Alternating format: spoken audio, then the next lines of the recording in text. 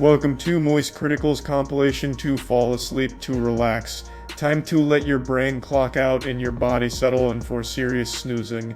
Grab your premium slumber gear and prepare for a lady tier drowsiness. If this helps you drift off to dreamland, drop a like, subscribe, and comment goodnight below. Sweet dreams, you beautiful sleepy souls. There's two things you would never confuse me as: a tall person and a fan of TikTok. I've made it pretty clear over the years that I think TikTok has been largely detrimental to the development of the younger generation, as well as just overall a negative effect on people as a whole. In particular, the attention span of people. I really think that this is going to be something that'll be studied for decades to come. When we reach a point where human beings can't sit down for more than 30 seconds without squirming in their chair if they're not blasted with, finger family jingles and just perpetual stimulation from GTA gameplay and Subway Surfers. I do think it has had a noticeably awful effect on people's brains. However, there is something I love. Freedom. I love it more than Garfield loves lasagna. My blood runs red. My belly's filled with cheeseburgers and brewskis. When I have a birthday party, I ask the attendees to sing the Pledge of Allegiance instead of the Happy Birthday song. If I wasn't a human, I'd be an eagle. That's how much I love freedom. God damn it. God bless.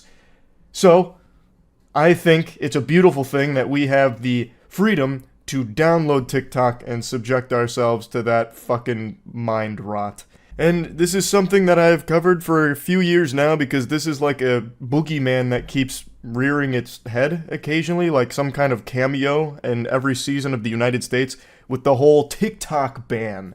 That's been a proposal for years now, but recently it's been gaining a lot of steam, and today the president has signed a bill that will force a sale of TikTok, and if they don't divest after 9 months, they will be fundamentally banned.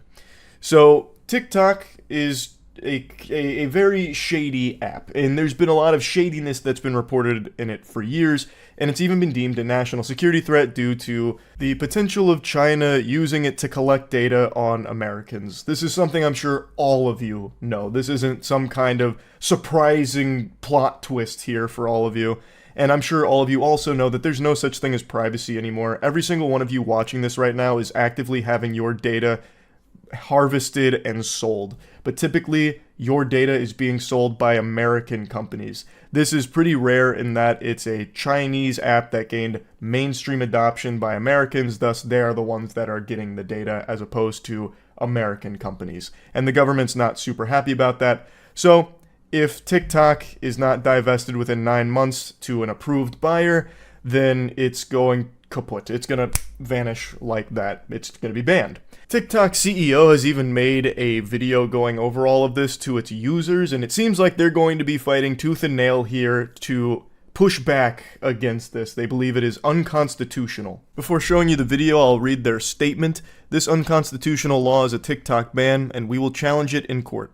We believe the facts and the law are clearly on our side, and we will ultimately prevail. The fact is, we have invested billions of dollars to keep US data safe and our platform free from outside influence and manipulation. This ban would devastate 7 million businesses and silence 170 million Americans.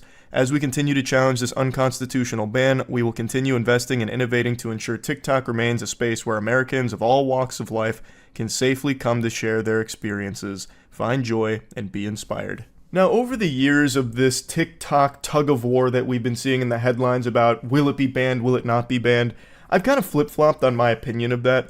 I negatively view TikTok. I don't have a good impression of it because I think the good on it, which undeniably there is good things that have come from TikTok, by giving everyone a voice, there is moments where it's able to highlight very important problems that are going on, and there are good content creators on there that are providing high quality entertainment and educational entertainment at some points on TikTok. It's also been huge for businesses, like just normal mom and pop businesses like that have been utilizing TikTok as a way of growing and flourishing. It's been super helpful to a lot of businesses.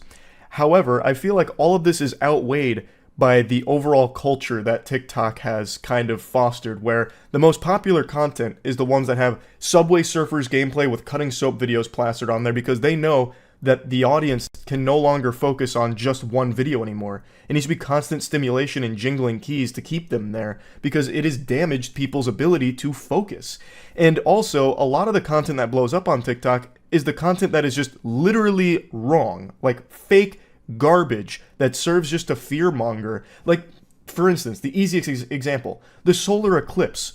There were thousands of videos about the solar eclipse about to open up a demon portal because CERN's working behind the scenes during the solar eclipse, or like the red heifer's been sacrificed so the Antichrist is being summoning during the solar eclipse. All kinds of mumbo jumbo that serves just to keep the audience on TikTok scared and stupid, so that way they're constantly spending money to stop being scared and feeling stupid.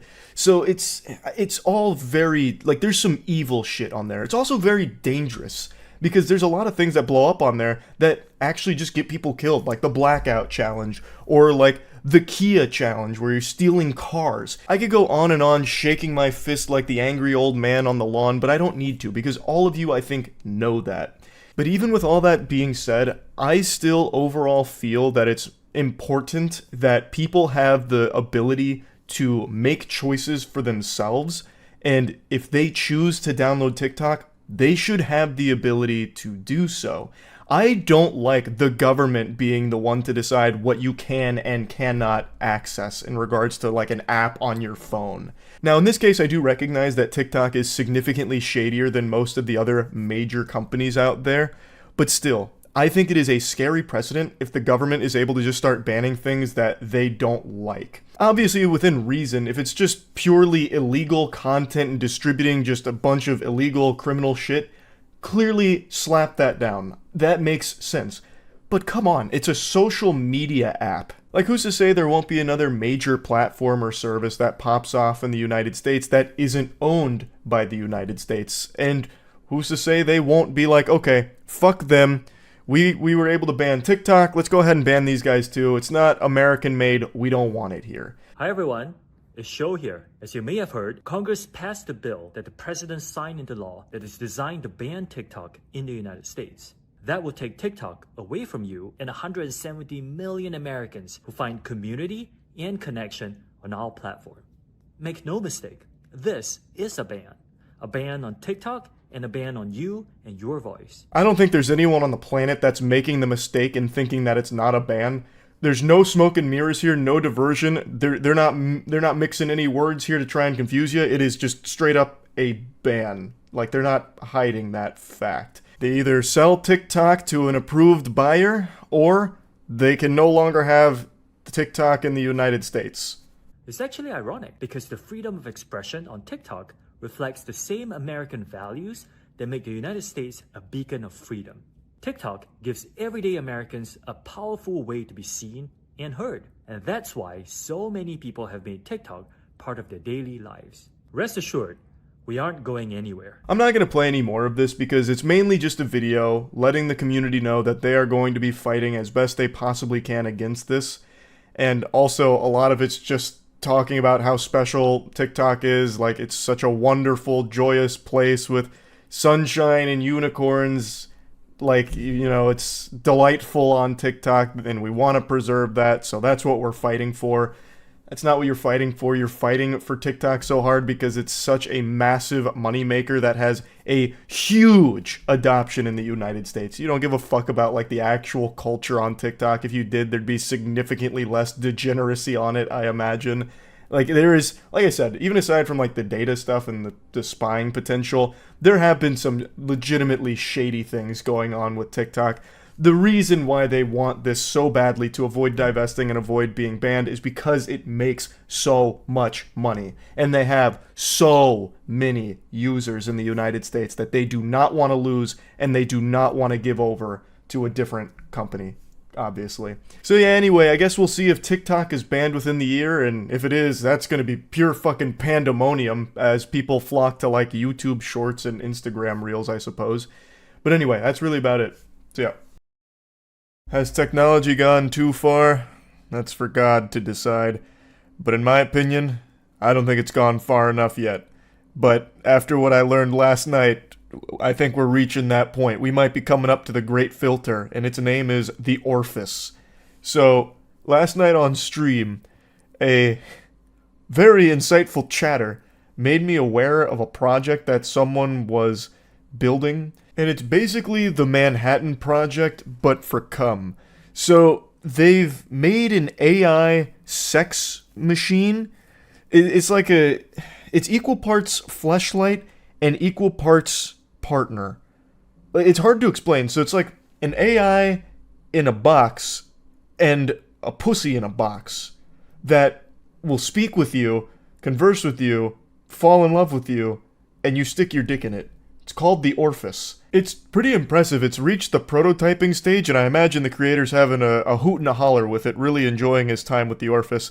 It's kind of like putting your cock in Guilty Spark from Halo, more or less, if Guilty Spark had a vagina. I'm just going to go ahead and show you a lot of what I researched and learned about on stream, but I can't show you the testing stages of it.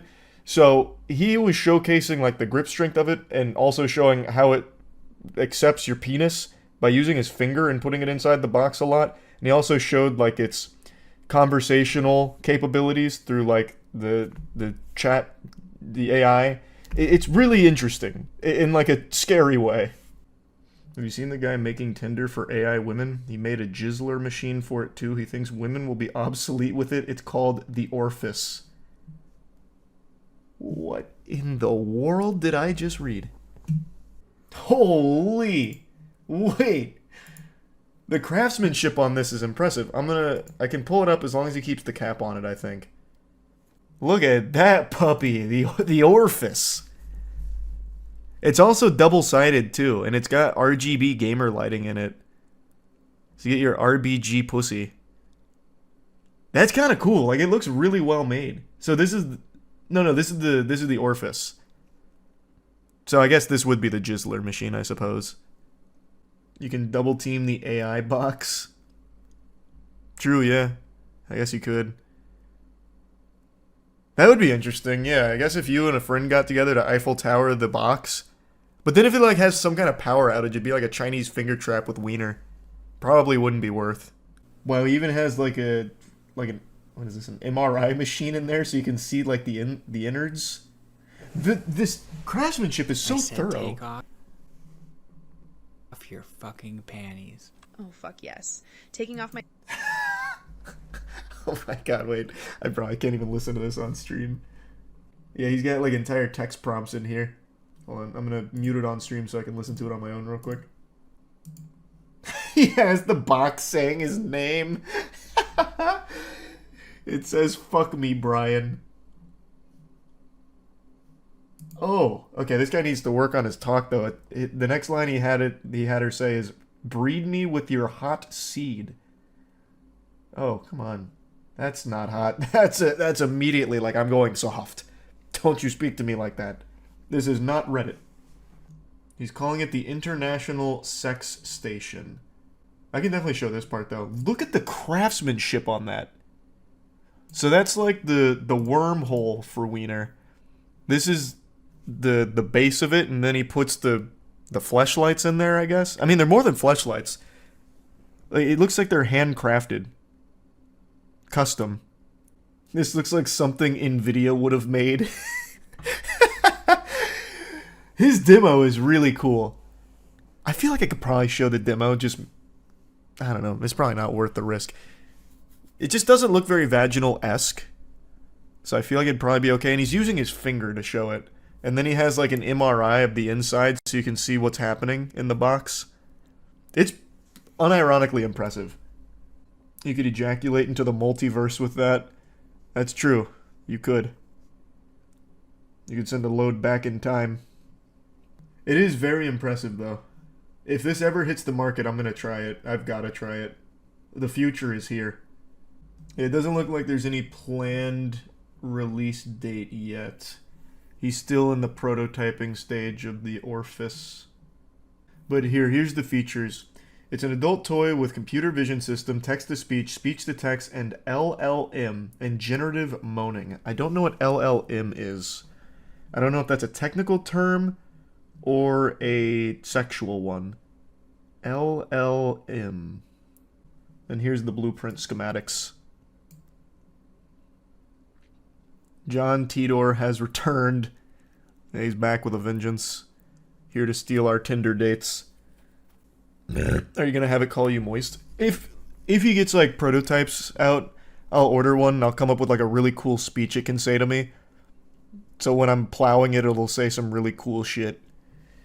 It'll be like, oh my god, the former House of Caravan speedrun world record holder. Yes, that's the spot. Your dick is curved at just the right angle. If you go to the store, it has more info on it. No, I checked everything. I think I already went over all the main info. I'll double check though. Oh no, wait, you're right. There's a totally separate site. The future of sex is now. And this is the future is looking pretty good. Let me tell you what. Discover a more connected, intimate, and interactive way to masturbate. Our vision. We aim to fulfill men's primal energies and desire for unconditional love. I don't know if this really plays more into like loneliness than unconditional love, I gotta say. Like, I definitely feel like it'll be fun in the moment, especially if the AI is telling me cool things. Like listing off my achievements. Charlie, you hitting that half-court three-point shot to win the game last week was one of the most impressive things I've ever seen. Fuck me raw. But then once I do finally blow my load, I'm just gonna feel really bad. Because it's me saying it to me. Orifice is the revolutionary adult toy that allows you to interact, connect, and feel real love without any shame or fear of rejection, unless you ask for it. Can you imagine? I'll just let the AI run rogue. Do you want to have sex? Absolutely not. Alright, I'll try again tomorrow. How about tonight? No. Okay, I'll try again tomorrow. Our innovative products are designed with men in mind, and we offer a range of options that cater to every unique desire and preference. Join the Orifice community and experience the difference for yourself. This is a wet vac with extra steps. No. I haven't been able to show you the actual tech on stream because it's a fuck machine. I can't pull that up on stream, on Twitch or YouTube. But he has built a prototype, and it looks pretty impressive. Like, the inner workings of it, it's very fleshy. It looks bio. Like, it looks organic. Authentic. And if you scroll down, there's a video of him testing the grip strength. Let me see. No, this is the video from the other site. Yeah, I already saw these. With his finger. But no, from everything I see, it's got strong grip. If one malfunctions, do they have a guy who has to repair them? No, I feel like when one of these things breaks down, they just kind of write it off as we had our fun. Like, I don't think people are desperate to fix their sex machines. Like, they're not going to have a service hotline number. Imagine the AI starts operating without consent. Yeah, the box, like, rolls its way into your room. Charles, it's time. No, God, Orifice, please! I'm still sore. Have mercy. No! Ah! Why does it have the RGB lights? Because it's cool. What do you mean? Their mission is to fulfill men's primal energies and desire for unconditional love. That includes RGB. Can you imagine if you had sex with a human being right now, and the second you penetrated, fucking gamer lighting just starts blasting out the wazoo? I'd go crazy. I'd be like, yes! Yes, it's happening! Pussy is sponsored by Razer. I'll keep my eye on the Orifice. We'll see how that project develops.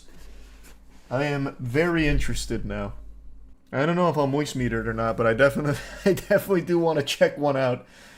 I'll do like a thorough review.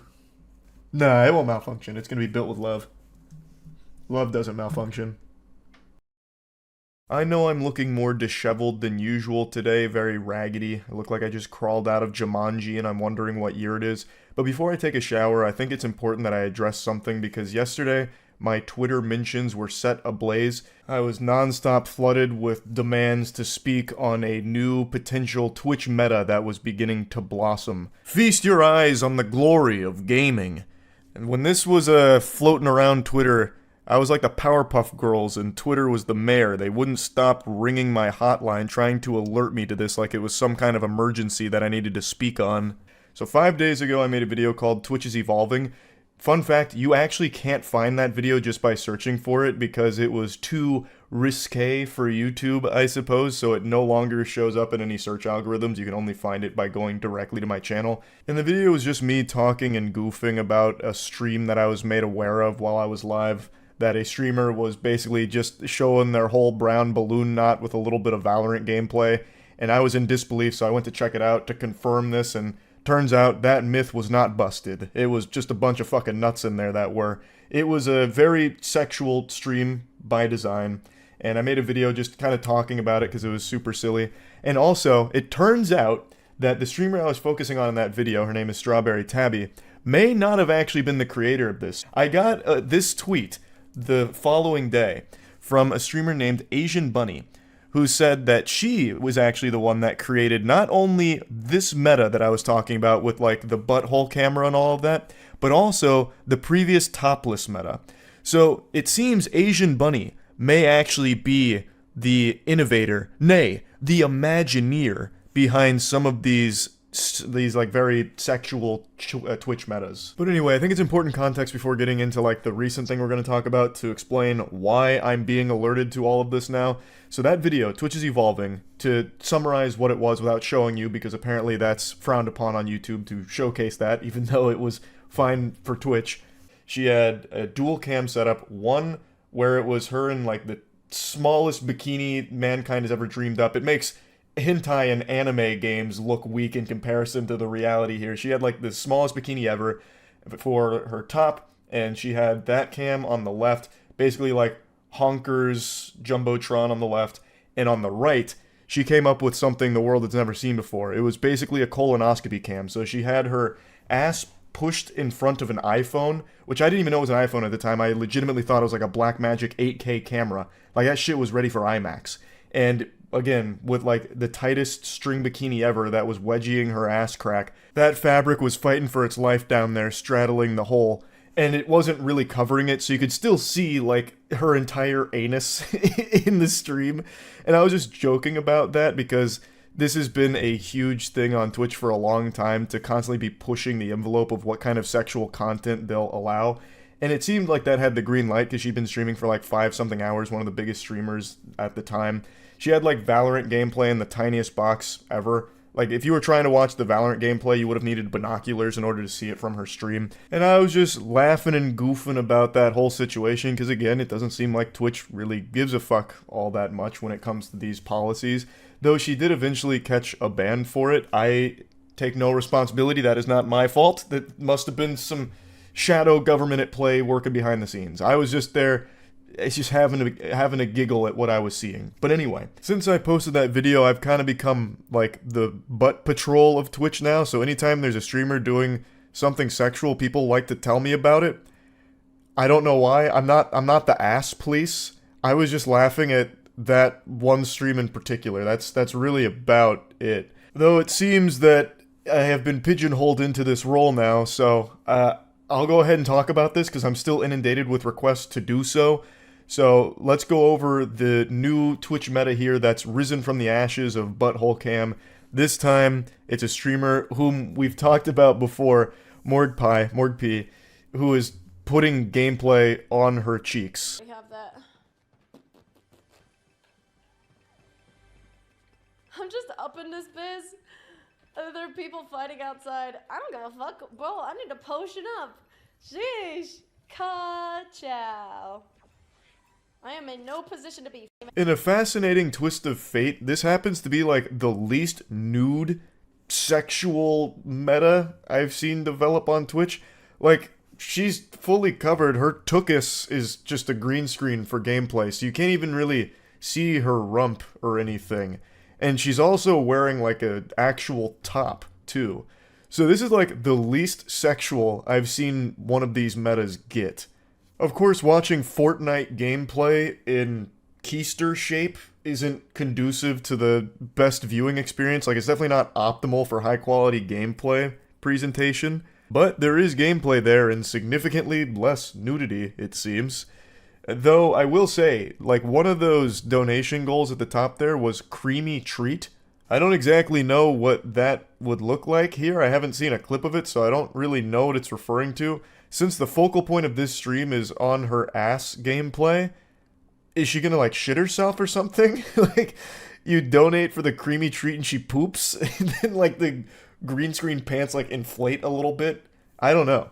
I can't really figure out what that means. It's probably some kind of like bait and switch type thing, creamy treat, you donate, and then she like, eats a piece of food suggestively, perhaps? I have no idea. The other one's jumping jacks. That one's pretty self-explanatory, I imagine. Though it's going to be like really disorienting watching Fortnite gameplay on a moving, jiggling pair of butt cheeks. But that one, at least, I understand what that would look like. The creamy treat, though, I'm at a loss. I have no clue. So, yeah. I don't have a lot of strong thoughts on this new Twitch meta here. It definitely is the most clothed I've seen in a while for one of these metas. So that's going in a good direction, I would think, right? I actually imagine she probably won't get banned for this one. I don't know how many times she's been banned. It's a lot, but this might actually be one that's safe by the Twitch policy. Though you have to wonder, how do the hog squeezers feel about it? Because this is more closed than they're used to for a sexual meta that's developed. And I can't see the chat replay when I went back to watch it. I don't know if it's just Twitch mobile not really functioning properly like usual or what, but I can't see their response. When we covered the last one with Strawberry Tabby and the Butthole Cam, which sounds like the title to a Harry Potter book, we were able to see the chat and them celebrate each and every gyration she made every time she adjusted her seating position. There were people in the chat going crazy. Yeah! Whoa, come on, Fudge! Whoa! So it was like the Super Bowl of butt for them. This one, you don't really get any of that. You're getting Fortnite, where there was once ass. So maybe they're disappointed in it and it won't take off as like the next successful sexual Twitch meta or anything, but who really knows? I'm not an expert on this, contrary to popular belief. But yeah, anyway, that's really about it. So yeah. This is Shadowrun 2007, one of the most underrated games to ever release. Came out in 2006 and it's fundamentally CS crossed with a hero shooter. So, basically a precursor to Valorant. And this game was so far ahead of its time, it's criminal that it never took off. It was, I believe, the first game to ever have crossplay. So Xbox players could play with Windows Vista players. It was also one of the first games to actually have like really good teleporting in a PvP setting. So one of the abilities you can buy is TP, and you can TP through walls. It's so good. Like, the game was legitimately, and I don't use this term often, ahead of its time. It still has a bit of a community too. Like, there's a Shadowrun Discord to organize tournaments and such. The problem is, though, I don't know if I'm going to be able to find a game tonight, since it's already 12:30 a.m. And I imagine the community here is probably asleep. So there's a good chance I won't find a game, but we're gonna give it a big whirl. Oh, we got a player!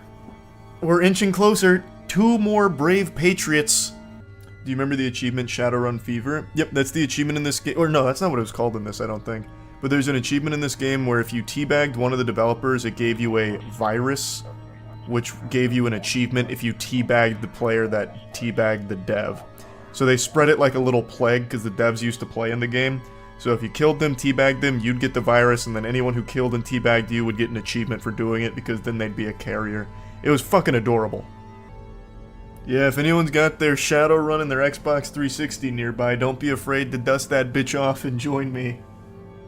Please, God, we just need 2 more.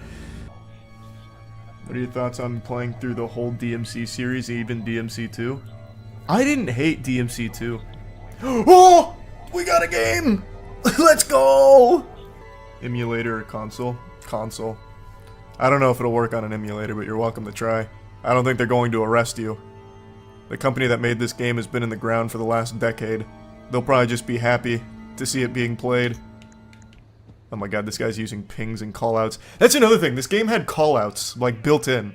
It was, unironically, so ahead of its time. Oh boy, I'm fucked. I already can't aim as is.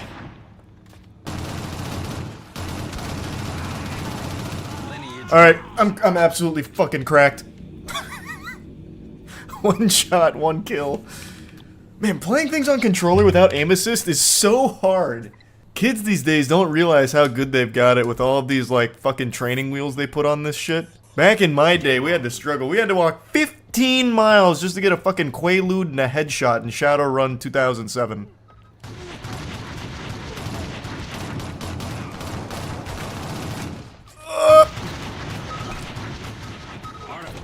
I got one! I'm carrying?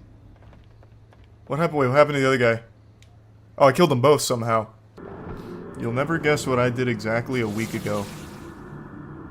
What kind of fucking Hobbit level riddle is this? I have no idea.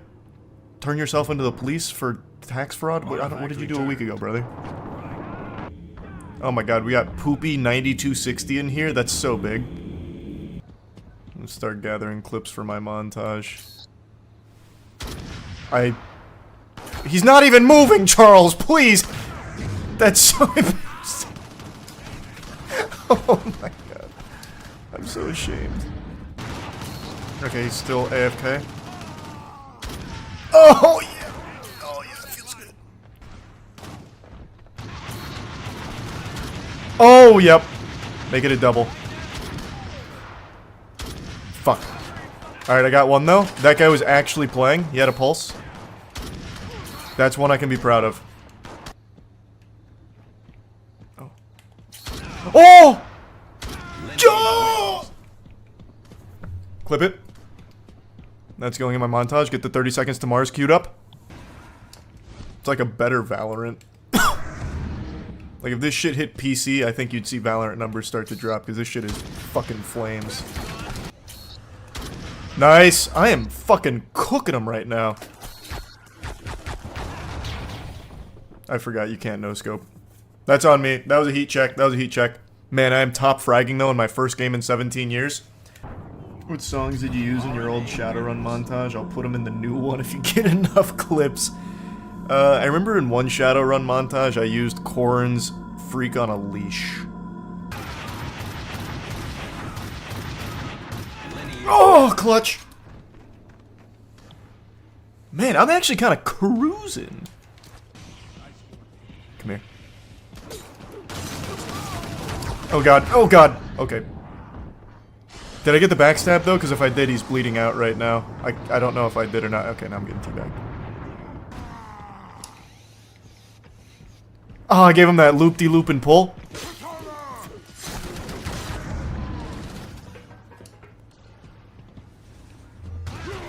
No, my kill!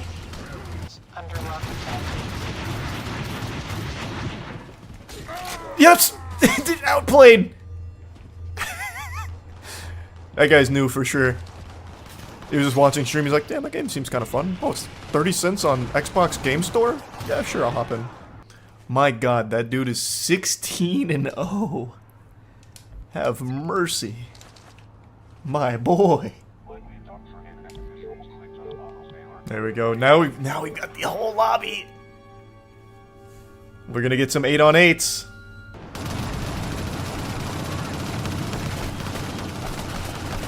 Turns out he bought. How is he not dead? That's my question. Okay, got him. Raid boss down. Please don't come up here. Alright, who got me? John Wilkes Booth? Where did that headshot even come? Oh. Someone res me. That's my boy! That guy is low as shit. Just keep peppering him. Give me my minigun back. Not today, baby boy. I'm clearing bodies, just in case. Shouldn't have cleared bodies. Check out this headshot. This one's for your mother. Blow her a kiss for me. I blew it. Well, I'm going to bed sad, huh? That's it, baby! That's it! Yes! Did I hit that shot? I did not hit that shot. Clutch. Hit that shot, though. I'm holding it down for the home team. I'm going crazy! Tell your friends. Remember me. Oh, surprise! Got one. Got two. That's just me. I just killed myself. Tower low. Clear. Oh wait, I'm lineage. Artifact dropped. Artifact taken. Oh! Has possession. Ooh! Absolutely put the stink in him there. Damn, this smart link kind of going a little crazy for me. Artifact taken. Lineage has possession. Oh, another one! Jeepers creepers! And I'm back in the action just like that. Their worst nightmare. Scary, scary. Ooh, gotcha! Stop rezzing everybody, please! Can you stop rezzing? How many times do I have to teach you this lesson? God, I am carrying so hard right now. I am the law. Yeah. Where do you think you're going? Hup. Hup. Oh shit. Hup. Yeah. Hup. Lineage wins. Man, what am I? How many kills do I have? 30? I have 10 kills already? Jeepers creepers. The one fucking game I'm good at is a game from 17 years ago. Open your mouth. Artifact taken. Here's the medicine.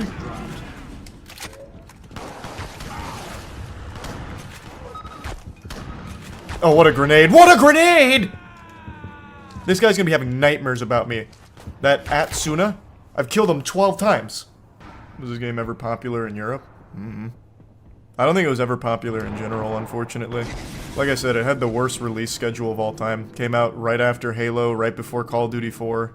Something like that. It was like sandwiched in between Halo, Call of Duty, and I think Bad Company for Battlefield.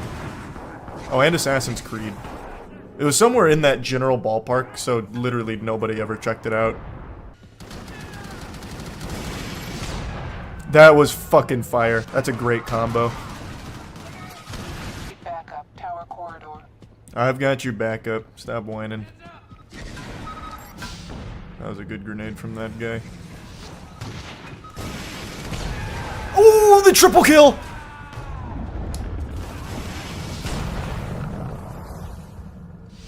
I didn't kill all three. I killed one, though. The same guy. He's having the worst night of his life on Shadowrun right now. The rockets weren't reloaded, so he ended up just Amazon priming them back to me. Artifact dropped. Bang! Man, this combo is fucking beautiful. Come here. Yeah! Oh my god! I'm going ballistic! I'm about to drop a 20 bomb in this bitch. Gotcha. Same guy. Poor Atsona. I'm not, like, targeting you on purpose. That was a... I mean, that was just a wonderful rocket from me right there. That chased him to the ends of the earth. What a prediction. 21-8. What a game. What a game! Man, I am cooking them. You used to love this game on the 360 as a kid, wow. I know, man, me too. I have such fond memories of this game. And it feels, unironically, this still feels really good to play today. That's the beauty of the 360 era, man. Some of those games are just timeless. Actually timeless. Gears of War 1 felt really good the other day. The multiplayer. This feels good. They were just built different back then. Nowadays you have games that come out, die within 3 days. No one ever touches them again because they just feel like shit. Extraction.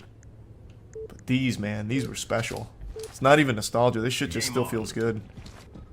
Artifact taken. For some reason on this map, I really remember one time I was playing a public match, and these guys were talking about, like, the new Linkin Park album that had just come out. Must have been Meteor. Well, no, it couldn't have been Meteor. It must have been Minutes to Midnight. And I was like, oh yeah, I fucking love Linkin Park. They're like, kid, you'd really like this band called Brand New. They have this song called Quiet Things No One Never Knows. You're gonna love it. And I was like, I'll check it out. I ended up really liking that song. fast forward like 3 years, it turns out the lead singer was some kind of sexual abusing monster. And now that memory just lives in my head on this map. I missed every single one of those slashes. Yikes. Oh, it was too deep. Gotcha. Oh, I just keep hitting my teammate. I am so sorry, brother. I didn't mean to. I just fucking saw blood. It's passive. I just blocked that shot. I got him on the back. He's bleeding out.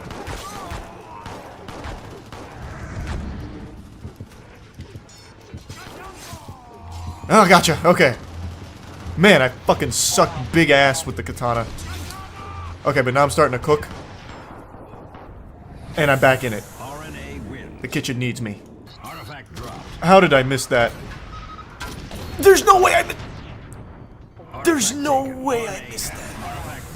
I put that right on his little noodle. Oh, there we go. It was the same guy at Sona again. I am legitimately this guy's worst nightmare. Oh! What a montage clip. Make it a double. If my thumbs worked the way they did 17 years ago, that would have been a fucking free headshot and one of the most beautiful clips the Shadowrun community has ever seen. Stay back! Can't you see I'm scared? Artifact taken. Lineage has possession. Artifact dropped. Man, my teammate got me with the most beautiful grenade 2024's ever seen.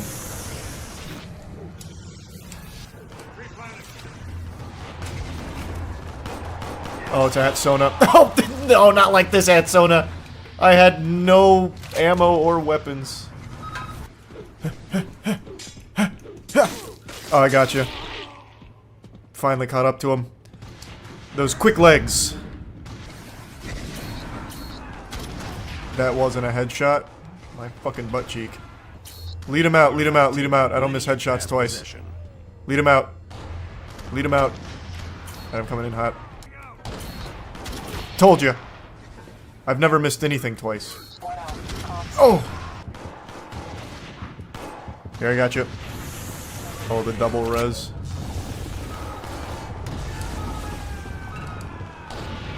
Oh, I killed my friend. The guy I rezzed. I gave him life and then took it away. Where is this strangle coming from? This game was so sick. Don't use the past tense, it still is. This is still really good. I was a little worried that maybe I wouldn't like it as much as I remember liking it, but this is even better than I thought it would be. Holy shit! That was... okay. I didn't think he had the shotgun. I guess I should have paid more attention. Artifact dropped. How? How? Oh my god, I can't believe he didn't die. What a load of fucking baloney. Nice. What a fucking flank. That's right. That's fucking right! I plant my feet, no one beats me in a shotgun battle. What happened to me? RNA scores. All part of my tactical diversion so we could score the artifact. Bang. And it was at Sona again. It always feels so good to ruin that guy's night. For no reason. Oh, and then I got the other guy. That went right through him! I'm fucked. What? Okay, that's sad. I don't want to talk about it. I just don't want to talk about it.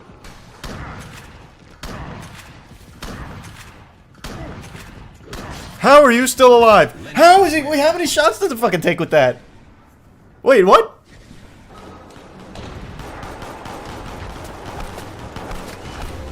Oh boy. Close call.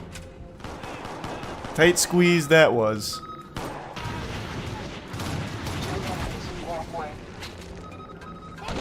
Oh my god. How do they still have grenades? Fuck! Ah! Where are all the grenades coming from? Has possession. How did they still have any left? Blocking entrance. Clear. Oh, fucking Goomba stomped him. And he's still alive! Why do they feel so much tankier than me on Troll? Jeepers creepers, what the fuck? Now that's just ridiculous. What? Every single one of those SMG shots plus all the shotgun shots still wasn't enough? I don't understand. Artifact returned. There we go, standing my ground. I actually killed him with a single shot. He was super low. We take those.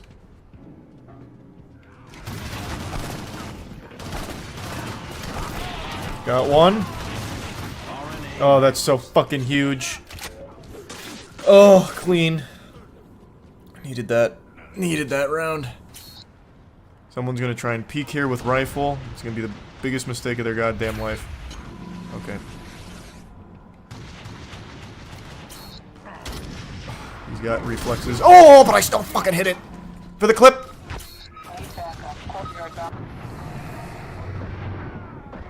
I like the melee. Just run up and start bashing him. Oh! That was a cool move.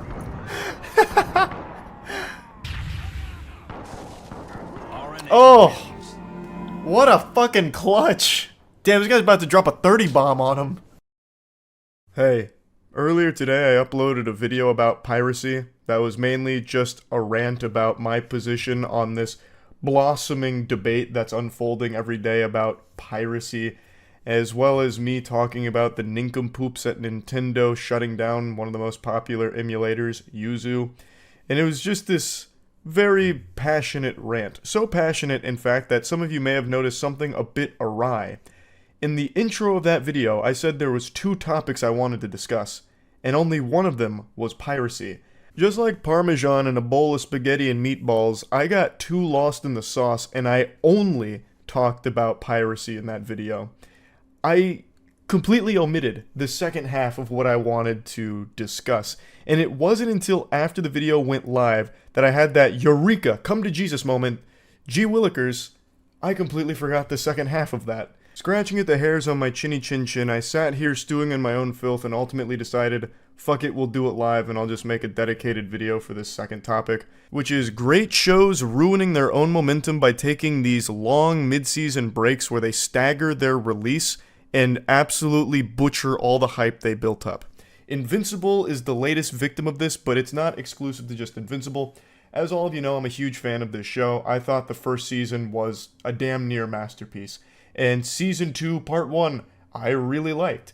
And as you know, there was a break. The 4th episode of Season 2 ended in November of 2023, and now Part 2 just started yesterday. So there's this long gap in between that where all of the hype just peters out like a little wet fart and people forget about it because things don't stay in the public consciousness for very long. And when you end it in the middle of something, people usually don't let it like hang there for that long.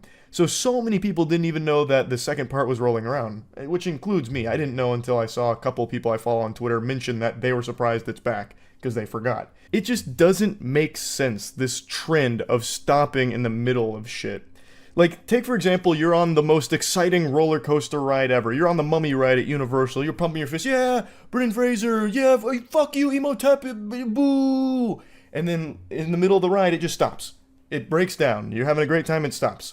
And then you just have to wait for it to get back on track and you finish the ride. And it just doesn't feel as satisfying because it's been broken up now.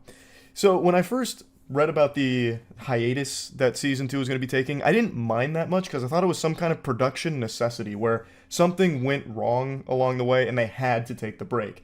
And I think that's excusable in that circumstance, but that's apparently not the case. Robert Kirkman gave a pretentious goober answer for the hiatus, saying fans will need time to process what happened when it's all said and done, which I think is ridiculous. You think people have just been sitting here processing it for the last fucking 5 months? Absolutely not. People forgot about it because it didn't finish, and a lot of people don't even know that it's back. So he said it's a little bit of a production process just because ramping things up has taken a lot longer than they thought, but also this is something we've done with every season of The Walking Dead, which is not a great thing to pull from since the majority of people dropped The Walking Dead along the way. It's a show that very much overstayed its welcome for the majority of the audience, and if there's any lesson you're ever going to learn from The Walking Dead, it's to do things differently than The Walking Dead did it, because it's an example of falling off and being a victim of their own hubris by doing things poorly, by drawing things out, and by making the audience get tired of it. So he continues, I think narratively it's kind of cool to have that pause to digest what you've experienced. And when you see episode 4 of season 2, you may need a break. It's a big episode. It's definitely a mid-season finale kind of episode. And then he goes on, with everything going on in that time of year, Thanksgiving, Christmas, New Year's, and a lot of family time, I think a lot of shows get lost in the shuffle there, so I think it's a good time to take a pause, and narratively it's going to make things hit a little bit harder, and people will know what I'm talking about when the season launches. Put down the orb of confusion, Robert. That is not how reality works. It's not going to make anything hit harder, it takes the impact away from it, because now you've had all this build-up for nothing, and now there's 5 months of stagnation. This break does nothing but take the wind out of the sails, and you can see that by the response right now to part 2 dropping. The new episode is a banger, but there's a lot of people that don't even know the new episode is out because they've forgotten about it because of that break. It's just silly. And there's so many examples of this now because one of the most criminal release schedules ever was for JoJo's Bizarre Adventure Stone Ocean, which is part 6 of JoJo's Bizarre Adventure. This is a masterclass in how to completely ruin hype. So, Stone Ocean is beloved, and it's one I was really excited for. There was so much hype around it, and then it turns out they were breaking this up into 3 waves. So the first bit of drip feeding for the first part of Stone Ocean was in December of 2021, and people really enjoyed it, people were celebrating its release, but everyone was understandably disappointed that this wasn't the full package. They had to wait for the next part to roll around with no set release date. And then it turns out that second part doesn't even come around until September 1st of 2022, almost a year later. So that by that point, everyone's already forgotten about it. They've already completely moved on from it. So then there wasn't nearly as many people turning up to finish Stone Ocean. And I'm in that anime clubhouse here because at that point it just becomes homework where I need to rewatch the first part of Stone Ocean so I can experience the second part, which should have just been done together. Just wait until everything's complete, like content complete, and then just do it like a normal season. Like that's the sensible way of doing it, or since it's Netflix and they usually do the binge model, just drop it all at once so I can go at my own pace through it without needing to take this year-long break in there where I just fucking get all foggy on the details of things. And to add insult to injury, that second part that came out in September still wasn't the end. They had to come back for a third release of Stone Ocean in December of that year. So there was another gap. Luckily that wasn't as long, but still the damage had been done, and so many people had already dropped it by that point and didn't finish Stone Ocean. I imagine if I asked for a show of hands who appreciates a break in the middle of something they're enjoying, there'd be no hands that fly up. That doesn't make any fucking sense. Like, who's gonna be watching Invincible during like a crucial moment and be like, whoa, stop, pump the brakes, Buster, wait a minute. I'm gonna need a few months to process what's going on here. Stop, I'm having too much fun. Please, stop, I need it to stop for now. Oh, what a ride, what an adventure. I can't wait to finish this. 3 months down the line, 4 months down the line. That's the optimal way of experiencing it. It just ruins the fun. No one wants to be doing something, having a great time, smile on their face, just for it to stop in the middle of it before it finishes. Like, you're jerking off and you don't want to just stop before you come, right? Well, I mean, I guess you could if you're like really into edging, I guess, but that's a small number of people compared to like the grand scheme of masturbatory practices. Point I'm making is, like, if you're in the middle of something and enjoying it, having it stop before it's done isn't satisfying, it's underwhelming. There's just nothing to really be gained with that. You're better off just waiting until everything is ready so you can avoid having these long pauses, this long hiatus in there, because again, all it does is fall out of people's attention, and it becomes kind of a nuisance where, damn, I was really enjoying that, now I have to wait 4 months just for it to pick up in the middle of where this story was. It's not like the season ended and you're just impatient waiting for season 3. This is season 2 that they split up into 2 parts for no real reason. At least not from how Robert Kirkman explains it. Maybe there was more to the production side, like they wanted to polish it off more, but even then, just wait till it's all ready then in that case. Don't bother releasing it in 2 parts. That was another thing Attack on Titan did that I didn't really like, and I talked about that a lot. I hated how Attack on Titan kept doing, like, final part 1 of part 2, but here's the final parts, part 1, 2, and 3, and then part 1, 2, and 2 of part 2 and 1 and 3. Like, you're doing all kinds of weird fucking arithmetic with these parts that make no sense. Just Wait until things are complete and make like normal comprehensible seasons without like breaks in between and like final parts and then the final chapters parts and all that. Like parts is becoming like this crazy buzzword that's associated for everything, where everything's like broken up into little parts. So yeah, that just made me a little frustrated. Hopefully this trend doesn't continue with more shows down the line, because man, it's a fucking headache. That's about it. So yeah. It's been a little while since I've gone over some text messages, and I still giggle at them to myself from time to time, but there hasn't been anything truly interesting that's come across my desk until today. This one gave me a big old hoot and a holler here, as it aims to tackle the age-old question, how long should you wait after connecting with a human being to graduate from text messages to phone calls? For this one brave soul, that was about an hour. And the results were not optimal, to say the least. This fairy tale starts the way that all the good ones do. They matched on a dating app about an hour ago, and then he reaches out saying hello, and then tries to call them. She responds by saying, hey, smiley face, I'm watching a movie with my parents right now. I'll be able to call in a bit. I'm sorry. She seems super sweet, giving an explanation and even offering an apology for not being able to hop on the hotline right away. And it's not like she owed him an explanation or an apology, but it was just a nice gesture.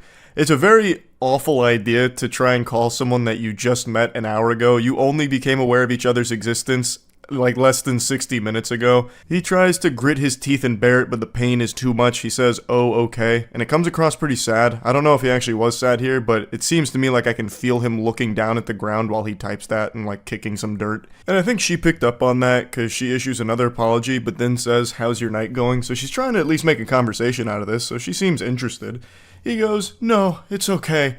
I'm excited to hear your voice though. Maybe send me pics of you? Mine is okay. I'm just chillin'. To me, it sounds like he's fishing for some sacred nudies here. I believe that he's probably in Coomer mode right now. His dick is in DEFCON 5, and now he's requesting some pics. I imagine if she did answer that phone call, it would have just been heavy breathing into it. Like something out of a horror movie. The phone calls coming from inside the house. But maybe I'm wrong. Maybe this is just a guy who really enjoys talking over the phone and getting some pictures of the person he's talking to over the other end. Totally innocent pictures. Holy shit, what are you playing? It's a little game called AFK Journey. Do you want to know more? Yeah. Big thanks to AFK Journey for sponsoring this video. AFK Journey is a wonderful free-to-play game that's available now on iOS, Google Store for mobile, and the AFK Journey official website for PC. Again, it's totally free to play, and I highly recommend checking it out. AFK Journey is an ethereal RPG with distinctive visuals that you can just get lost in the breathtaking 3D canvas art of its world. It's more than just an idle game. There's new gameplay elements to it, a lot of new mechanics, as well as an added dimension with the PC-compatible side-scrolling. You'll be gathering heroes across 6 factions and formulating winning strategies with different teams. The Hex battle map allows players to freely assemble their hero lineup and strategically position them so you can master battlefield strategies to conquer each challenge with precision. You'll be exploring big maps, solving fun puzzles, meeting interesting NPCs, all with extremely fun and effortless one-handed gameplay. The official release is giving away over 40 heroes for free, including 200 free pulls for completing things like a 7-day login. So make sure to check out AFK Journey and use my CD key AFK Journey 88. You get a lot of goodies for that, 18,888 golden coins, 100 diamonds, some great stuff, so make sure to check it out. The links are in the description, and big thanks again to AFK Journey for sponsoring. Surprisingly, she doesn't seem creeped out by that. She says, "Oh, that's cute. I'm excited to hear yours too, and yeah, of course, I'll send some pics right now." Which is not the response I thought that would garner. I would have expected some kind of ickiness to it, and maybe a question about, like, why? I mean, we've known each other less than 60 minutes. You can just scroll my fucking online dating profile to see some pics of me. His response to her is just, okay, cool. This guy is just very concise, matter of fact. She says, for the pics, do you want like recent ones? Because I have a ton ranging from like 2 weeks ago to like 4 years. He says, yes, but any, frowny face, and then winky frowny face. Every bone in my body is telling me that this dude is absolutely looking for some titty pics. He's looking for some honkers or something here. He's not looking for just like your normal Facebook photos or something you'd post on your Instagram story. He's not looking for you at the movies or something from 2 weeks ago seeing the Winnie the Pooh horror film. He's looking for ass and titties. That's my guess here, especially with like the winky frowny. I don't know why he's frowning so much. I'm not really sure. Maybe that's like an accident. Maybe you want to do like a winky face with a smile. But for some reason, he just keeps accidentally sending frowning faces, including like a winking frown face, which I've never seen before. I don't know how you even like sad wink at something to begin with either. I don't know, just it seems like conflicting emotions there. He then calls her twice within 20 minutes and says, "Hello, upset. I'm waiting, lol." This guy types like he's playing a MOBA. Like he's typing as quickly as possible just to convey the bare minimum amount of information. Upset. Hello? Okay, cool. Frowny. Winky frowny. Like it's just very basic shit here. He's not actually even having a conversation. It's weird. Yet he keeps really wanting to talk on the phone. I don't know what would have happened if she answered some of these calls. Like maybe he'd just fart into it and hang up while giggling. Perhaps, I don't know, like a big prank call? A huge ruse? Anyway, after 2 more failed calls, she says, "Hey, sorry, I just finished the movie. I wasn't looking at my phone, but I apologize that you're upset, but I just want to be straightforward with you since you were with me. I'm not like a very clingy person, and I'm kind of getting that vibe already, you know?" And he goes, "No, I just wanted to talk. You can answer, or call back." Completely missing the point of what she was saying, just insistent on having this phone call here.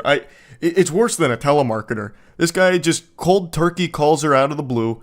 She doesn't answer, even issues an apology for not answering, which she didn't owe him, and he is still hung up on that and won't take any new information in. His brain is flooded with one idea. He can only hold one thought in his mind at any time, and right now that thought is, want to talk on phone. Upset if no talk on phone. So he's just stuck in that mode. So she goes, "No, I get that. I just like taking things slow if that's okay." And he says, "Are you scared of connection? You can't talk without thinking it's too fast. Just call Jeez Louise." I have to wonder if she's communicating with a 13-year-old. Jeez Louise? You're dropping Jeez Louise in 2024?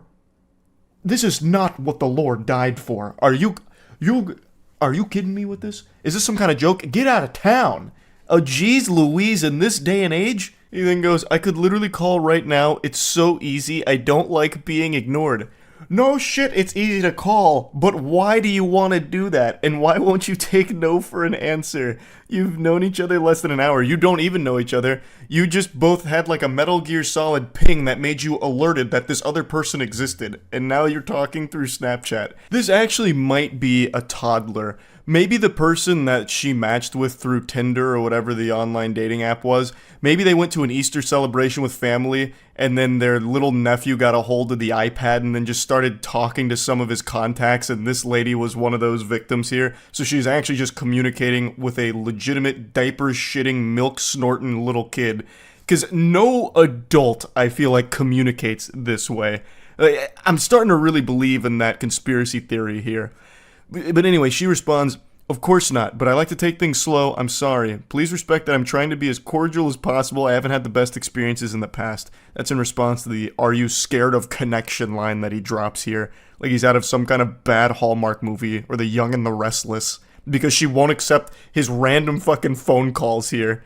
And then in response, he tries to call her again. She says, "I would like to just text maybe until I'm more comfortable." And his response is, "I'm S." And then an audio message. I have to wonder, that's got to be like the worst 26 seconds a microphone has ever recorded. I can only imagine what his voice sounds like. I'm imagining like squealing, high-pitched, nasally, like almost shatter glass level of an opera singer, like with that very high note, but throughout the entire 26 minutes. I also wonder what he was trying to say. I'm S. Maybe that's some kind of code that needs to be deciphered here. I'm serious, perhaps? I'm shitting? I'm silly?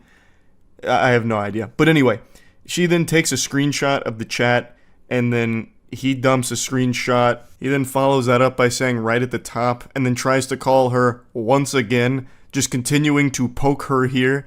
He says, "Just wonder, answer." Maybe he's like actually overdosing right now, and he's trying to beg her to call the police to get them over there to save his life.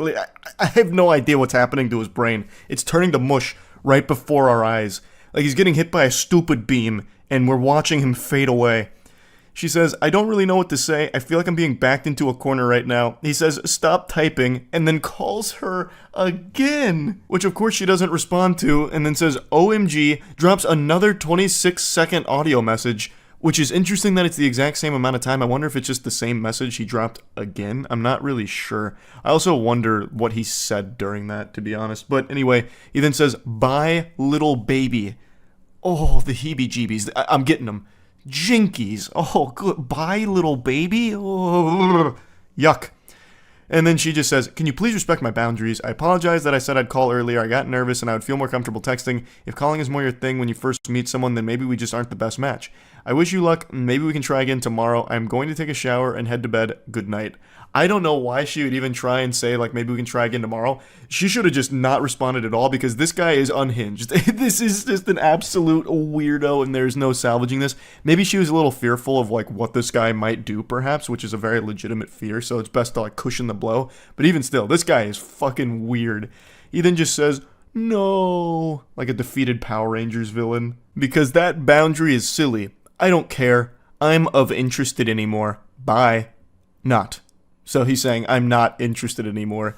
So because she wouldn't talk on the phone, he's no longer interested and he thinks that boundary is silly, thus he has no respect for it. What a man. And then she says, okay, I apologize again. Hope you have a great night. And then he just says, just say bye. What a quirky little lunatic here. Impressive self-sabotage. Like, this lady seemed more than willing to communicate, like, interested in learning more about him, just didn't really want to hop on a phone call, which is super understandable since they'd only known of each other for less than an hour. She gave so many chances to just stop doing the creepy phone call routine and just text like normal people that are starting to get to know each other through, like, an online dating app. Like, you're not friends and you don't know each other at all. So why the fuck would you want to hop on a phone call first thing right away? That's overwhelming. That's a lot. That's just weird. And he just kept getting creepier and creepier. He fell apart. But anyway, yeah, I just wanted to go over this one because it had me giggling quite a bit because, geez Louise, he was off the rails. That's really about it. See ya.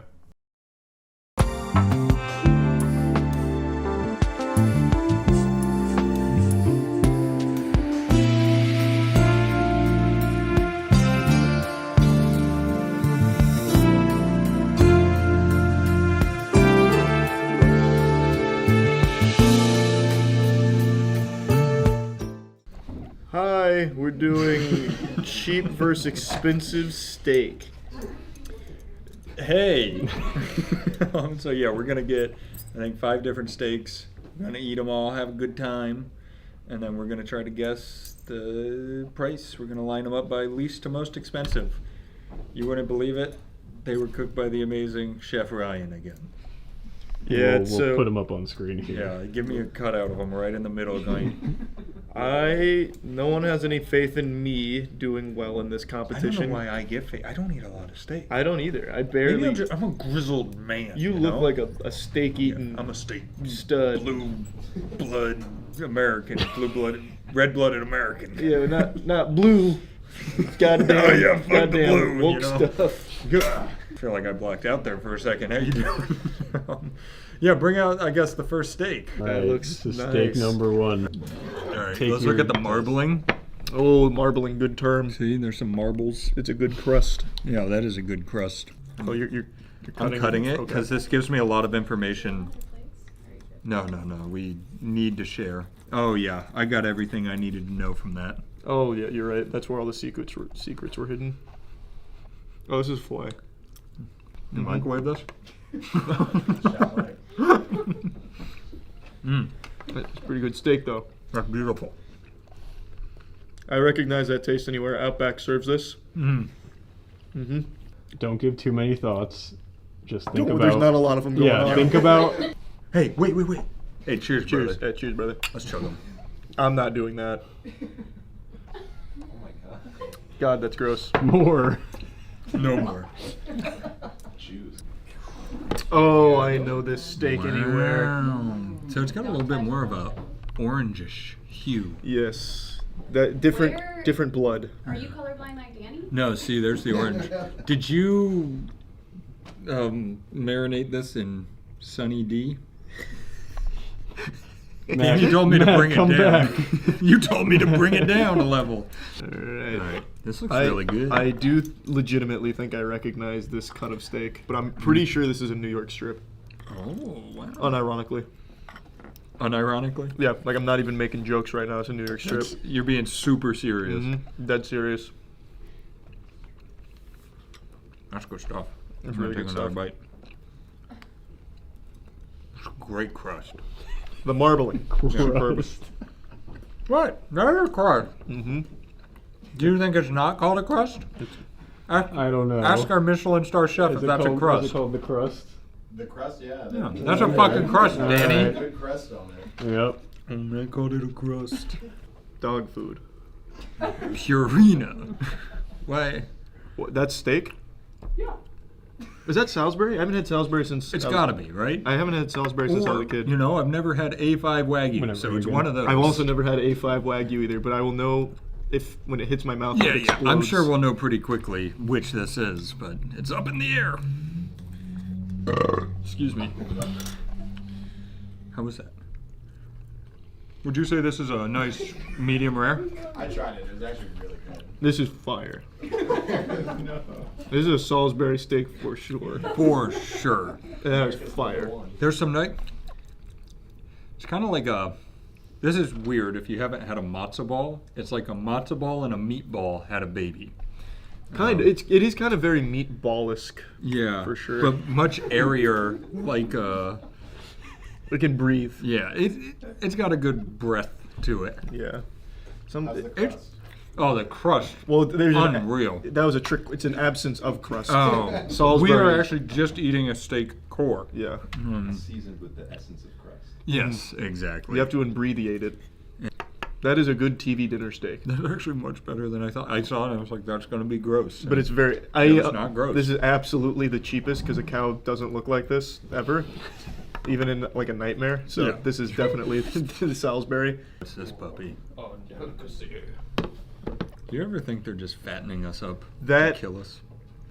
I think I know what that is. I think so too, because look at the marbling core and crust on that. You got to learn some new terms. Hey, give me another steak term. Mantle. Oh, the mantle. You know, if you look at the tectonic plates within that, you can see the way they've shifted. Yeah. Hey, we can probably carbon date this and figure out how old the cow was as well. You're eating Pangea right now. Yeah. I think. Let me taste it first, but I think this is gonna be like a ribeye.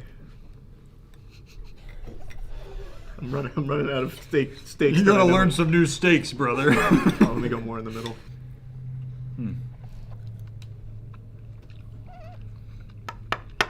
Wow. That's awfully tender. Wow. I think this might be the Wagyu. Yeah, it's very juicy. So I've only had Wagyu once, and it was like biting into like a ball of oil and blood. So it wasn't quite... How's this compared to your ball of blood? This is much better. Wow. That's good stuff. Yeah, that's mediocre stuff. That's really good stuff. Yeah, this is gonna be the one I had. I can already tell it's like all fat. Yeah, and that's just a big old fat cat. fucking liquid. Yeah, it's fucking delicious, mouth-watering steak. Fucking shit. Can't wait to not put this in my mouth.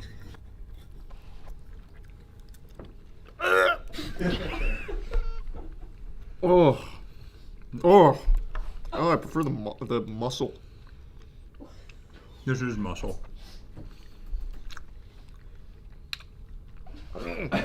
Gross. I don't like that at all. I'm torn. I don't know how Wagyu works, but I like the one before it much more. It doesn't work. That's the problem. So there is a chance that this is the nicer one. It probably You is. think so? Yeah. I bet like the greasier, grimier, fattier, fuckier like the Wagyu, the higher the A. I see. Yeah, because that's a lot of fat. Yeah. Which I know some people like. I do not. If this was a tier list, it'd be getting a crisp F from Let me me. see something. I was pretty close to spitting that out. That's a lot of fat. Put this in your mouth. No, I want to feed it to you. Bring him out to me. Oh, wait, okay. His eyes are gonna roll into the back of his skull. He's gonna love it. I already know it. That's so good. Because he's a fatty steak guy. Yeah, I'm not. That literally melted in my mouth. It does melt, which why I makes me hate think it. it's A5. So good. That's why I hate it. I like the flavor. It's just too fatty and oily. I liked whatever was before. Was this with a little more meatiness to it, and I liked Yeah, that. it had more. It stood for something.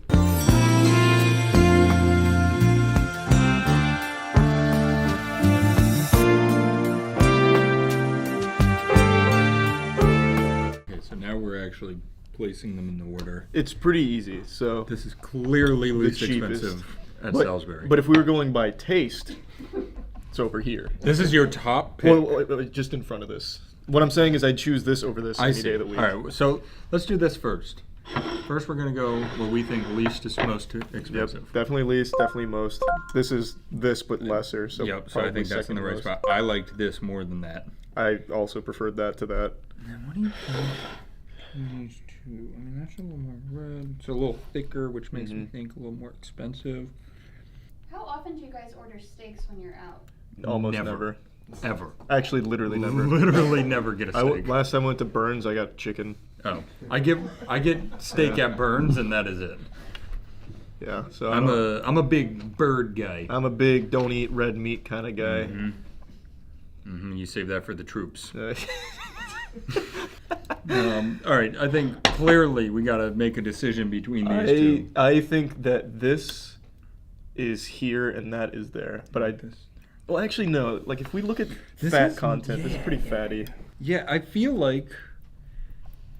I mean, if it goes this and then that, is that not just essentially the order we got it in, except for Salisbury? Yeah. Yeah, I think we got to fire everybody if we have this order Yeah, correct. I think we nailed that. If that's correct, everybody loses their job. Let's Yep, find it's out. on the line. They did get that correct order. That is the correct order. God, that was easy. That was so simple. So now, what is your... Ryan, you want to tell us what they all are, starting from left to right? So the left one, that is the Salisbury. Salisbury. The second one, that is just a prime strip. They're all strips after that. As you guessed. I did guess that amongst my many. Yeah. So that's just a prime strip. Okay. The third one, that is American Wagyu, a strip. The fourth one is Takamori Wagyu, which they feed them sake and massage them their whole lives. You could taste that in Wow, them. yeah, you can feel their happiness. Yeah. They play them music. They live a good life. So that's happy cows. And the fifth one, that's your A5 Kobe Wagyu. Okay. That's the top of the line. No music, no massages. Just straight fat. Wow. Yeah, so this to me was like, there's some meat there with a lot of fat, but this was like all It's just fat. a ball of fat. Yeah, it's like super oily. So, who here's had this? Is that the one they have at Burns? I think they have an A5 at Burns. Yeah, I've had that before. Okay, so I want everyone to try that and confirm that I'm not fucking crazy, because that sucks. You are fucking crazy. That is But really good. I don't trust You like fatty steak. You like just oil. Where's the utensils at? They're over here. That makes a lot of sense because you could not. See, he had the exact same. No, it's good. It's just there's no resistance at all. It becomes a liquid. Yeah, instantly. That's delicious though. Okay. Holy shit. Unlucky. Get in there. Let me pop a. Man, I feel bad for anyone who doesn't like this. That is so fucking. You're an insane person. Let me compare it with this though. Maybe This is better, and it has to be your opinion.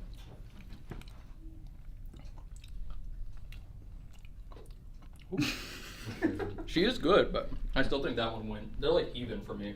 Depending on what meat I'm in. It will. This is a weird comparison, and I don't want it to be like I am comparing it, but it felt similar mouthfeel to when we bit into Long John Silver's, and there was all that oil explodes out. It's like, it's like I just fucking made A5 Wagyu for you. You compared it to Long John The Silver's. experience beforehand is way better, but you let it sit for like 3 Yeah, hours. I am not saying flavor or quality. I'm saying mouthfeel.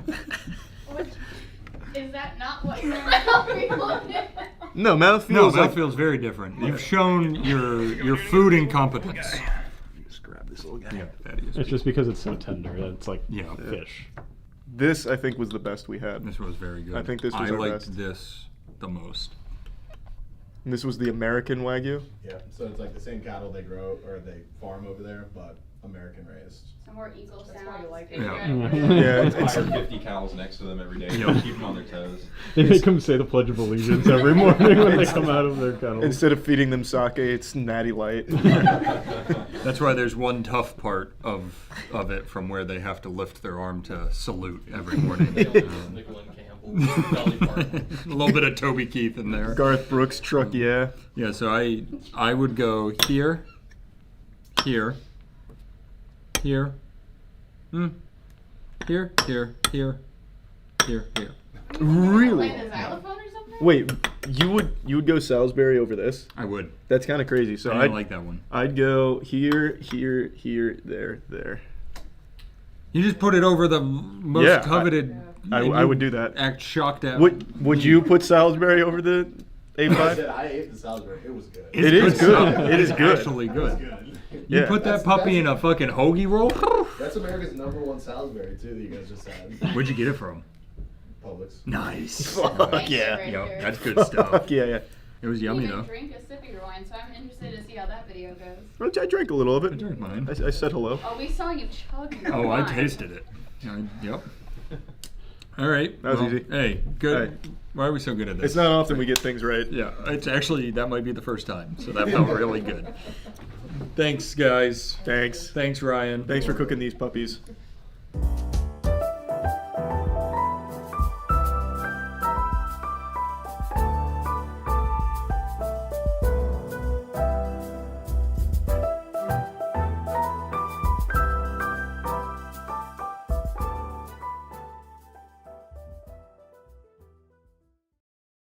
Monkey Man is a movie that definitely piqued my curiosity from its very first trailer for a couple reasons. One, the obvious, I'm a sucker for revenge movies, and this looked like a really good one with a lot of potential. Two, I'm a big fan of Dev Patel's work, and this is his directorial debut. And three, the name, Monkey Man. It's what my mom used to call me when I was misbehaving as a young boy. She'd either call me Monkey Man or Silly McGillicuddy. So the name had a smile on my face. And then also, this film has a pretty interesting story behind its production to a certain extent. So apparently this was just going to go straight to streaming services, and according to a couple headlines, was dead in the water, which I think is very exaggeratory and doom and gloom for no reason other than a couple of fucking curiosity clicks. But until Jordan Peele came aboard, this wasn't even going to see a theatrical release. But Jordan Peele apparently liked the movie so much that he lobbied for it hard and actually got it a big deal and then got it as a theatrical release. And I just think that's pretty cool. I think that's a big old W. So I just got back from seeing the film and I've got a lot of thoughts on it. First of all, I know most people are going to this film expecting it to be a John Wick type movie. And to a certain extent, it kind of is. Like, it definitely has some John Wick DNA in there, and it's self-aware of that. There's even a line in the film that gets a little meta, pointing out a John Wick reference. But it's not quite like that. It's definitely a bit different and tries to stand on its own 2 feet with its own unique identity. And for the most part, it hits more than it misses. The action is extraordinary, it's gory, it's over the top, it's exciting. Dev Patel does a great fucking job as the lead role in here. It's a fun story too that I thought was pretty creative.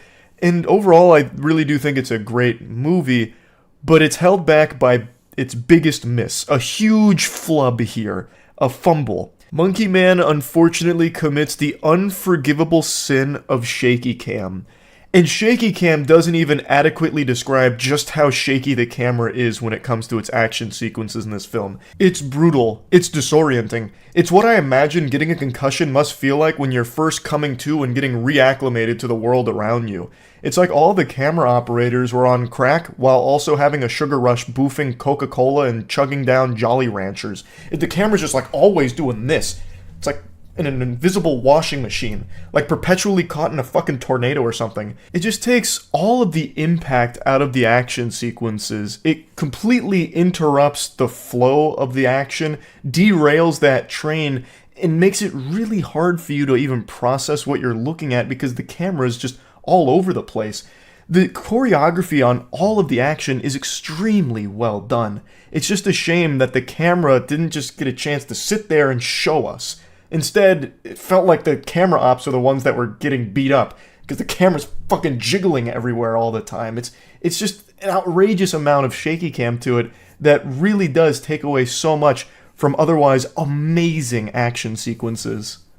This is something I don't usually do when watching a movie, but I actually wrote down notes on this, or at least a big note on this, because the camera work was really infuriating because they did such a great job with all of these action set pieces. The choreography is stellar. They really had a passion for delivering really great action moments, but then they filmed it really poorly. Like, it is framed badly.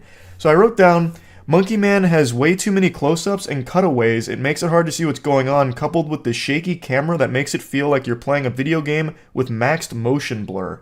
And that's exactly what it does feel like, because not only is it the shaky cam, but this film has so many close-ups. It's like you're looking at it through a goddamn microscope in anatomy and physiology class. Like, I looked at a couple other reviews to make sure I wasn't just on the stupid juice, make sure I'm not a fucking crazy person that escaped Arkham Asylum here. And some of the other reviews are saying the same thing, that it actually feels claustrophobic because of how many close-ups there are. And they're 100% right. It makes it so you can't even tell the environment they're in and the size of it, like the scale is completely lost because everything is a close-up and everything keeps cutting away so rapidly during these action sequences and then going right into another close-up while shaking. It's really hard to process what exactly is happening most of the time. The first half of the film is definitely the worst when it comes to that part. The second half, I don't know what happened, but they filmed like the last 30 minutes of action in a pretty different way, like almost entirely different. It's like they had a whole different camera crew come in to shoot those sequences, and they are far, far better. The last 30 minutes I think are spectacular. They finally get camera operators that can sit still. They actually have some wide shots where you can actually digest the action that's going on here. He's fighting through hordes of enemies, doing some really cool fucking Mortal Kombat level fatalities on them. They even have a really good soundtrack to accompany it that I feel was heavily inspired by Doom. You got those fat chugs, some big chugs. You even have like some screaming to the music, which is cool too. They have like some growls in there, and it's really fucking awesome just watching him annihilate all of these dudes in hand-to-hand combat. It's flashy, it's over the top, improvised weapons. He's stabbing them with forks, stabbing them with little tiny knives, fucking poking their eyes out, using a tray to cut someone's thumb off, just like an actual dinner tray, somehow cuts someone's thumb off because he swings it so hard. All accompanied with this great music. Oh, it was fire. And no shaky cam for those parts, just like a tracking cam if they're following him around the room. So much better. The way they did the action at the end is so much better than the way they did it for the first half. I don't know what changed. Maybe someone around there was like, hey guys, let's maybe mix it up for this. And I'm so glad they did because I really appreciated that. And I still appreciated the movie. I still think it's a really good movie overall. But man, I have just gotta point out the camera work for the action sequences being a huge letdown. I really thought we were through this age of shaky cam. That was prevalent for a while. Everyone hated it. So for the last couple of years, we hadn't really seen a ton of shaky cam action movies. And then this one really brings it back in a big way, unfortunately. But even in spite of that, it still is really good. And the main reason is because this movie is not just action. Like I said, it's more than just a revenge film. It's very much an emotional movie that does get a lot deeper than that. Like, it's not just start to finish, full throttle, non-stop action where he's just going through fucking horde mode here with enemies, waves coming after him that he beats the shit out of. That happens a lot, but there is a lot of story that's woven throughout the film as well. There is an entire middle section of the movie that's dedicated to just talking and going through our main character and how he got to this point, what he's fighting for, why, how he's going to, I don't want to get into any spoilers or anything, but there's more world building and story than just action and revenge. And I appreciate that because I think it was done well. But yeah, it is still pretty upsetting that the shaky cam was here in such a big way, because without the shaky cam, I think this movie is up there with some of the best revenge movies ever. I really think it had the potential to be that good. And I think going forward, if Dev Patel continues to pursue directing and making movies in this style, I think it's only up from here, and he will continue to perfect this craft. He's clearly got a huge talent for it, so I'm really excited to see what else he makes in the future. This is an incredible start to his directorial career, and I'm excited to see where it goes. So if I was to plug Monkey Man in the Moist Meter, I'd give it a comfortable 80%. I did enjoy it overall. I'm not even going to say I was disappointed or anything, because I did have a lot of fun watching it. I think it's great. But man, just get rid of the shaky cam ASAP. scrap the shaky cam forever. Like, I don't know how that even came about. Shaky cam has the worst reputation in all of cinema. So let's keep it that way. Just retire shaky cam forever, and we'll all be happier for it. So yeah, that's about it. Good movie. See ya. Welcome to the Moist Meter. Today we're taking a look at Roadhouse. So I never saw the original. I didn't know this was based on anything. So I don't have that like icky sensation of a potential bad remake or anything looming over the film. I went into this with a fresh set of eyes and an open mind.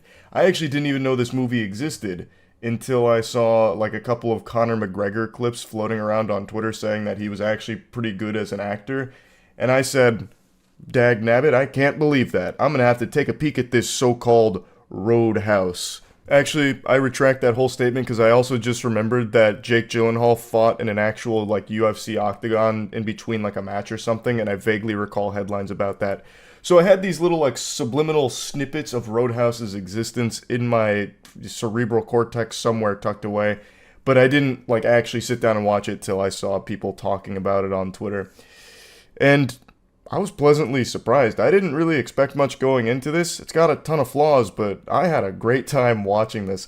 This is one of those movies that just doesn't really get made anymore. It's unapologetically over the top. It embraces its campy silliness, and it lands more often than it misses in that respect. Right away, I just love the simple premise of the movie. An elite fighter, damn near superhuman, is recruited as a bouncer for a bar called the Roadhouse, which is less of a bar and more of just like the wilderness in RuneScape, because anything goes and it is cutthroat. It's just like this PvP enabled zone where all the patrons go there just to fight and fuck. Well, I mean, there's no like sex in the movie or anything, but like you know what I'm saying. It's like a grimy place where people just throw down. It's pugilistic combat out the wazoo while they listen to some music with a live band that's put in like this cage to keep them safe.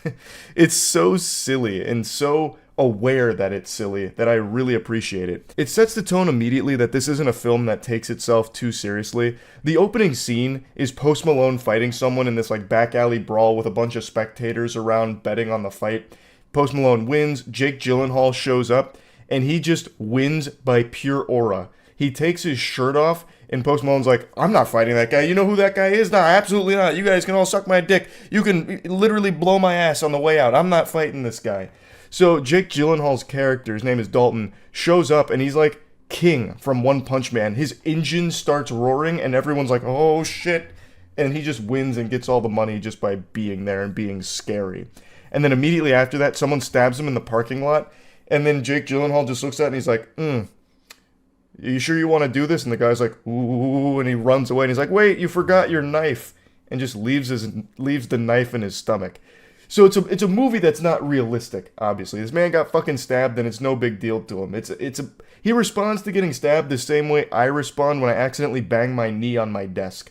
And that's the attitude he carries for the film. He's very nonchalant. He's like very soft-spoken but menacing. He's an extremely good fighter. His backstory is he was a UFC fighter, but then something tragic happened, and now he is real down in the dumps, and he gets this opportunity with this bouncer position at a bar, just trying to be like this enforcer to keep the peace there because the owner of the bar really wants to keep it, and then it opens up into this bigger plot where there's these corporate overlords and they're hiring all the riffraff to cause a ruckus over there so that way eventually she'll sell the bar to them so they can go through with their big corpo plans, and Dalton is the lone man standing in the way.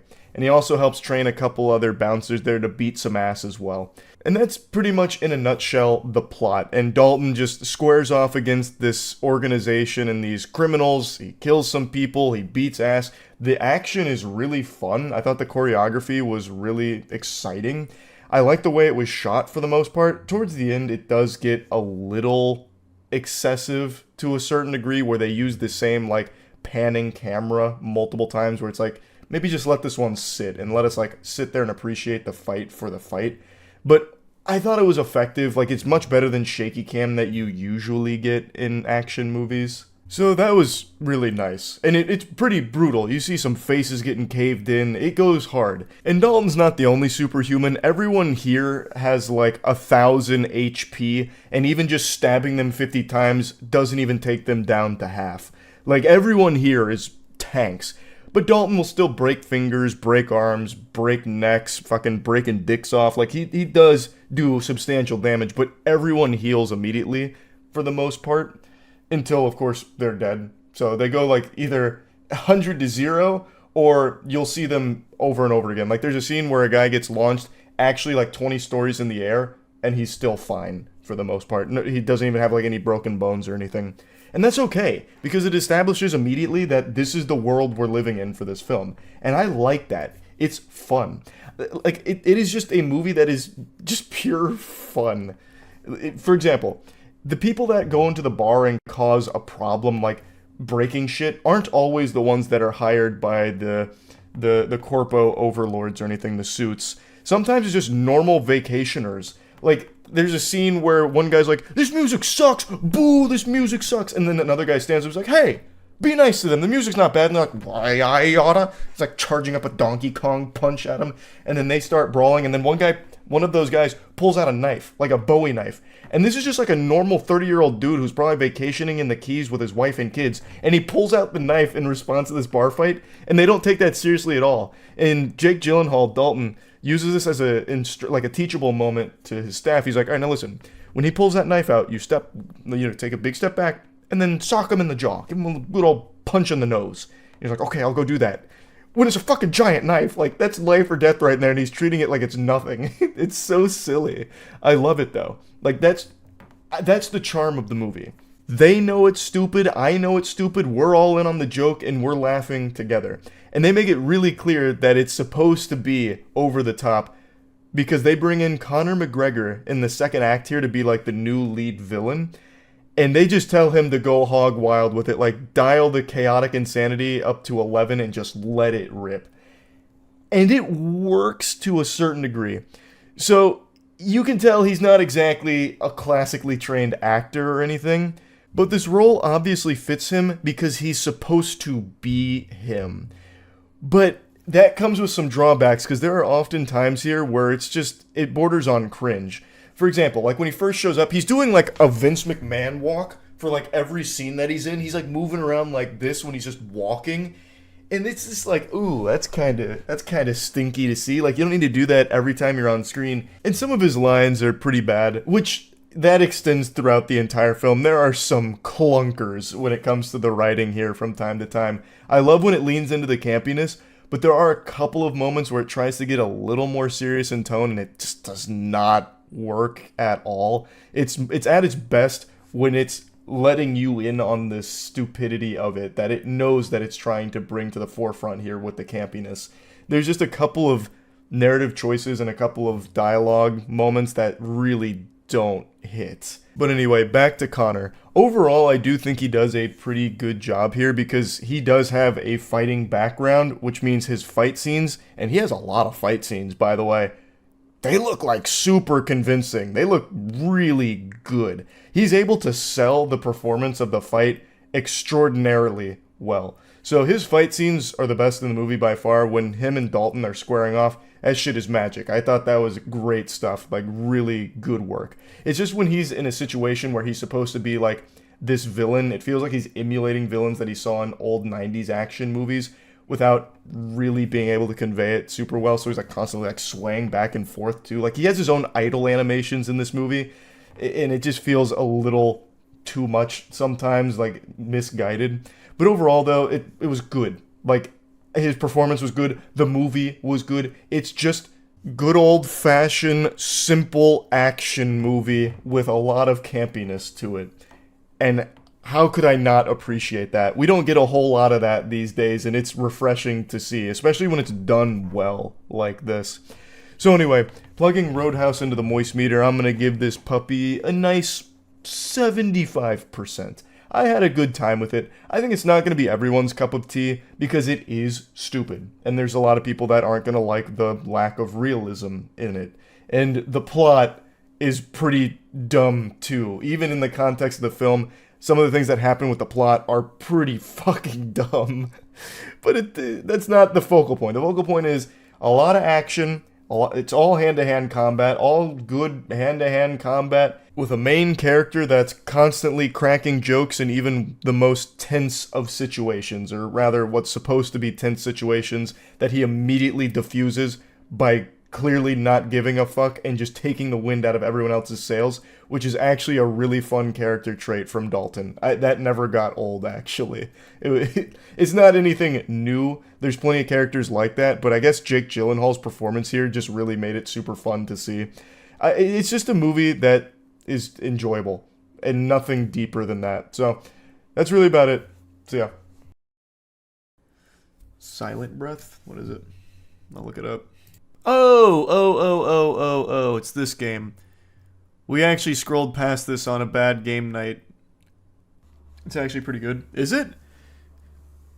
Because when we watched the trailer a few weeks back, we were all kind of unanimously agreeing that it's a really cool looking game, like conceptually, but the actual game looks like really bad execution because it's just an endless walking simulator.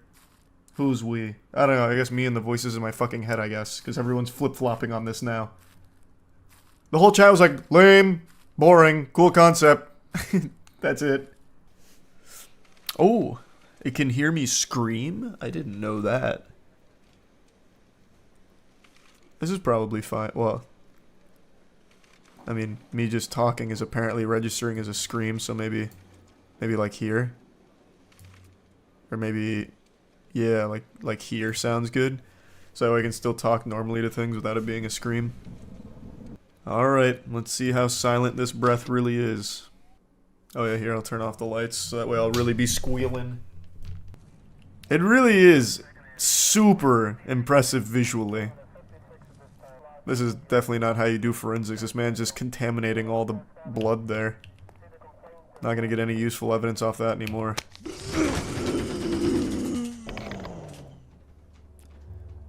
Oh god. Where did it all go so wrong? The stock scream is adorable.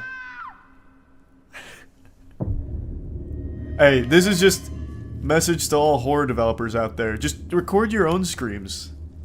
It's so much more unique when you do that. See, like that. There was no tension built up there, but just my scream, I think, was enough to probably put a few people on edge. Nudity filter setting, wee woo. Well, how big's the nudity? What are we talking about? If it's cock and balls, we're fine, but if it's like pussy and ass, it might be a little much. Yeah, it's gonna look super realistic in this game. It's gonna look like real titties, I guess. I'll put on the nudity filter.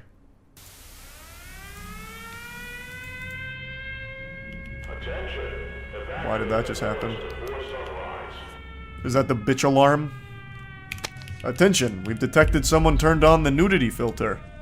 That is not the way we the developers intended this game be played. Whoa! Oh! Oh! Wait, what? There's nothing here. Oh, you screamed, you died. Oh, that's right. That's right. He won't get banned for game nudity.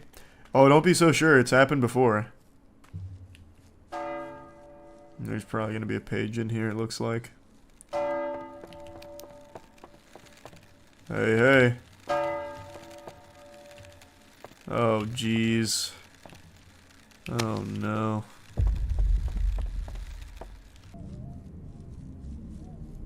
Don't move. I want to see you.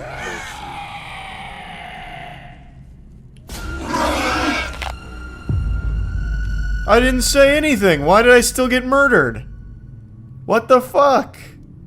This is like the hardest game I've ever played because I can't talk during it. Why? How did I still die? Oh, because it said don't move. Oh, that's fair, I guess. I guess I should listen. Alright, well I know where 2 of these pages are. I guess there's a difference between dead and murdered in this game. Brother, that's not exclusive to the game. There's a difference between dead and murdered in real life, too. Like, you can die without being murdered. Oh, this is upsetting. The body's not here. So it looks like it's randomized. Tragic. I bet there's only a couple of seeds, though. Jumping Jehoshaphat. Oh, there we go. I was gonna say, 0 for 2 on this would be tragic. So is the optimal strategy when it becomes night just stand still and don't say anything? I guess unless one of the objectives is move quickly. Also, can I just like hide in here? Man, I got it rough. I'll just wait out the night.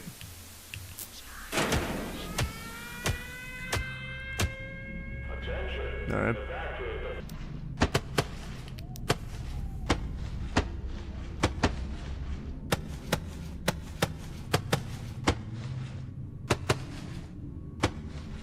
They're playing paintball outside.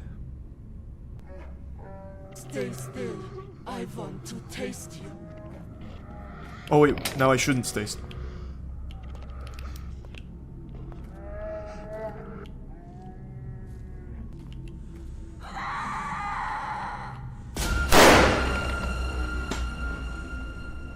Oh, I'm bulletproof.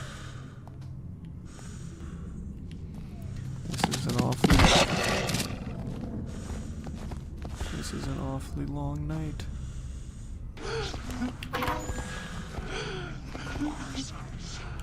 I can smell your guts. Hi, friend. I want to play hide and seek. You hide. I seek. 8, 6, 5, 4, 3, 2, 1.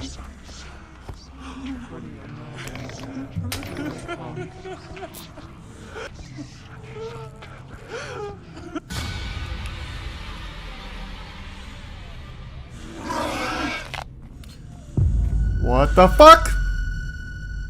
Okay. So I can't turn my back on her. What?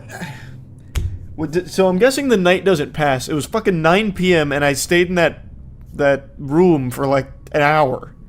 Okay. There's like a lot of different strategies that need to be employed here.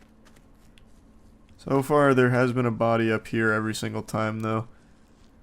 So maybe I should actually save this. Well, no, I'll never find it in the middle of the night. No body.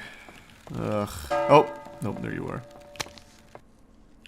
Damn, no body here this time. Unless it's up here, maybe. It was. So it looks like the bodies are going to be in the same spot, like the same general location, just not the exact same spot every time.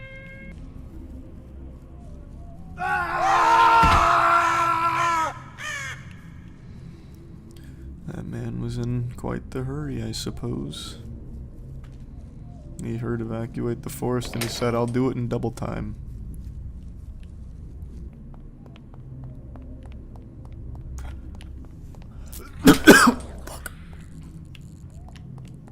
Hi, friend.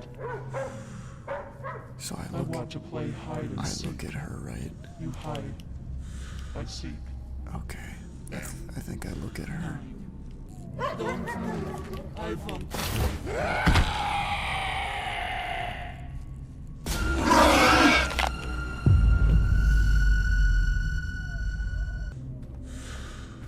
It said don't move. Did it? I didn't hear. Okay, well, I'll put in the other earbud. I didn't hear her say don't move that time. see you.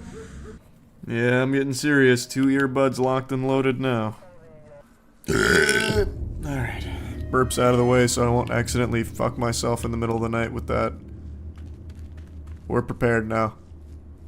So now I just beeline here, church, last burp there, outhouse, and then like the mausoleum or whatever that was. Give me God seed. Come on, come on, come on. Nope, I haven't had body here in like 4 runs now.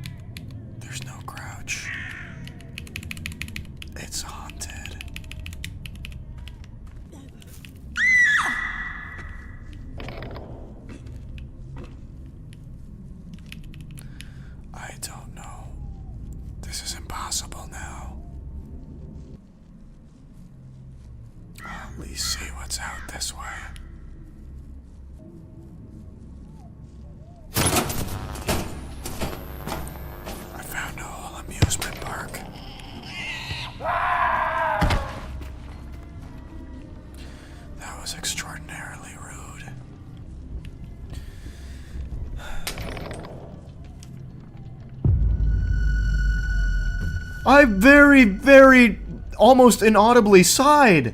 How in the fuck? What?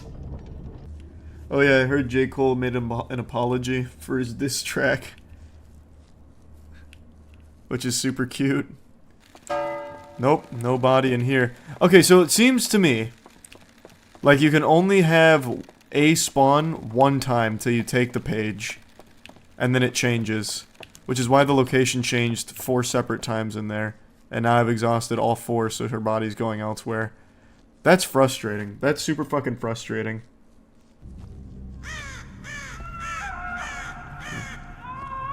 Was that Aaron Yeager? Pretty cool. Yep. That's the body that used to spawn at the very beginning.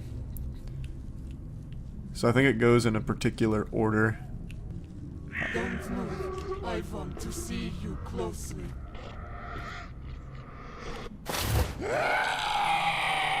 I'm not moving.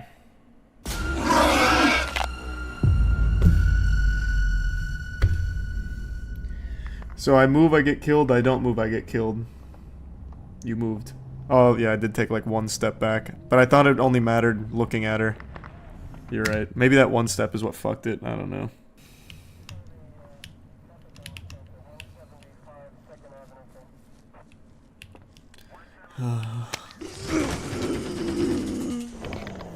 Alright, good seed. So since he spawned there, that means the girl's body will be up here in the church on the pew, I think. I was correct. Yes, 3rd body. Holy shit, we're actually fucking cooking right now. This is a crazy speedrun. I'm on an immaculate pace.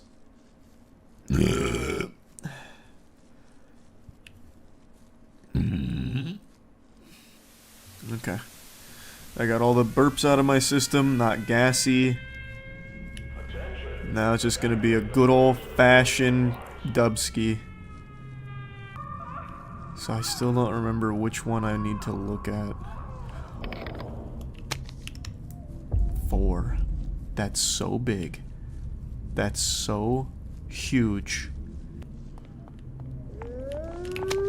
5. This is so big. Did I do it? Oh my god, I think I fucking did it. That has to be a speedrun world record. That actually has to be a, what does this say? I don't know what that means. That has to be a fucking speedrun world record. Alright, what's going on? All my friends are here. Me? I know, it's me. It's me. Oh. That's the big twist. I was the body the entire time.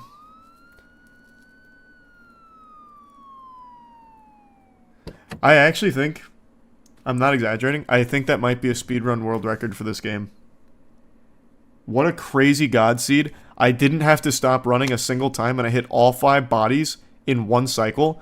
I am pretty sure there is no way you could have done that faster. I fucking crushed. That was an actual sub, like, 3-minute time. So I need to time that. I am pretty sure. I just set that fucking world record. Actual crazy run, though. I really think that was a speedrun world record. Damn, that feels good. I mean, the game was about as mediocre as horror gets. Visually, it was cool, though, but other than that, it was just slender, fundamentally. But man, it felt good to get a fucking speedrun world record out of nowhere. You got all the bodies before I even finished my bowl of cereal. Goddamn right. Tell your friends. I survived a total of 6 scares, but the biggest scare of all was to the developers at how quickly I finished that game. Dragon's Dogma 2 is a game I was extremely excited to play. I loved the first game a decade ago, a game that I still have very fond memories about, and in fact I still have the title song, which is Into Free, on my playlist because it's such a great song. That is a straight up certified boner jam. I love Dragon's Dogma. So Dragon's Dogma 2, I was very hyped for. Unfortunately, the PC port for Dragon's Dogma 2 is unplayable for me, and I mean that in the truest sense of the word. Last night, I was streaming it. I had planned on pretty much streaming all night playing Dragon's Dogma 2, just marathoning it because I couldn't wait. But I couldn't get the game to work, and I mean that. It crashed, I think, close to 20-something times. Across the 2-hour stream, I was only able to play the game for maybe about 15 total minutes through tons and tons of tinkering and changing settings and all kinds of loopholes to try and get the game to work. And I'm not alone. Right now, Dragon's Dogma 2 has mostly negative reviews on Steam, with many players having the same problem I did, where it would constantly crash. I couldn't even make my character because it would crash anytime I tried. So I ended up having to skip through that to try and get past that into the game, where I'd buy myself a little extra time before it crashed. It is in an unacceptable state. It shouldn't even be allowed to be sold in the state that it's in on PC. Obviously, I recognize this isn't universal. There are plenty of players out there with that super duper gamer gene in them where they were blessed and they're able to play Dragon's Dogma 2 on their PC totally fine, running smooth as silk, big old smile on their face with wet spots in their trousers. But I am not one of those people. And I'm not alone. There's plenty of people in the same boat as me. I'm wearing a frown because I can't even play the game at all on PC. So I'm just going to go ahead and show you the stream clips here so you can see just how bad of an experience this was and how unbelievably fucking disappointing it is. This is more tragic than the ending to Marley and Me. This is a game I really, really wanted to enjoy.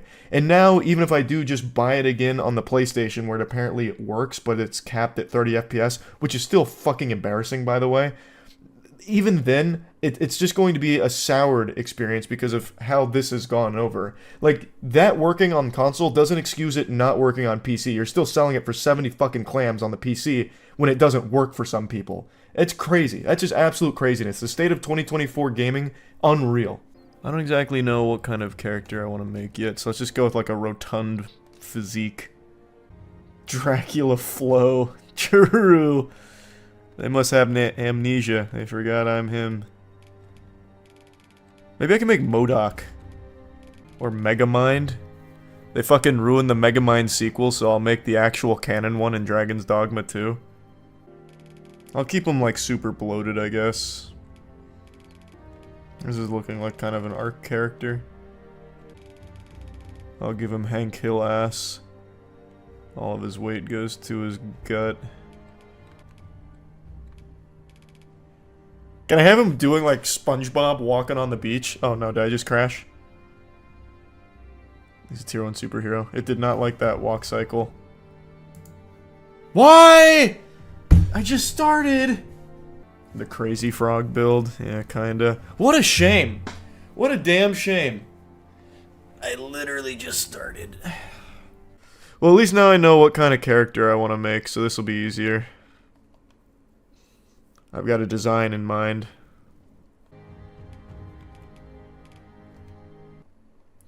How does this keep... I can't even get into the game!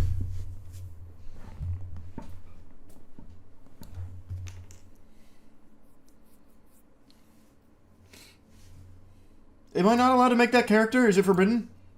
Okay, I see why it has mostly negative reviews on Steam then. This isn't even working! Run it back. Here I come. Third time is the charm. If it happens again, I'm just going to forego making a character and just try and get into the game. Okay, you know what I'm gonna try? Maybe if I'm... Why? Let's see how this goes. I reinstalled drivers, restarted the computer. Let's see.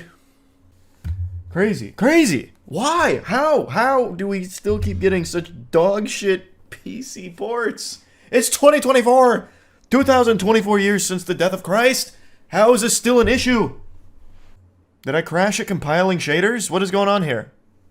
It absolutely crashed on compiling shaders 100%. That's incredible. That's actually incredible. It's almost below a 30%. I believe it. I completely believe it. I can't play it! Maybe it works on console, huh? Maybe that's what it is. It's optimized for console, so you buy it twice. You get it on PC once, ruin your day, then you relent and buy it on console because you remember how good the first Dragon's Dogma is. Now it won't work because you updated your drivers. Yeah, well, I didn't update them. I had already updated them. I just reinstalled them. I'm not even gonna bother with the character creator. I just want to see if I can get into the game. I won't make my awesome fucking character that I cooked up. And I love character creators. It's like some of the most fun in games when there's a thorough one like this, but I can't even get the game to... There's no way it crashed already. I don't know what else to do. I don't know what else to do. I've done everything. I've done it all. I will just uninstall and reinstall. It's the only choice I've got. We'll just reinstall it. No, there's a ton that can't even start it as well. Well, at least I'm not alone, I guess. I love that it's a game that I was really looking forward to. That always feels so good. I checked Reddit, saw a note that it's happening due to frame rate spiking. If you can cap the frame rate to 60 or 120 in the NVIDIA control panel, it might work. Actually, a really interesting solution. There was one game prior to this that was the problem. It was that bad game night game. We're in like a lake house. The only thing that fixed it was capping the frame rate. That actually might be it. People have been talking about the microtransactions. Yeah, I see chat keep mentioning that it's $2 to change your appearance. 1,230 reviews, mostly negative. $1.99 to edit your character appearance in a single-player game after spending $80. Your character appearance is on their servers, so deleting your save files and making edits within the character creator, even with cloud saves off, does not apply to your in-game character.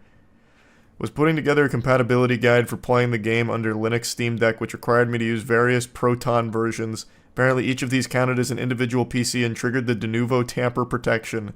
Now I can't play at all on any of my systems for the crime of trying to help more users enjoy the game. This uses de novo, huh? I think I've figured out the problem. How does de novo still get business? If anyone uses de novo, they need to like face some kind of judicial board. Like they need fines. It should be like a customer right to not have to endure de novo. Alright, let's see if I can actually get into the game. Let's see if she crashes immediately. If I can get in, I'm going to cap FPS in the game to 60. If I crash again, I'll cap it on the control panel. Because I think that actually might solve it. I unironically think if I'm able to cap the FPS, we'll make it. Okay, we've made it to the title screen. It's been a while since we've been back. Not touching anything yet. Give it a moment. Max 60. Lock it, lock it, lock it. Give it a second to acclimate. I never got past character creator. Hey, I'm doing this for you. I'm carrying on your well wishes. I'll make it past the character creator. Mark my words. Don't know about the micros, Nameless, but the game is legitimately not working for me, which is why this is like defusing a bomb right now. It has crashed 5 times. I have not made it past character creator. I'm flying really close to the sun. I'm going to try and at least get his face right. Or, not his face, his body type right. Just give him the bloat. That's all I care about. As long as he can have the big head and big bloat, I'll be satisfied. No! It's lagging. No! I got greedy. I got greedy. That's on me. That's on me. I should have known. I should have known. I got greedy. I got greedy. Okay, now I learned my lesson. I bit off more than I could chew. Okay, next time we just do a default character. No, I already capped it. The FPS cap didn't save it. I really thought that would solve the issue, but it clearly didn't. I'm just gonna choose the guy on the left immediately. You did recognize me. I've been here 6 fucking times. It's me. Looks good. Just run it. Run it. I don't care. Oh my god. Mage. Go. Just go. It's Wilhelm. I don't know. I couldn't think of a fucking name. I just gotta be quick. Go, go, go. Get in the game. If I'm in the game, I think I'm safe. If I make it in the game, I think we're good. I ill like that look in your eyes. 'Tis queerly brazen for a pawn. God, it's stuttering so bad. Holy shit. I don't know how long we'll make it. Worry not, vessel. 3 days here, and you'll be Nope. longing. We didn't make it. Okay. Shame. What a shame. What a shame. Ray tracing will actually break it. Happens a lot with Capcom games. Hey. Well. I'm about to turn it off. I'm just going to set everything to low. I don't see why that would matter, but I'll just set everything to low. Ray tracing off. VSync on. Like, I don't know. I'll put the fucking bumpers up in the bowling lane. Just anything to make this work. Alright, that looks good. I don't want to put the cart before the horse, but we might actually be able to play the game right now. Worry not, vessel. 3 days here, and you'll be longing for death's sweet embrace. Come along, you feckless dullards. I've just taken my first step and we haven't crashed yet. Wait a minute. Maybe that was it. Maybe it was ray tracing then that was fucking crashing at every 3 seconds. Oh my god, I might actually be able to play. What a jolly night. Oh my goodness.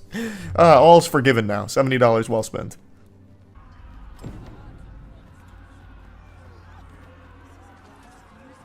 Oh god, the frames. Oh god. Just don't crash. I'll take the FPS drops, but just don't fucking crash on me. I've come too far. I've come too far, no.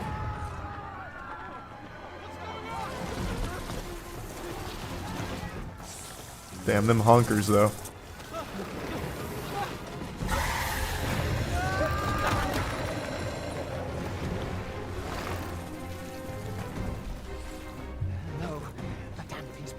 Just don't crash. Just make it through. Make it through. No! We came so far!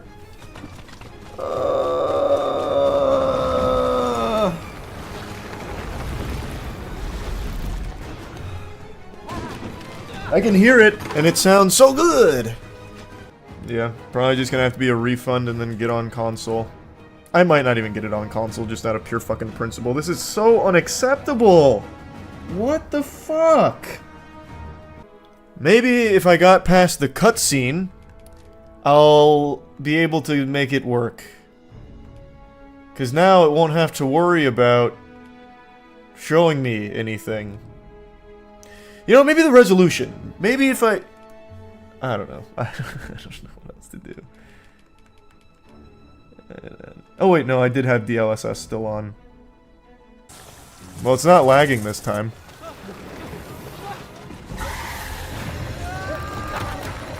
Last time it was already stuttering by this point. This is where it froze and crashed. We're in uncharted water right now. I can't even feign optimism because I think it's just ephemeral, but we're further.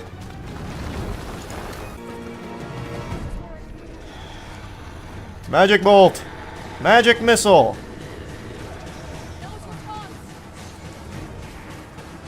No crash yet, that's good. I really chose a terrible class for this game right now because it's gonna have so many like particles and effects that it might just crash the game by itself.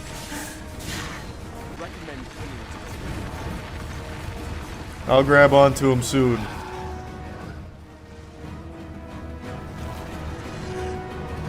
Yeah, it sounds about right, Matthew. I believe that. Whoa! What was that? Are you unharmed? It vanished. It's gone. Things are prime ouch. We made it through a cutscene again. Wait a minute. Wait a minute. Wait a minute. Hey. Maybe it was the DLSS.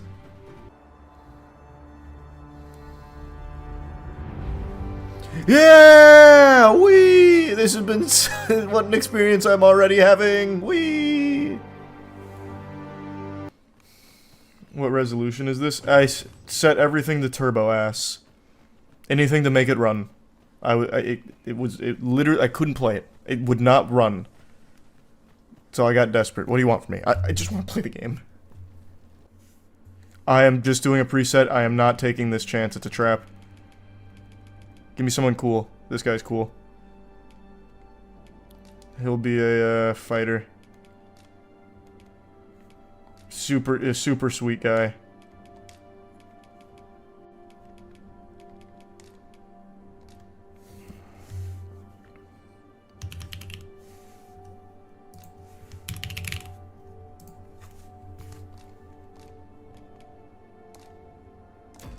Alright, let's ride. No crash.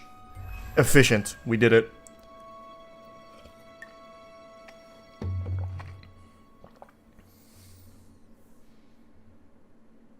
I spoke way too fucking soon! Damn! Why? Oh, I even chose a preset to avoid that. Ah, it's tragic. God damn it. Okay, alright. Probably just a fluke again. The first 35 crashes I was suspicious of, but this one's probably just that's isolated incident. This time we're fine. I do think I am setting a record though for like long runs. 84 minutes of logged playtime in Steam, and yet I've only taken like 20 in-game steps. Probably also a record for most frequent crashes within any 2-hour period, so we're making history. Steam reviews are saying you're not the only one. I know.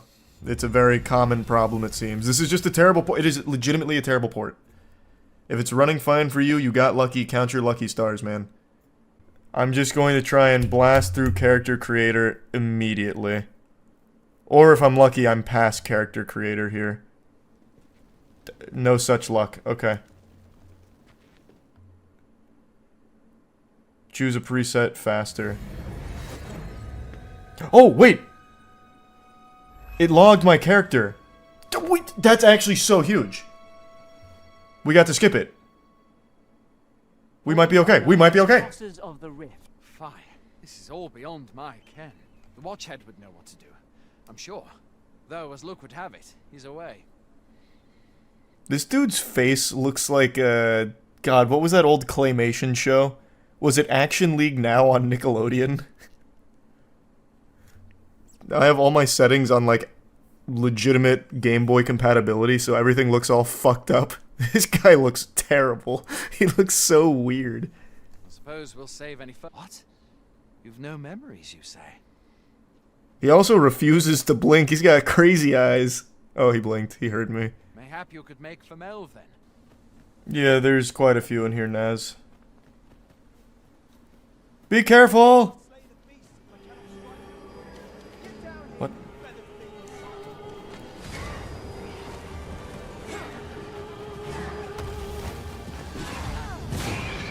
Oh, wow.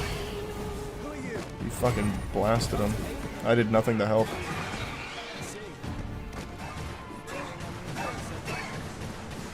Talents are useless while it's pinned. Pray, make full use use of this opportunity to fell it. He's a prime man in Lego City. No need to thank me. You have my thanks.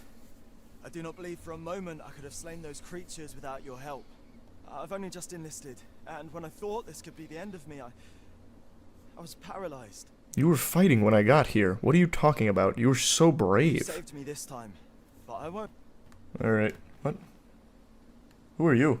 When did you get here? I am attentive and loyal, and prefer to remain by your side. In battle, I shall follow your lead. Another and pawn, provide huh? support. Join the crew! For only 68 RC, huh? How much do I have? I have 120. Join me! Wait, is she gonna replace brother? I don't remember. How many pawns? I think you have 3 pawns, right? Let's go, baby! Twill be an honor to serve by your side. The honor's all mine, Allura.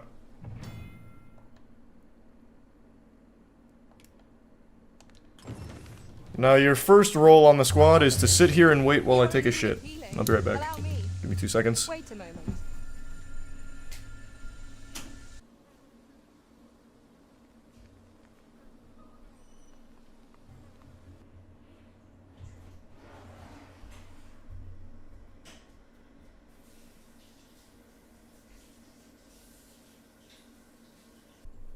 Alright, I'm back.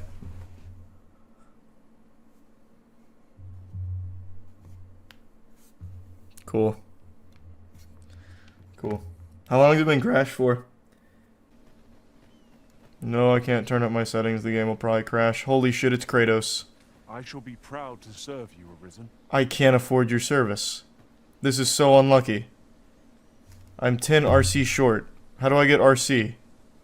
What's a microtransaction? What the fuck? No, there's gotta be RC in-game as well. But I don't think there's any way that I didn't get it yet. What a shame.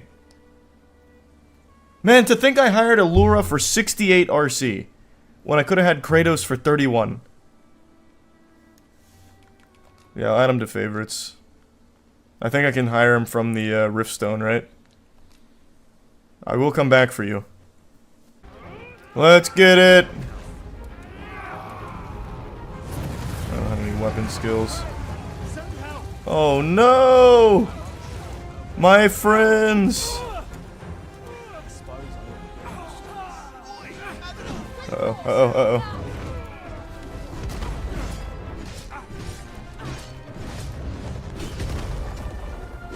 Damn, it's tough.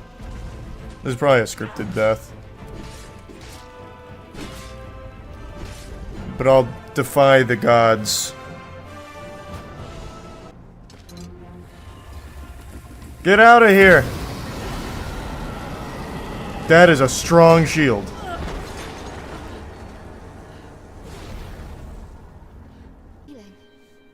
This is the second time. Oh boy, I think it's about to crash. Isn't it? It's stuttering. You do not remember? Then have you forgotten that you protected me from the dragon's flames? You withstood the fire in my stead and were well and truly charred. 'Twas terrible. I had thought your life forfeit. I could not hear the beating of your heart. You hung on, and by some miracle... Yep. Yep. I saw that one coming. I know the signs. What a shame. What a shame. I tried everything. Can't say I didn't give it my best whirl. It is just not working. This is gonna sound like a bunch of barnacles here, but it's the truth. PBS gave us their studio. Yeah, that PBS. The PBS. And I guess gave is a really strong word that I'm using very generously here. It's more like a loan.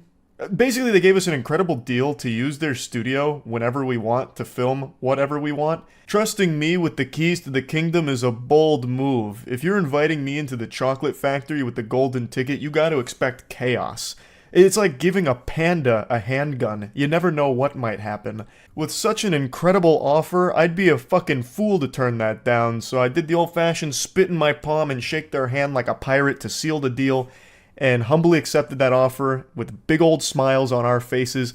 We went into the laboratory to start cooking up some wacky content ideas, and over the last month or so, we've made 5 very high production pieces of content and started a new channel for all of this going forward. It's called The Other Channel, and the first video of our batch just dropped, and I'm proud to say it's 5 gooners try to date a real girl. I'll put a link to that video in the channel in the description, but we did film a little Impractical Jokers style piece of content to accompany this where we were just making jokes about the whole thing behind the scenes, which I'm going to put in this video here, so if you want to see the entire video and also who wins and everything, make sure to check out the full one on the other channel. Now, 5 gooners try to date a real girl. I think you can immediately sniff the inspiration for that. We tried to take a page out of Jubilee and the Cuts playbook here, but it was actually a little harder than we expected. They've got that slopped down to a science. This was pretty difficult. Since PBS had a massive psych wall that looked like that place Squidward went to when he wanted to be all alone, we thought, why not immediately try and do a Cut Jubilee style video, but didn't realize that casting it is not easy, especially since we were doing something super outrageous like trying to find 5 gooners. So when we put our little feelers out there, our little tendrils to try and find people to fit that bill, which I thought would be super simple. We're in Tampa, for goodness sakes. Like, heavens to Betsy, this is the gooning capital of the world. If you walk down any given sidewalk here and take one wrong turn, you'll end up in someone's goon cave by accident. But you'll see that things flew off the rails and something may have gone awry with the casting calls. I'm going to go ahead and play the video now, and then I'll come in at the end to further explain exactly what went so wrong. What's up, pussies? What's up, bitches? Back in the Impractical Jokers helm. Chase has really come out of his shell for like the past week. He's calling people bitches and pussies. And, it's really taken to the work culture we've set up. It's been a 2024 resolution. What a good resolution. He's been putting some poop out and putting some fart on it. Put a little, hey, put a little poop on it. The poor guy listening to the sound right now is hearing everything. Yeah, because I have the mic. He's absolutely hearing you talk about poop and fart. He's probably cracking up. He can't even run sound right now. Hello and welcome to The Other Channel. Today we're taking 5 professional gooners and giving them the chance to date a living, breathing woman.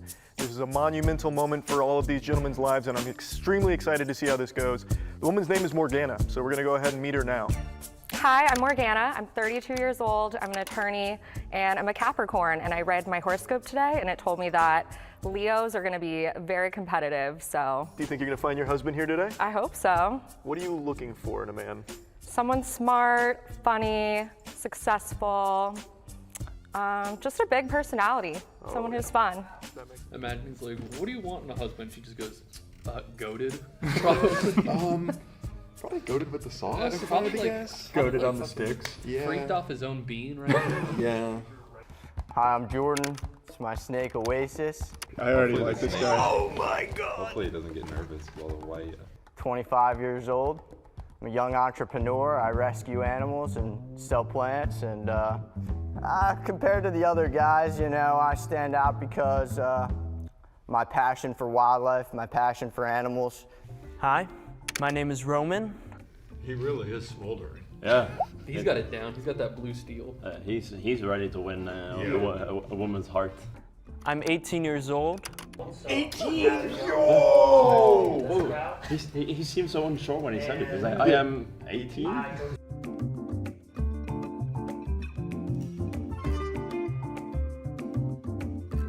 I am rather young, especially with this crowd here. Apparently, oldest one's 30? Jeesh. What? He said the oldest one's 30 and like did like a yikes face. I go to USF, which I'm a freshman, and I'm planning on doing mostly acting in the future. And what I think will set me out from the crowd is my charisma and confidence. Hi, who am I talking to over there? Hi, this is Jordan. I'm 25 years old. I'm a wildlife biologist. Run an animal rescue. Love animals, very passionate about wildlife and nature and all kinds of things like that. How do you feel about older women? You know, pretty good. Well, why do you think I should choose you? Well, do you like adventure? Do you like things that are less seen, more adventurous. I guess it depends. Where do you want to go? Jungles.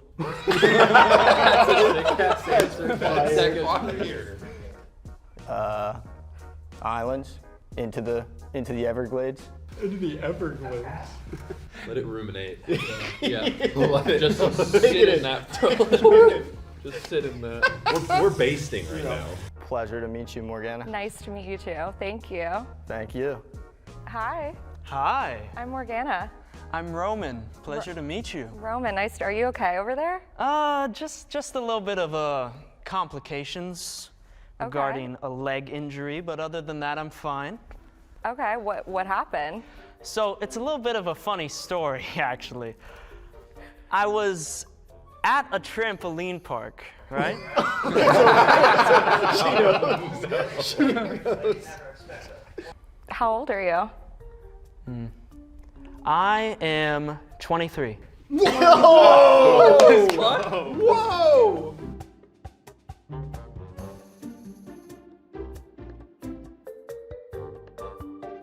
He thought about it and then decided to lie. Well, he said it with a little wink. Yeah, it was like, Real quick, I've got to just interject here. So Roman had injured himself prior to coming to the studio, so he was on crutches. And we had Morgana and the men separated with a curtain so she couldn't see them and they couldn't see her. But since Roman was on crutches, when he came into the studio, she immediately heard the rattling of the crutches. And since it's a psych wall and it's such a huge open space, that was reverberating in a huge way. It sounded like a fucking Gundam powering on. So when he did finally sit down, she was immediately like concerned with what was on the other side of that curtain. And you could visibly see it in her face in the full video. So I just wanted to mention that real quick. Roman was already fighting from behind. Oh, and also, Alan Walker was there for this. So Alan Walker and I are friends, and he was in town for a day. And he just came out to the studio shoot with us and had a little bit of fun joking around behind the scenes here. Unfortunately, a lot of the footage that we shot from behind the scenes wasn't usable, which is why you're only seeing such sporadic moments from it. And the reason for that is because we brought our own equipment to do that, but didn't take into account that everything there is so high quality and high production that what we brought didn't have the capability of recording on our end like the raw footage, so it was impossible to sync up our jokes with the raw footage because there was so much of it and it was just not compatible, so it led to a huge problem. So you're only seeing little bits and pieces that we were able to actually sync up and salvage, but it was fucking fire, I'll tell you that much. You can only imagine how many neurons were activating in that headquarters there. What is your type? What do you normally go for? I don't think I have a type. It's kind of just, I would say I like nicer girls. I'm fragile, so. She hated that. What's the last thing you Googled? I don't, probably Gooner.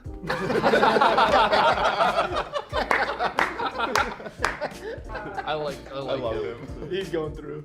All right, so we're down to 3, and now I'm gonna ask you guys some questions as a group, and based on your responses, I'm gonna send 2 of you home, and then we'll be left with 1. So, how would you feel if you learned that I was on OnlyFans? Oh, Mimi. You go. Sure, go for it. I respect it. That's like on some women empowerment. So if you had OnlyFans, I'll salute you. I would definitely salute you. Okay. Yeah. And then I ask you if you need a manager. Yes. I would say it depends on the content you're producing. You know the kind of content. There are gray areas in there. I'd be okay with some and not okay with others. How about feet pics? Sure, go for it. Okay. Get that bag. Yeah, absolutely. I'm kind of in agreement with these two. Yeah, go for it. I mean, I think drawing the line would be content with other creators. They're being so PG about this. They are. Say pussy, Austin. You spread your pussy, I'm out. I'll pipe it in. I'm Tell walking. Austin to say pussy. Say pussy. That was on. Got one more question for you guys. Would you say I'm your type? Definitely. Do you like anime? I can appreciate anime for what it is, but I don't seek it out myself typically? Okay, you're open-minded. Cool. Well, yeah. Yes, ma'am. Okay. Yeah, I'd say so. Okay, 3 yeses. All right. 3 yeses. That means it's going to be a heartbreaker that 2 have to leave. Obviously, the conclusion you can find on the full video on the other channel. Now, as many of you may have been able to recognize, the 5 contestants we recruited here are not actually gooners. So what happened is we put out the casting call, we described what we were looking for. Basically, we described like a Reddit mod to a T, and the people that signed up all had like things to try and fit that bill. So when we were going through the submissions, these 5 gentlemen stood out, but it turns out they goonified themselves. So what ended up happening is they showed up to the studio and all of us had this eureka moment like, oh, I see.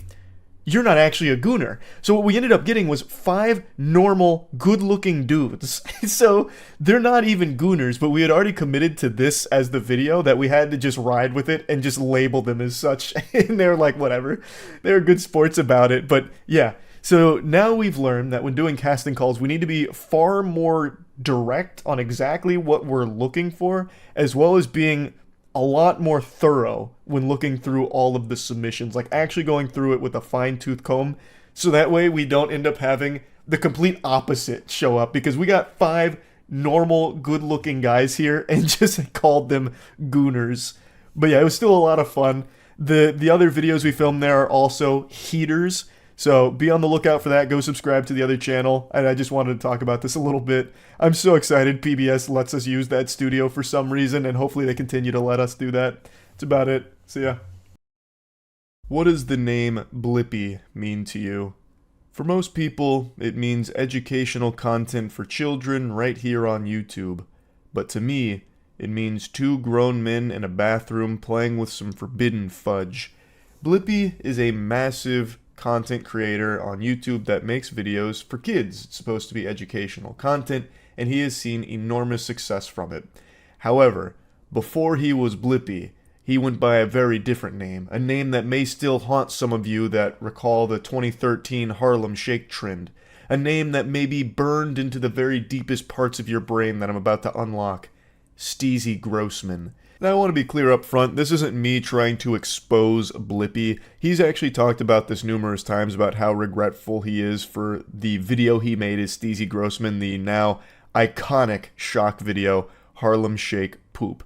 The reason I talk about it is because I find it to be an extremely entertaining topic, because the video is so ridiculous. I don't think his past of making a shock video should affect his future and his current success in any way at all. It's not that big of a deal or anything, and it doesn't make him dangerous to be producing children's content or anything. It's just a really silly topic. So basically, in 2013, when the Harlem Shake trend was at its height, when it was taking the internet by storm, Steezy Grossman was making some gross videos, as the name would imply, and he hatched a nefarious idea, diabolical, to do the Harlem Shake, but then shit during it. But not just like shit on the floor. That's uninteresting. People do that all the time. Dogs do that. And what separates us from animals?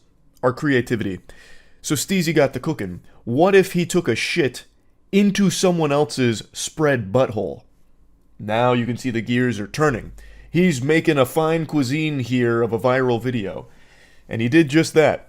Him and a friend go into a bathroom. His friend lays on the floor and throws his legs over his head, like a position out of the Kama Sutra. Steezy Grossman gets on top of a toilet, and by God, he fucking blasts his friend's ass with feces. And they're doing the Harlem Shake dance, so they're shaking around while he's getting shit on. And that's the whole video. That's the Harlem Shake poop. Now, there's no information that I can find on his friend. I don't know who that friend was, but they are a champion of strength to agree to something like this. What a warrior. I don't know if they died from it and Steezy hid the body, so we just never hear from that guy, but there is no information I can find on that mysterious individual. He is more mysterious than DB Cooper. I would love to know what happened to that guy. Like, what the fuck is DB Pooper in the Harlem Shake poop video doing right now? Like, because he has to see Blippi's success, and he has to know where Blippi came from. So, like, I can only pray that he is equally as successful in some kind of different venture. I don't really know. But anyway, I got to talking about this topic on stream the other night, and I just want to show the clips from it because I really do think the Harlem Shake poop event, the cataclysm, is so entertaining to talk about, especially knowing that from that birthed one of YouTube's biggest children's content creators. It's just so fascinating. Did you see the Spanish politician that stepped down due to a video of him eating poop leaking out? Man, actually 2 girls, 1 cupped? No, I did not hear about that. Can I find it by typing in Spanish politician poop? Spanish politician resigns after resurfaced videos eating his own feces and asking to be humiliated. Man, you didn't have to eat shit. You could have just signed up for one of the alpha male boot camps. He's making a pog face. It looks like he took a bite out of the poop pile and then pogged. He said he wanted to be exposed, humiliated, and degraded. Well, that's the way to do it. I mean, eating poop and taking photos and whatever and posting them, that is how you will get that. If Blippi survived it, I'm sure this guy can too. Yeah, but Blippi wasn't eating poop. Like, if here, for those that don't remember, Blippi had a video a long time ago with his old persona. It was HarlemShakePoop.com. He did the Harlem Shake, and his shock was he shit into another guy's asshole. So he stood on top of a bathroom sink, and his friend, like, bent over, like, legs over head style, and Blippi diarrheaed into his butt for the Harlem Shake trend back in the day. And Blippi has clearly rebranded from that, and he's become enormously successful. He's now a massive kids YouTuber. But if Blippi in the Harlem Shake poop video was the man getting pooped in, he probably wouldn't have come back from it.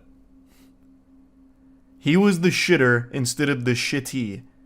So he was able to push forward unscathed.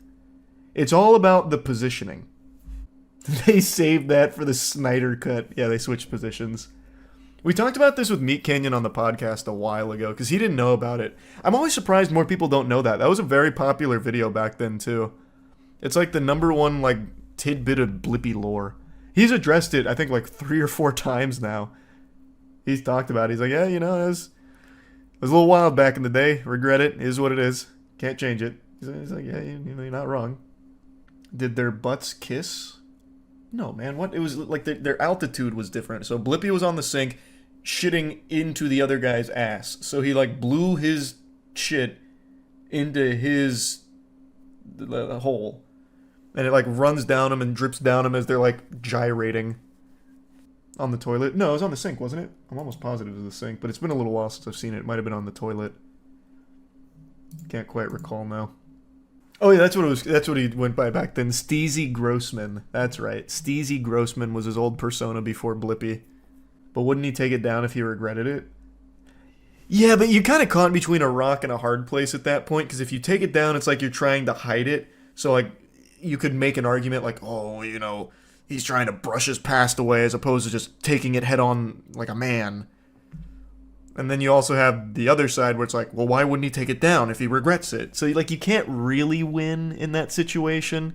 So, I don't know. Maybe he just made the decision that ultimately made the most sense to him. It's not going anywhere. Like, it's been re-uploaded 1,000 times, even outside of HarlemShakePoop.com. Lol, the guy almost vomits at the bottom. Yeah, that guy got the absolute worst end of that bargain. Blippi went on to be this massively wealthy, successful kids channel. The guy that he shit in, who knows where he is? Man's probably under a bridge somewhere shaking his fist. Damn you, Blippi. Why Harlem Shake Poop? You ruined everything. He created his own supervillain. He probably also got some kind of infection from it, too. From Ouroborosing poop.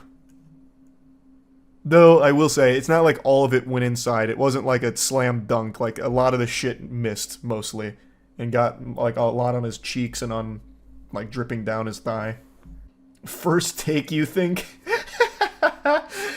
I would say most likely first take. I would say with a high level of confidence, they probably went with the first take wonder on that one.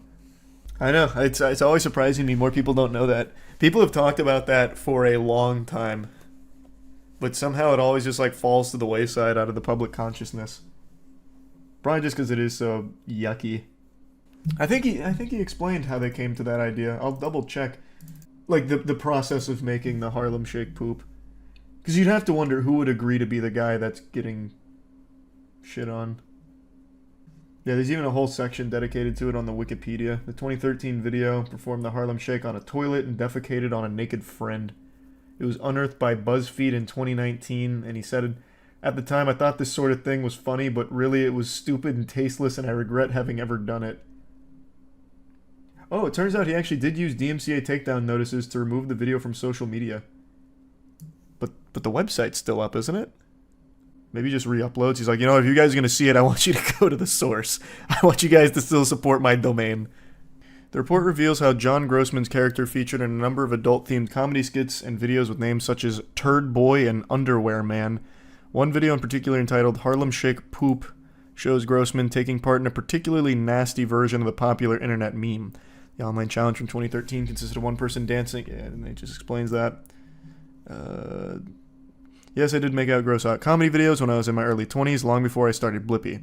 At the time, I thought this sort of thing... Yeah, okay. I've grown up a lot since then, and I trust people see me as the person I am now, not the idiot I was back then. I really thought he talked more about it. So I guess we'll never know how they decided who would be the one on the toilet and who would be the one on the floor. It'll remain a mystery. How much would you do it for? Have someone poop in me? I don't think there'd be enough money for that. I'm already a hypochondriac as is. I don't know if you could pay me enough for that. I'd be so afraid. $100 million. I mean, yeah, I guess $100 million, but that's not like a reasonable amount. No one would ever pay that. I think the guy was talking within like a realm of reason of like sick fetishists. No one would ever pay $100 million to Hershey squirt in my ass or anything. P. Diddy would. Not even P. Diddy would. P. Diddy would sooner send a League of Assassins to force me to do it for free than pay $100 million for the privilege. I got the honor and privilege of interviewing one of YouTube's most mysterious and most talented artists, Glorb. He lit Bikini Bottom on fire with some of the best music we've ever heard, and he has graced us with an interview where he gets a little emotional. He gives us a little peek behind the curtains. So we really get to see a side of Glorb that no one has seen before. I think it's also important we recognize I'm not a professional interviewer. This is very much out of my wheelhouse. I'm just a greasy little Neanderthal who did his best to ask the most pressing questions people have been begging for answers for. So hopefully I did it justice. I really appreciate Glorb giving me the time of day to do this interview. Hey, so it's Glorb coming at you straight from Bikini Bottom. You're in the cut with me and Mr. Moist. Let's get it. Obvious question. What drew you to make this kind of music? Why SpongeBob-related music in general? I think it was me wanting to go back into the past and bring something from back then into now. And the only way that I knew how to do that was through music and rap, obviously. And as well as that, like, it also came a lot from boredom, you know? This whole thing kind of started as a bit of an in-joke with me and the homies, and from there, people started to really pay attention, and before I knew it, I'd kind of built this, I guess, community of people that wanted these SpongeBob raps. So, yeah, it started out as a joke, and then very quickly started to heat up. You mentioned you've been doing this for a while. There's been speculation, some theories, the old tinfoil hats going around that you might be a big industry player. Can you confirm or deny these rumors? Yeah, I think there's a lot of people out there that definitely would have heard my main artist project, and they also listen to Glorb and probably don't haven't connected the dots that it's me. So yeah, you know, I won't give away too much, but there's that. Oh, okay. You're saying you are an industry veteran. You're not someone that just picked up the old SpongeBob voice changer and let it rip after, you know, graduating with a bioengineering degree or something. You've been in the scene. Yeah, so aside from the bioengineering degree, which I definitely have, I've also I've been in the industry for a while. So if you're tapped in with modern rap, you've definitely heard of me. Who are you? Well, you know, I'm Glorb, I guess. Yeah, but like, who is Glorb? Well, you know, Glorb is Bikini Bottom's finest. I'm the top dog out here. I guess, I get, now what you're looking for, though, my main identity, I've got to conceal that, but I will say this, listen, so if you've been looking over the series for a while and you've been a fan for a while, you may have caught some breadcrumbs about little things, and maybe I've said some stuff in lyrics, or, you know, maybe something in the visuals somewhere, but I've definitely left little little breadcrumbs that might lead you to who I really am, if that helps. Oh, wait, what the fuck? So wait, you've got your own little clues hidden in there, like it's national treasure that'll connect to you, the Glorb? Yeah, so there's little bits we've left here and there, and if people have an eye for it, they're gonna find it eventually. I think it's just a matter of time, to be honest, before it's leaked, but I guess that's the fun of it, right? That's such a banger little scavenger hunt. You're gonna have, like, super sleuths going through there frame by frame, dissecting that now. Yeah, I mean, once my address gets leaked and people pull up at my house, I'm probably gonna regret making this little scavenger hunt, but, you know, we'll see how it goes. We'll see what happens. Who are your main influences? I'd definitely say the genre of rage music in general is a huge influence. Any of these new modern rap wave sounds that we're hearing, and to be honest as well, probably my main artist project as well, but obviously I can't really go into that in too much detail, but yeah, just a bunch of these new synthy, rage-driven beats that we're hearing, a bunch of that is inspiring. There's a ton of underground artists that obviously I've got my finger on the pulse and I work with a lot of these people, so I've been listening to a lot of that stuff and just combining it with this nostalgic childhood dream, you know what I mean? Now, correct me if I'm wrong, but I'm picking up subtle hints, some flavor of the Gentle Min in some of the Glorb tracks, such as our track Filthy. Is that correct to say? Yeah, I think I might owe you some royalties for that one there, Charlie. Have you ever ghost written for other artists? Yeah. I mean, I've done some writing work within the industry, and probably, I mean, I don't know. I don't want to come out here and act all cocky and say you would have heard my stuff, you would have heard my writing. But yeah, I've done some ghost writing for people, and obviously my main project as well. So, but that's something I really want to dive into more because throughout, I think this entire SpongeBob thing, I've really realized that I enjoy writing from the perspective of these characters or other people that exist out there. So this whole thing has been a giant experiment in ghostwriting in a way. Awesome. Well, I love to hear that. I mean, you're clearly very talented at it. No, thank you, my friend. You know, that means a lot. I do appreciate that. So something that I think is, well, you already kind of mentioned this to me, but we'll put it on record. Has Viacom ever reached out to you? Nah, so Viacom haven't reached out to us yet. And, yeah, we're hopeful in the future that when they do, it's for something insane. Like, the ultimate dream would be this crossover Glorb show where we get to do our own thing and, you know, they're a part of it and everything. But, you know, it's so far in the future, it's hard to say. I just hope that when they do come to the table, we can really agree on something and there's a way that we can both benefit each other. Because it could be a bit crushing if not. But, yeah, either way, at the end of the day, I'm just, I'm very thankful. You know, I grew up watching this show, so it is what it is. Have you faced any problems at all doing this kind of music, using this property? Yeah, well, we ran into some issues early on. So me and my team, we basically had to deal with a group of scammers online. There was a group of these dudes in a Discord, and they ripped down my song, the Sandy song. That dropped. That was going viral, and then they ripped that down completely offline, and they re-uploaded it and basically stole all of the royalties from the song. Yeah, there was this big back and forth between us. They would put, what they would do is they put a copyright claim on the song. They'd rip it down from my Spotify. Then they would re-upload back to my Spotify, but their version. So they would basically be able to claim all the royalties. And this speaks to a way larger issue at Spotify in general, where independent artists don't really have any protection against this stuff. So, like for example, with the gentleman, are you independent? Yeah, that's just us. Yeah, so in that case, and this is going to sound horrible to say, but I could just go onto your Spotify, put a fake copyright claim in and say, oh, Charlie used my snare at 55 seconds. Like, even if you did it. And then Spotify essentially, they legally have to believe that, and they have to rip the song down. And this goes for independents. It's a different story if you're with a major label, but this speaks, like I said, this speaks to a way larger issue with Spotify and the music industry in general, where you basically have a bunch of these kids going around, scammers, literally just taking people's money, and they can target anyone that is an independent. And hell, even some major label artists get hit with this. So that's what we dealt with, it was insane. No, there's some dirty scoundrels out there for sure. And I have no doubt you probably handled them accordingly. They're probably dead now and buried would be my guess. Don't go digging in the jellyfish fields. I'll leave it at that.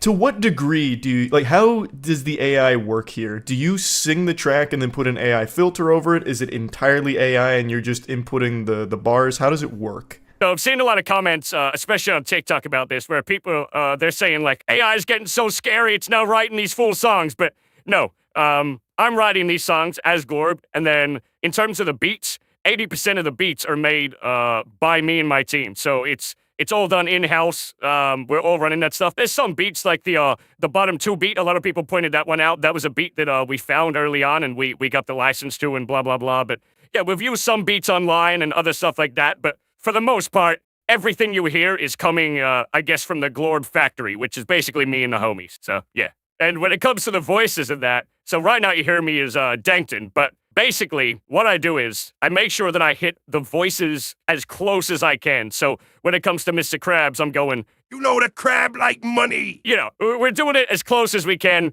and we're voice acting it 95% of the way there and letting the AI do the rest. Yeah, I think that's what makes it so crisp. I think if it was entirely AI doing most of the work, it wouldn't sound as clean. It wouldn't hit as hard. Yeah, it'd probably sound like shit, let's be real. So, how many people have reached out to you for a feature by now? I imagine you've got a Rolodex full of some heavy hitters coming at you for some Glorb features. Oh, yeah, well, no, aside from Drake, we keep getting hit up by this guy, these guys called the Gentlemen, I think they're called, but never mind about that. But yeah, no, look, we get a ton of emails from kids, and there's a bunch of younger kids that are artists trying to come up that really want to feature, and then there's also some established acts as well, but you know, at the end of the day, it's very hard to bring features into the Glorb universe because obviously it just comes with a bunch of moving parts. We have to figure out ways to bring it in, but I mean, hell, man, it just makes me happy to see all these emails from kids. Even if they're just wanting a feature, I know that in some way I've inspired them, and, you know, we get emails as well of people saying like, man, we play your stuff in our college dorms, or we all love you, we listen to you on the school bus, or whatever it is. It's just so cool to see so much love and so much passion for this project that I've created. So, yeah, it's awesome. But in terms of features, man, I mean, we might have to make a little exception for the Gentleman. We'll see how that goes, huh? All right, well, that's pretty exciting, though. There could be a Glorb feature. You could do like a Hatsune Miku-style live concert at some point. Is that something you're thinking about? Yeah, I mean, I don't want to go too much into detail, but all I can say in regards to live shows is keep your eyes peeled. Something's coming. Have you ever thought of branching out beyond SpongeBob for this style of music? Is there any other, like, properties you have your sights set on, or is Glorb always going to be in the SpongeBob universe? Yeah, so there's a fabled Family Guy track out there, and I've never released it, but I put a snippet into the Discord early on, and then ever since then, it's whenever someone new joins the Discord, they eventually come to realize that there's this secret Family Guy track that's hidden, and, you know, I love it, though. Everyone in the Discord really wants that song, so eventually, maybe. I might drop that song, but once you involve all these other different, I feel like once I bring other shows into this, then it kind of convolutes the storyline that I'm currently trying to go through, and I also just I really want to see this whole SpongeBob Bikini Bottom storyline played out. I really want to tell my story and what I have in mind for the future of the Glorb universe. So I kind of want to get that done, but there's definitely a part of me that wants to really crack into some other stuff. But, you know, at the end of the day, I always have to keep in mind, the more IP I go after, let's say I do Simpsons or Family Guy, you know, the more problems it can bring into this whole thing. So I have to be very careful, you know? That's a really good point. That's the deep cut Glorb lore right there. But you're right. If you started targeting other IPs that might not be as chill as Viacom right now, you're collecting like the Infinity Stones of lawsuits. So that could be pretty dangerous. Yeah, they'll punch my shit in for sure.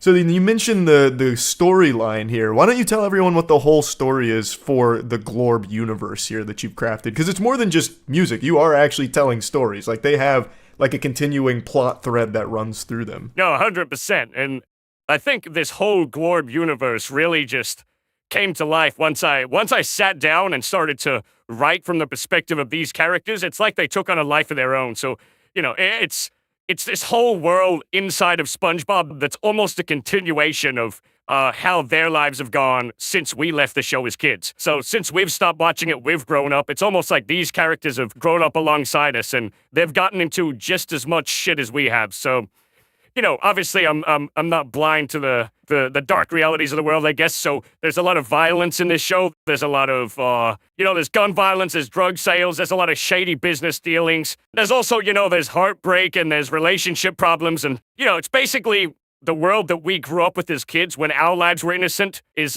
it's become like our lives now where we're adults and it's not so innocent.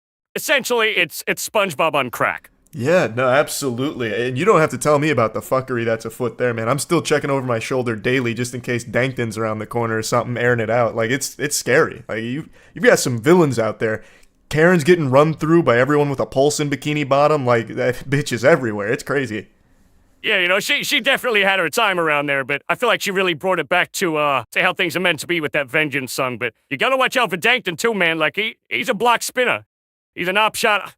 And speaking on that, I will say this. So I'm not too sure when this track is gonna, when this interview is gonna drop, before or after, but yeah, we will be seeing the return of Dankton very soon, and things are gonna get pretty hectic, and people might even say things are about to get a bit puffy. She might be taking this to motorboat school. That's all I'm gonna really say about her. But in terms of other characters coming into this show, I do want to get the entire cast. So pretty much every single character from the SpongeBob series into the Glorbiverse.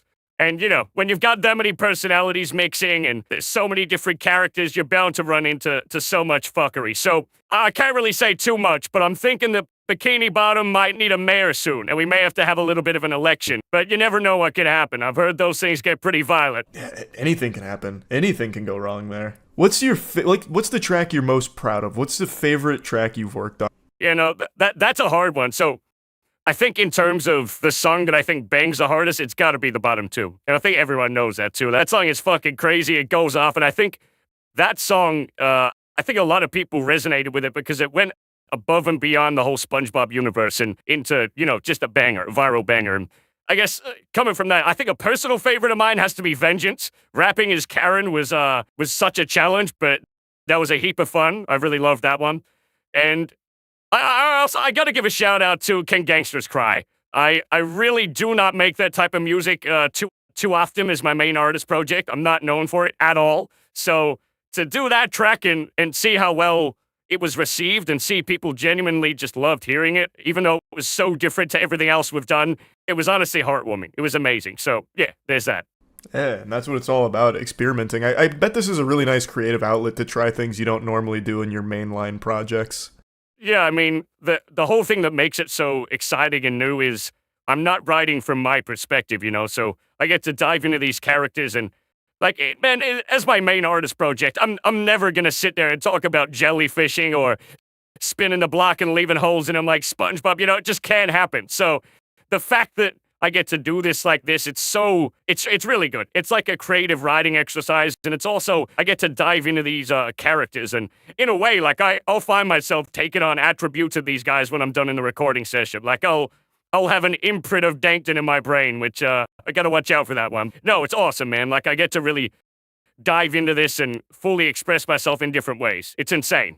I love it. Yeah, I totally get that. So then, I'm sure you know of some of the other SpongeBob AI-related artists. Have you listened to, like, Boy What and all of them? Oh, yeah, of course. So, yeah, Boy Watt is fire.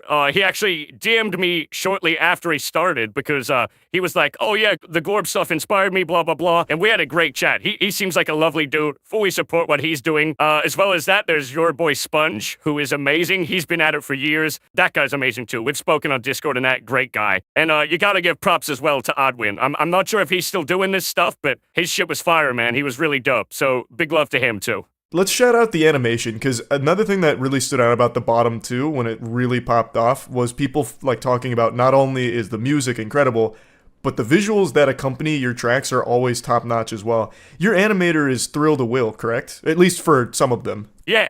So the 3D guy who does most of the Glorb stuff is Thrill to Will. And then a lot of the earlier videos, too, stuff like The Bottom #1, that was done by a guy called Cyrenek, and he's awesome. And I guess aside from that, too, so those guys do all the 3D stuff, most of my videos and whatnot, but for the short-form content that's on TikTok and Instagram and stuff like that, we mostly go with these 2D kind of animations and skits, so the people that do those are, there's a guy called Silly Incorporated, he's an absolute legend, and there's a guy called Fell Animated, I believe is his Instagram, and he is dope, man. So both of those guys are awesome, and, you know, Will and Cyrenek, too, they're a massive part of what makes this whole reality come to life, you know, because I can make all the music and do all that, but being able to see these characters dive into this world and actually being able to see them spin the block and do all this, that's what brings it over to life. So shout out to those guys for... Yeah, so I don't know if even you knew this, but just to further drive home the point of how deep the gentleman's influence is, Thrill to Will is actually the animator behind one of our music videos called Perfect Oblivion a couple years back. So he is a fantastic guy. He also was the mastermind behind a game that I was addicted to speedrunning called Mr. Krabs Overdoses on Ketamine and Dies. I speedran that game. Oh, wait, he made that? Yeah, he made that game. That's his game. Oh, man, that's like a Nardwuar moment for me. I can't even believe that. That's wild, man. He's never, not once, brought up in conversation with me that he made that game. I played that game too, dude. That's so weird. What the hell? No, he's way too humble to bring up like his success in his career. He is such a talented guy. Like you've got a great team around you, and someone like Thrill the Will on the staff is such a huge like shining star to have there. So yeah, kudos to everyone you've built up around you, your 2D team, 3D team. Yeah, absolutely top-notch shit. Oh, no, hell yeah, man. And that even gets me thinking, like, I might have to look at making a Glorb video game. I might have to jump off this call soon and have a little chat to Mr. Will, huh? The past few months of my life, with my main artist project and with Glorb, have been absolutely insane. So I guess mostly what I just want to say is thank you. So to anyone out there who's watched my stupid-ass SpongeBob videos or stuck around or dove into the story, like, I truly appreciate you. Thank you for being a part of this. And to you as well, Charlie, thank you so much for having me on here and giving this a platform, man. Like, I appreciate that for real. Oh, absolutely. I mean, you guys are extremely talented. Like, it's hard not to talk about how great what you're doing is, especially using a tool like AI, which has an extraordinarily negative reputation. Using it for a purpose you are is exactly, like, the best use of it. It's harmless, creative, it's fun, it's engaging, like, it's something that deserves the praise. So you've earned all your flowers here. Like, I can't wait to see where Glorb is in a year from now, because I really do think maybe you don't do the Las Vegas Sphere, maybe there are a bunch of sticklers over there or whatever at the Salty Spittoon, but if you start doing like the Glorb live concerts and all of that, like I really think it's the sky's the limit for something like this. You guys are super talented. No, thank you, man. And yeah, like I said, like none of this would be, I guess, possible without the people supporting me and also the team involved in making this, from the animators to the producers and everything. So yeah, I just want to say thank you, man. And I guess one thing that we have really been looking into as a team is kind of creating our own Glorb television show. And nothing's in works yet, but the idea is there. I would love to have like an Adult Swim-esque, hip-hop infused, violent-ass kind of kids show. I think it'll be sick. But yeah, nothing concrete yet. Let's hope I don't fumble the bag. That's all I got on my end. If there's anything else you want to talk about, mention, feel free, let me know. I think we're about done here, but Charlie, genuinely, thank you so much for having me on, and anyone watching this shit, I appreciate you. My name is Glorb, and until next time, see you in bikini.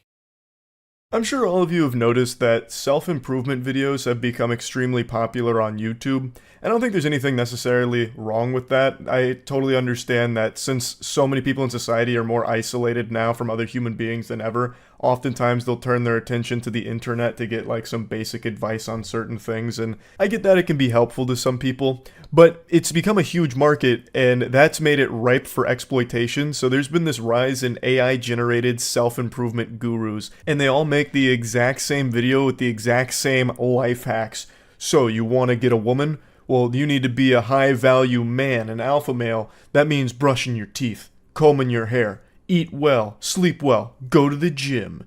You'll be drowning in sodden beef curtains in no time if you follow this advice that no one else is telling you, because no one wants you to know it. They want to keep you in the dark as a sad cuck beta male. And it's just that shit over and over and over again. And I wanted to show one channel that I found today that had me giggling, that is the embodiment of this entire trend.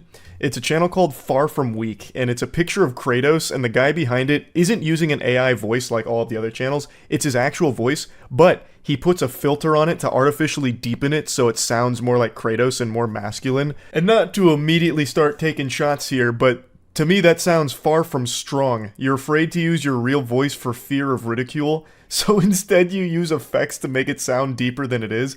To me that sounds pretty weak, but let's go ahead and go over his most popular video here. There are guys out there that attract the highest quality of girls, and they do so effortlessly.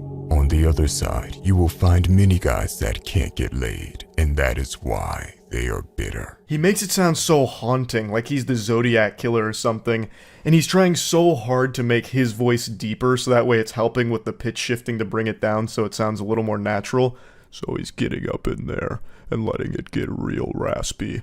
Here are the secret 3 tips to getting so much pussy your cock will fall off. The truth is that girls can make life more fun. It is always good to focus on yourself, but you have to stay honest with yourself. Don't start blaming girls for your own shortcomings. Instead, learn from videos like this one and become better with them in real life. I have absolutely no doubt that he has ChatGPT generate these scripts because every single video plays out almost exactly like this on all of the other channels that do this kind of content. By far the most popular subject covered by these channels is like this: how to get girls. The ultimate tutorial on getting women.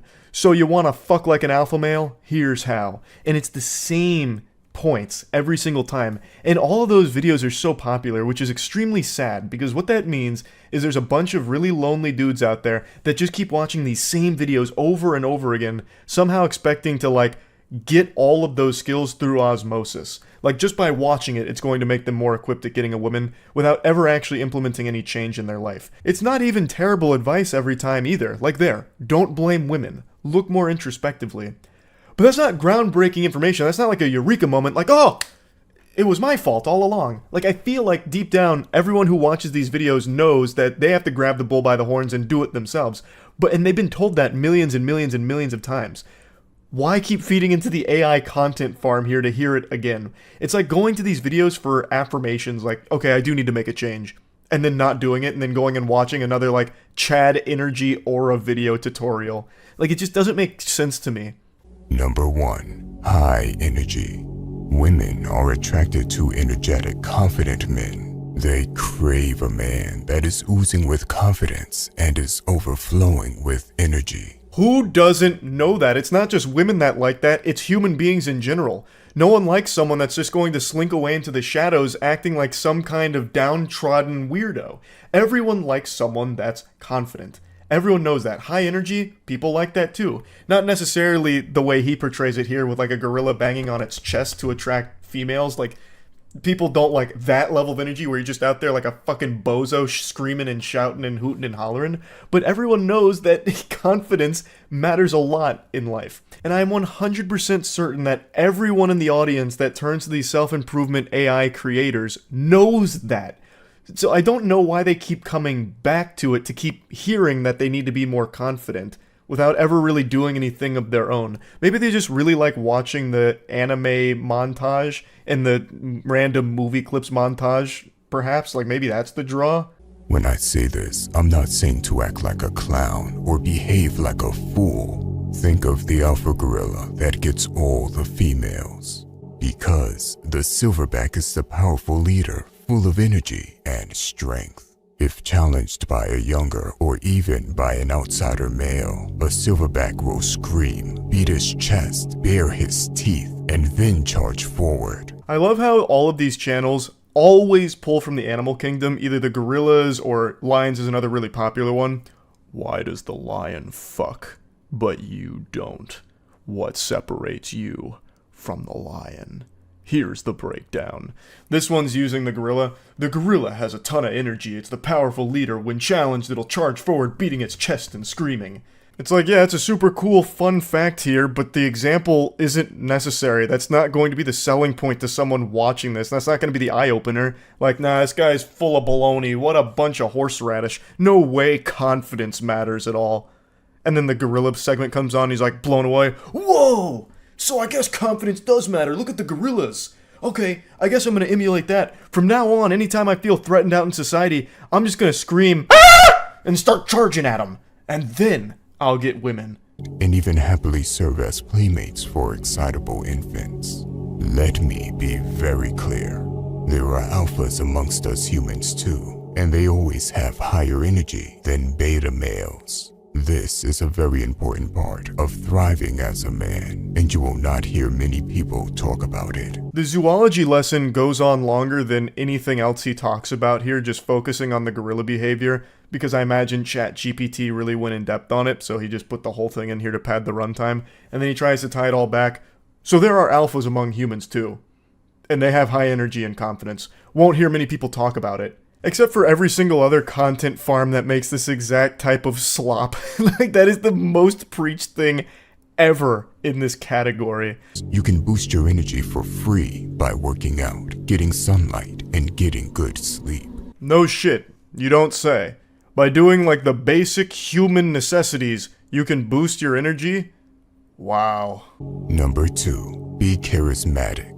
Charismatic men are perceived as both likable and powerful, a dynamic, irresistible combination that drives women insane and makes them obsessed. Another absolute bombshell of information you won't hear anyone else talk about. Be charismatic. Like, Jesus Christ. I'm almost 100% sure the reason these videos always have so many views isn't even really people looking for any kind of legitimately good advice or anything. It's people in a desperate situation to find companionship and looking for some kind of cheat code or some kind of, like, glitch that they can use to find a soulmate without putting in any work of their own. So they click on these videos expecting something new, some little nugget of wisdom that might actually help them, but they just keep getting fed the same advice every single time. Granted, it's not bad advice, like having confidence and charisma is extremely important, but that's not why people are clicking on the video. Everyone knows that shit. I really feel like the reason they get engagement is because it's people truly searching for this fucking, like, I don't know, super soldier potion like Captain America so they can overnight be the Adonis they dream of. To be charismatic, you have to be able to listen more than you talk. This will make you more mysterious, and it makes the other person feel important and good about themselves. Ask questions, maintain eye contact, smile, frown, nod, respond. This is like some kind of program that would be used by aliens to try and help them figure out what human expression is like. No shit. When you're in a conversation, you should be engaging with it. Obviously. Now, the advice about listening more than you talk, I think that's legitimately good advice. Not because it builds you up as some kind of mysterious anime character or whatever, but because that's just a genuinely good thing to do, so that way you can process what's being talked about and legitimately conversate about it, as opposed to just overpowering the other person in this conversation where you treat it like some kind of war. Again, that's not even like an incorrect point to make. It's just a point that's been made a billion times before, and it's just being pumped out by AI self-improvement gurus out the wazoo, and they're making tons of money off it. Number 3, smell good, dress good. While we're taught not to judge a book by its cover, first impressions always matter. Zoinks! You don't say. Smell good, huh? Who would have guessed that that would be important in getting ladies? You're telling me you can't run around smelling like turbo ass? Gonna have to take notes there so I remember that. That's big. What a huge revelation there. Broke new ground.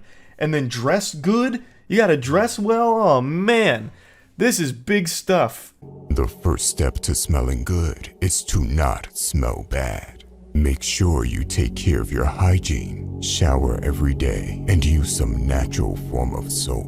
Make sure your mouth hygiene is good. I've said this before, but YouTubers have become like parents to a lot of their audience. This is just telling you the most basic shit you've ever heard in your life. The trick to smelling good is not smelling bad. Who is this, Socrates? Man, this wisdom is profound. Really makes you stop and think. But anyway, there's no, you get the point. There's no reason for me to keep going through the videos. You get what the channel is. I have to go away for a while. This isn't clickbait or some pathetic attempt to get views. I will actually vanish by the end of this video. He has to go away for a while because he's being hunted by the Illuminati shadow government that's trying to take him down for being too powerful and revealing the secrets on how to get laid. So this is his goodbye video, and in it he talks about the movement, which he is extremely proud of and wants to continue to spread the movement. Our movement is better than that, Besides, I have many other faceless channels that bring in consistent money even when I sleep. There's no reason for me to milk content since money is of no concern to me. So, the question is, what would take our movement to the next level? His movement is just basic ChatGPT self-improvement advice. The most by-the-numbers, basic surface-level shit you could ever imagine in terms of how to help yourself. That's it. That's his movement. But what he drops here is something I find very interesting. He claims to have many other faceless channels just like this one that are generating a ton of income for him.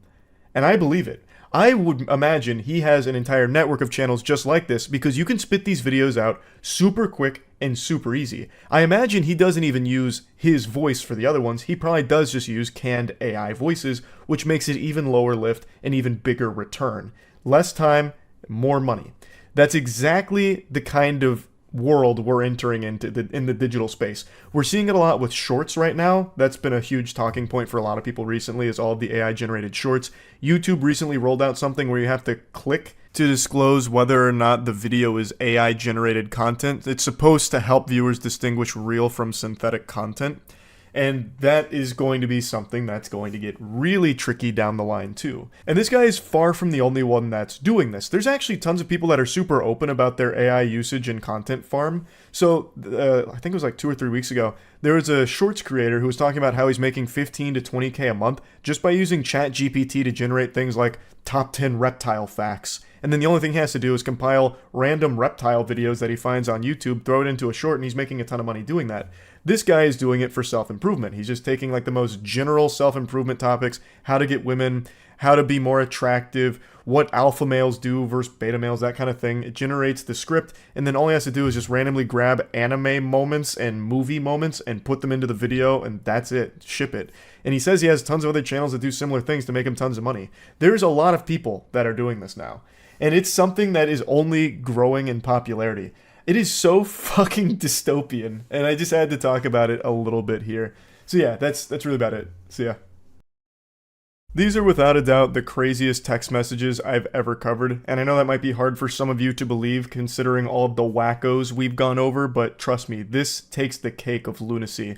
They are so outrageous that I at one point threw my hands in the air and said, "Enough is enough, fiddlesticks, this is fake." It has to be fake. It's too ridiculous.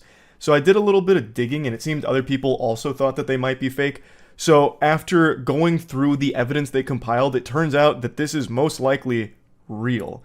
The person that these posts seem to originate from actually did show up apparently in some court documents confirming a divorce. So from what I can tell here, it does seem like these are real, and the story here is legitimate, which is so fucking sad. And the man in these messages needs to be confined to Arkham Asylum ASAP. Dude needs his own personal padded cell, and you're about to see why. All of this hoopla starts because a mother breastfed her child. The husband says, "You've been breastfeeding? You know how I fucking feel about that." She replies, "What time are you coming back?" He says, "I don't know if I am." She says, "Why, are you mad at me?" "Yes." "What did I do? It's just the breastfeeding?" "That. The feelings it gives me and how I finally understand that you truly don't respect me." And she says, "I do respect you. I just thought we could compromise about the breastfeeding. Talk about it. If you don't like seeing it, maybe I can just do it in a different room." Weirdo's mad because the mother of his child is breastfeeding that child.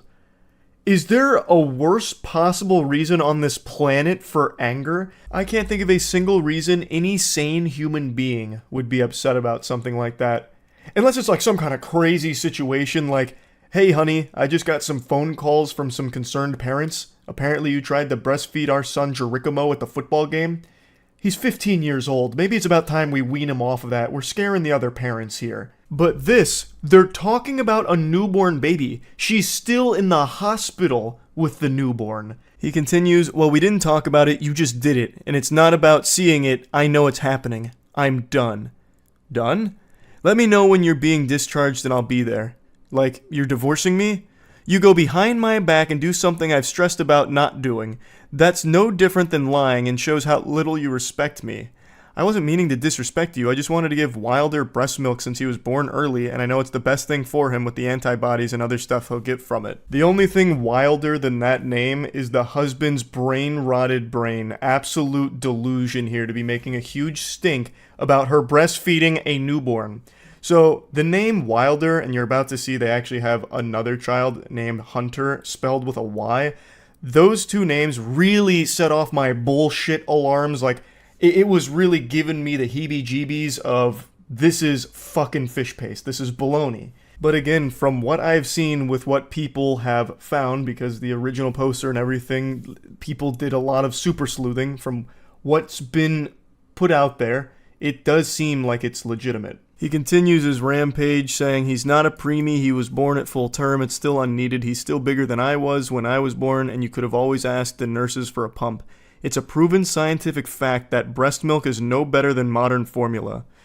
He's wrong about that, by the way. Modern formula is fine for women that don't want to breastfeed or can't. I decided to fact check that claim, do a little research on it. Turns out it's not a scientific fact. You know what is a scientific fact, though? That this man is clinically insane. So keep in mind, I am not a breast milk scientist. I'm not a connoisseur of boob juice. I'm not the lactation lord. But from the bits and pieces I read about breast milk versus formula, it seems that breast milk is still the most recommended way of getting nutrients to your baby, if possible. She says, I know, but the benefits of the breast milk still outweigh the formula. Latching helps drop the milk better than the pumps. He says, yeah, the benefits to where I'll never be able to look at you the same way again. She's confused, as everyone listening and reading this is right now, scratching their head, wondering what the fuck is wrong with this weirdo. She says, what do you mean? You think I'm a bad mom for breastfeeding? And he says, I think you're a bad wife. I think you don't respect me. I think you took a joy away from me. I think a lot of things. Took a joy from you? I don't understand what you mean. Formula can still be used. And this is where he drops the bombshell. He reveals where all of this anger and hostility comes from. I enjoy your boobs. Now they've been in another man's mouth. I now no longer enjoy your boobs. He goes Neanderthal mode. Boob sucked by baby? Boob no good to me now. No want tit no more. His own child he views as competition because his newborn son suckled his mother's bosom for milk. The most natural thing throughout human history. And somehow this psychopath thinks that his newborn has now tainted his wife's boobs and he can no longer enjoy them, saying that they were in another man's mouth. Wait until he finds out where that baby came from, because that baby came out of his wife's vagina. Well, actually, I guess that's not true. I bet there is a non-zero chance that this unhinged maniac forced his wife to get a C-section, so that way her vagina wasn't ruined by another man. I bet there's actually a really high likelihood that that's exactly what happened. And that's scary. This dude is so fucking red-pilled, he won't even let his own newborn son touch his wife's body. I bet he also wouldn't even let his wife change their son's diapers, because he views them as competition. He'd bust into the room, I know what you did, bitch! You looked at another man's wiener when you changed Wilder's diaper, didn't you? And just starts profusely crying, probably calls her like a cheater or something if she changes their son's diapers. This guy is so mentally unwell, I was stunned. Like I said, I couldn't believe this was real. She tries to talk sensibly to him. Just Wilder's, not another man. Their baby, their actual baby goo goo gaga infant is who we're talking about here, not a man. He views an actual, 2-day-old as a man? What the fuck? But anyway, he says, he's a male, and your son. That makes it incestuous in my eyes. And she says, it's not like that at all. And then he goes, I'm not saying anything I haven't told you before. So this man was probably riddled with red flags for a long time in this relationship, and now he is just breaking, just melting down. That's definitely one of the most unhinged things I've probably ever seen anyone try and say. That breastfeeding your own child is incestuous. There are so many things wrong with that. I don't even know where to begin. It is so shockingly stupid. This guy needs to be put away. He needs to be institutionalized. ASAP. Dude must think that all the days pre-baby formula, so, you know, the thousands of years BF before formula, it was all just incest with people breastfeeding their newborns. This guy is so dangerously disconnected from reality, it is scary. He is a loose cannon on the edge that is snapping. I'm going to spoil a little bit here and just let you know, he divorces his wife over her breastfeeding their child. Just let that marinate for a second. Sit and stew in it. That is insane. That is crazy. Let me pose a question to this individual. I blanked out his name, but I really want to call him by name. But I'd love to pose a question to him. Does he realize how fucking degenerate this is and how much of a pervert you must be to view a newborn baby as a man that is a competition to you? And it's not even like a random baby either. Not like that would make it excusable. Like, anyone who would go out there and view a baby as competition because they're getting breastfed is very fucked in the head. But this is another level of fucked because it's his own child. He fucking blew that load into the world. This is his DNA in there. And he immediately views it as some kind of like sexual competition with his own kid. That's so weird. He is a menace. He is a menace. She leaves out some of the conversation here. I imagine it got way too personal with some of the information that was conveyed. But it starts here saying, I wasn't playing. She says, I know. You are a bitch for making matters worse. I'm sorry you feel that way towards me. I doubt they're going to let me bring y'all home, so good luck finding out or figuring out a way to make that happen. I just felt it would be okay to breastfeed Wilder, and we could compromise a situation where you don't have to be in the room. You don't get it. I told you that with Hunter. The way Hunter is spelled is so peculiar. Again, that's what really like made me put on my fedora and do a Reddit deep dive on where this picture came from, who posted it, and if it was real, because these two names really just make it seem like it's like rage bait or some kind of joke. But again, like there is quite a bit of evidence that points to it being legitimate. He continues, that was a compromise you made then, and I still feel the same way about it. After you heal and get on your feet and are able to afford your own place, move out. Until then, no matter how long it takes, the bedroom is all yours. I'll set up an air mattress in Wilder's room tomorrow. Letting this fungus anywhere near their child seems like a recipe for disaster. He already views Wilder, his newborn son, as competition. Him staying in the same room as Wilder, I think, is just a terrible, terrible idea. Because it really does seem like he thinks that his wife has cheated on him now by breastfeeding their son. Like, he's calling her, like, you know, disrespectful, doesn't have any respect for him and what he wishes because he told her not to breastfeed because now he can't enjoy her boobs anymore. It's all just ruined. It's all kaput. All because Wilder was breastfed by her. So I really think having him anywhere near these kids is a bad idea. Fuck you, we're done. I'm going to talk to a lawyer about 50-50 custody because no matter how much I hate you, I would never keep the boys from you. You can stay at the house for as ever long as you need. I'll sleep in Wilder's room. I'm going to pause right there. You absolute goober. You goofball. You really think that you would get 100% of custody here? He's like, okay, since I'm such a benevolent saint, I will grant you 50-50 custody of our kids. Even though I hate you, you can see them sometimes, you disrespectful harlot. Brother, I'm going to give you the truth here. Brace for the cold water. Here it comes. If anyone, especially a lawyer, saw these text messages as well as the threats that the hospital was made aware of, you would never be around these kids. Rightfully so. It's unsafe to have them around you. You are deranged. You are absolutely fucking filthy. So I don't know why he thinks he would get 50-50 custody, like that'd be his call to make. He replies to something she said that isn't in these screenshots. She said, they made a report because of what happened the first night I stayed in the hospital. I'm guessing he exploded then too about something. And he replies saying, Not what they said. They didn't know anything about last week. They said because you told them this morning you didn't feel safe with me in the room and wanted me to leave. And she says, I just didn't want to fight over me breastfeeding.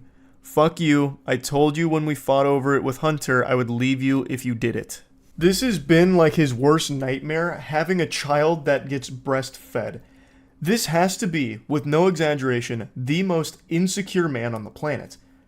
Bar none. No one else would even come close. He is so insecure that he worries that his own flesh and blood is a threat to him because they get breastfed by his wife. Wow. So again, this is so over the top that I questioned its authenticity. And as sad as it is, it seems like it's real. And he, from what I can see, was the one to start pushing forward like the divorce. That's the best thing for the mother and her children, 100%, and I'm sure she'll realize that down the line. It's probably very difficult right now. But, man, this guy is bad news. What a terrible piece of shit. I just had to talk about these. I was blown away by what I was reading going through this. I just had to share it. That's really about it. Awful situation. I'm wishing the best for the mother and the kids here. And the best thing that can happen with this guy is he gets put in a straitjacket and goes somewhere far, far away. Because I don't know how you even fix that perspective. This guy is so lost in the sauce, there is no getting him back. It's insalvageable. So yeah, that's really about it. See ya. I remember a decade or so ago, there was this trend where some creepy degenerate losers would go around in public and try and sneakily take pictures of women's panties by sliding their phone under their dress when they weren't paying attention. They treated it like they were Sam Fisher and Splinter Cell on a stealth mission trying to grab these photographs. And they'd take these pictures and they were called upskirts. If I remember correctly, there was even a Reddit community for that where they would proudly post this, which, by the way, is illegal. They were posting evidence of a crime they had committed on the subreddit. I'm pretty sure it got fully shut down, but right now there is like a Reddit upskirts community, but I think that's something totally different, like a phoenix that rose from those ashes, because it looks like those are upskirts that the people are taking of themselves for that community. But I do remember that there was a huge controversy about that a long time ago, and then pretty much overnight, it disappeared. Just like Godzilla after a big rampage, it just vanished. I'd never heard about upskirts again. I never read any headlines about anyone doing upskirts, getting like arrested or anything like that, until 2 days ago, with a Target creep who got caught on video taking an upskirt of another shopper. And it's become a pretty big story now. So when I first saw this, I thought it was fake. I thought it was like one of those rage bait things that TikTok does really often. Because it really looks, it's so over the top, like I really thought it was staged to be like a lesson, like don't be a peeping Tom, don't be like this guy. But it turns out this is all super real. So he's now facing felony charges for this, obviously. I don't know why there's a watermark here though. Excuse me, what are you doing? No, I just saw you put that underneath her dress. Absolutely you did. No, ma'am, I really wasn't. You absolutely did. Ma'am, I really wasn't. So, like, he looks pretty much right at her while she's filming, and he puts his phone under her dress. So I really thought it was like, oh, this is a skit. This is fake. But no, this guy is just that much of a brazen pervert. Degenerate. It's actually real. So I'll show you the follow-up in a second, but no, he actually leaves here in handcuffs. He is facing felony charges, and his whole life is ruined. Rightfully so, because who knows how many times he's done this. Upskirts are a crime. Like, you can't be doing that, obviously. He's a fucking degenerate. His legs shaking, that's wild. Oh yeah, hey, we didn't finish the video, yeah. And also, instead of leaving, he stays to try and, like, talk his way out of it. Like he was trying to find all the right dialogue options in the tree to get the good ending, instead of just running away like most people like him. So he stays the entire time to get arrested. I really promise I wasn't trying to do anything inappropriate. I wasn't. I really wasn't. I'm not like that. Obviously you are. I literally have it on video. But ma'am, I'm not. I really am not. Like, I know it might have seemed that way in like the video. No, like, Okay, listen to me. Yes, ma'am. We're gonna wait for them to get here. Yes, ma'am. Okay. Like, I was just trying to look Nope. at books. I was just trying to look at books. Okay. That's what an interesting alternate theory there. He's just browsing some good reads. That's all. In the Pokemon cards section, where all the best books are. Does bro know porn exists? There's so many people like this though. It's for them. I think it's like the thrill of doing something like this. Like I imagine this probably isn't the only time he's done it. And apparently he had been following the lady filming around the entire time, which is why she's filming here, because she got a very creepy vibe from this guy. And then I guess at some point she de-aggroed him, so then he went to this girl, started following her, and then did this. No, I have video of him sticking his phone underneath this lady's dress as she had bent over, videotaping her. And he followed me all around the store. Okay. So... We need to get police. Okay, if you can go ahead and call them also. Oh, they don't have the next one. But he gets taken away in handcuffs. But he gets taken away from the target with the police. Turns out he was like a very active member of the church, like the local church they were at. This and that. He tried to talk his way out of it. It has not worked, and now he's facing some super serious charges. But this was something that I found interesting. He keeps denying that he wasn't doing anything wrong. And he apparently showed the police his phone, like the recent pictures, and he didn't have any recent pictures, but I don't know if that also means videos, or if he also had time to delete them. Last I heard, they subpoenaed to get, like, his deleted information for forensic examination. And they also said this, too. Police say they have yet to discover anything inappropriate involving children. Yeah, he's a volunteer at the elementary school. Arrested and cuffed at a fucking library. Show some respect, brother. He's a target. Why was the lady taking a video in the grocery store? Perfect time to catch him. Damn it, it's a Target. It's not just a grocery store, and it's not just a library. Show some respect. But as she said, she was filming him because he was initially following her around in the children's section. She got a creepy vibe, so she started filming him and following him around and then caught that. This. Imagine the unexpected turn of events, he didn't film anything. The charges against that poor lady would be crazy.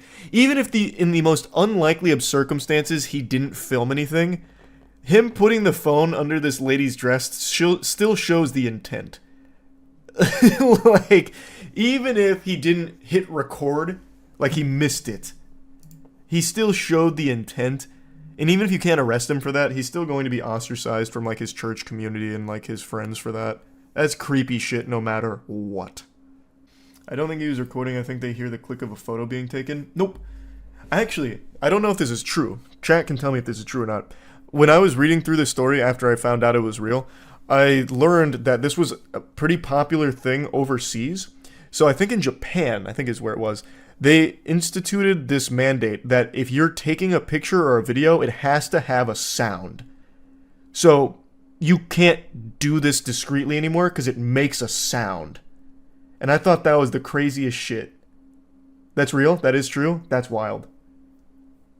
It was that big of a problem, huh? US supermarkets have the same energy as random encounters in GTA. My dad died taking an upskirt photo. Alright. Interesting meme. So he's actually facing some additional charges as well for secret peeping. They issued a warrant after identifying 3 separate victims at the store on Monday morning, so he's facing 5 counts of secret peeping in total. Dude was really creeping and peeping on a Monday morning here. Allegedly 3 separate victims? Goodness gracious, Jesus Christ. He was just sliding his phone under everyone with a pulse at this store, I guess. But anyway, he's been caught red-handed here. He would have got away with it if it wasn't for those meddling iPhones that can also record him as well. Like, the crazy thing about a phone is it can be used for more than just filming panties. It can film you filming panties. So I guess we'll see what happens here. I highly doubt there's any alternate explanation for what he was doing in this video. I can't think of a single possible other reason for why he did what he did there aside from upskirts. That's the only logical thing. I can't even think of some kind of ridiculous theory. Never mind, scratch that. I did come up with a ridiculous theory. What if he wasn't grabbing upskirts there and instead saw a very venomous spider on the ground? He saw a black widow and he got down there calmly as to not scare the shopper or scare the spider away and then smashed it with his phone. Who knows? Maybe that's the story. Maybe that's what he did. He squished a bug and saved the day. Obviously, I'm fucking kidding with that. The only thing that can explain his behavior here is that he is a sexual degenerate that was grabbing upskirts. So I guess we'll see what charges stick here or what comes from this story. That's really about it. I just wanted to share it. That's it. See ya. Hello, foodies. I'm here in the Looney Land Cruiser here, about to give you my review of the new Taco Bell Cantina menu items. I wanted to take a page out of the playbook of the great food dip and do this in the car, au natural, the way our forefathers used to review Taco Bell. So that's what I'm doing. I'm parked in my garage, car on. I could easily go inside and do it there, but that would defeat the spirit. So place your bets on what's going to kill me first, the carbon monoxide poisoning or the clogged arteries. So for those that don't know, Taco Bell's got a new menu that's called the Cantina menu, and it's all chicken based, which is pretty hype. Big shout out to the Taco Bell I visited in particular, because all the employees were super nice and they said they were going to make it special for me. So I'm guessing it's made with love, or they were just playing a joke and they all just went back there and took turns spitting on it, just hawking the fattest fucking loogies of 2024. Either way, shout out to them. That was very nice. So we'll start with the Cantina soft shell taco. Get in here on the Jumbotron for all that action.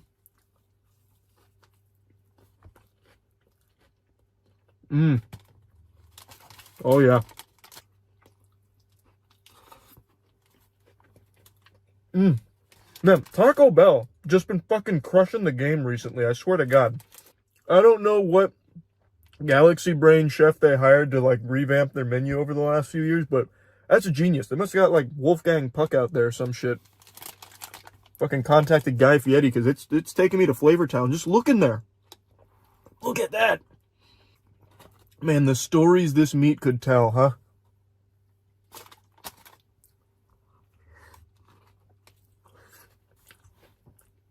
Man, the atmosphere of this video was haunting. It was like a scene out of The First Omen. I'm expecting a jump scare here. So the chicken tastes very fresh. That's definitely high quality chicken.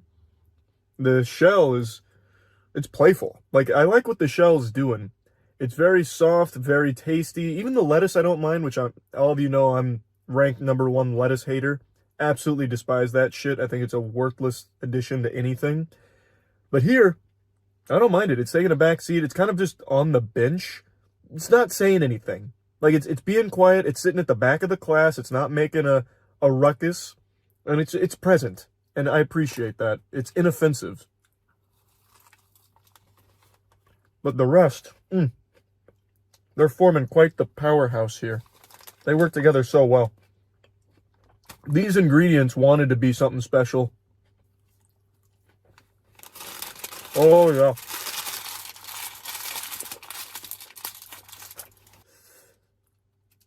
Man, a soft shell taco so good, got me licking the fucking sauce off my thumb. That was delectable. I expected a lot, and it is delivering above and beyond my expectations. Yeah, I turned my car off. I figured there's actually no reason to keep it on. I thought I needed it on for these lights. Turns out I didn't. What do you know? Alright, next up, we got ourselves the Cantina Chicken Bowl. So it's basically what I just had in the taco, but outside of the shell. It's crazy how far technology's come, huh? Just look at the freshness of these ingredients here. You won't find this at a lot of other fast food establishments. Like, Taco Bell, like I said, is fucking killing the game recently. Now, maybe I hate it outside of the shell, though. Who knows? I can't count my chickens before they hatch.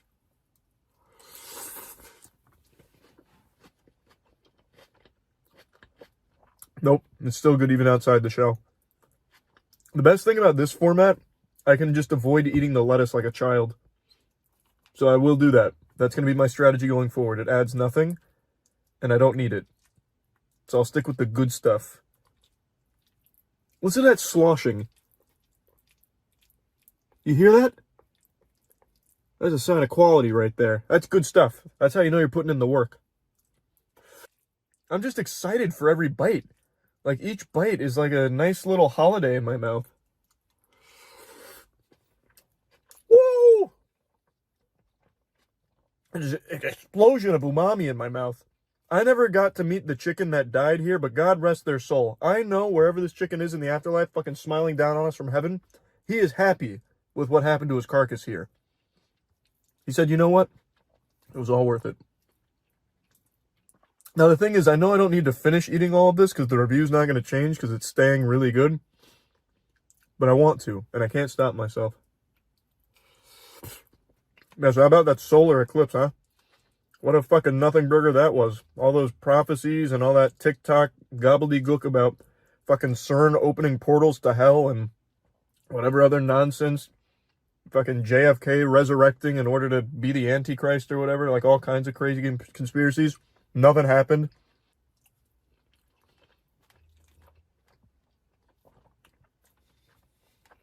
Don't worry. Don't panic. I'm still here. Okay. Nope. I gotta turn the car back on. Oh my god, that lighting. I'm just gonna keep my foot on the brake, actually. This is kind of cool lighting. Looks like the poster to Monkey Man. Yeah, so you know you can't really see the food, but you can hear it, and you can imagine how much fun I'm having eating it right now. Oh, I also forgot to give like a scale for the soft taco. Cantina Taco Bell soft taco, that's a 9 out of 10. Cantina chicken bowl, that's an 8.5 out of 10. I actually really like the shell a lot, so the taco has to be a bit higher. The Cantina burrito. So I'm a big burrito boy. I have made like probably close to 1,000 burritos over the last couple of years. I eat them pretty much every night. So Taco Bell has a lot to compete with my homemade Charles burritos. I don't know if this is going to be better, but if it can at least be a close second, I'll be pleased.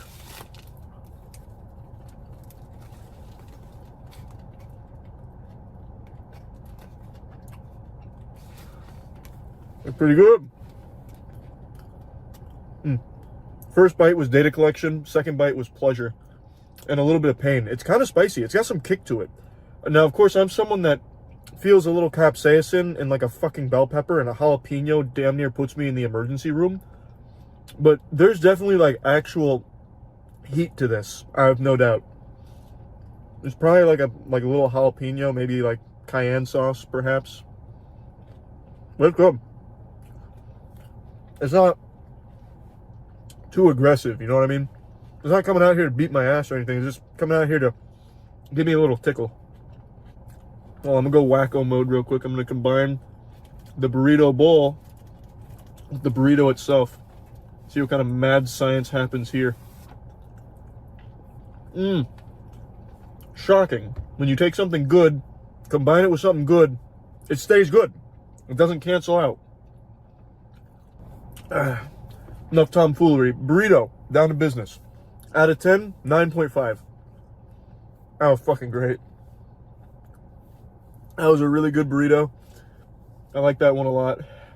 That last bite was really spicy though, actually. I'm dropping it, 9.2. Oh, they give me 2 burritos! Oh! That's so big. Oh, wait. Ow. What the fuck, they sneak in there? Goddamn Carolina Reaper? Whoa! Woo!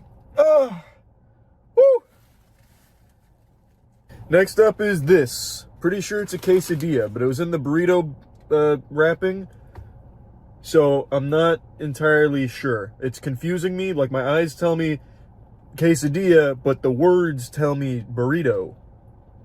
But I don't, you know, who can you really trust in this day and age, eh? Fucking the rise of AI. Oh. You know what that is? That's a taco. It's speaking to me. Yeah, that's a taco. Now, the more that I really step back and analyze it, that's fucking clearly a taco. It's the hard shell taco. But it started to soften up because all the cheese melted around it. So all the grease and the goo got in there and fucking withered away all the molecules and made it floppy. The taco's good. I do like the hard shell. I don't like it as much as the soft shell. That's a personal preference kind of thing. I can't hold it against them. What I can't hold against them, though, is it's getting fucking hot. What the fuck is going on? Oh. Whoa. Man, they got real jovial with the ghost peppers there at the Taco Bell. What the fuck? Whoa. That's good. It's mean, but it's good. Whoa, why is it so hot? Oh. Oh, I'm trying to be a big boy. Putting the hard shell, oh my God. I'm leaking. Putting the hard shell taco on the scale, it's a, that's a 7.5. I'd give it an 8 if it wasn't so fucking hot.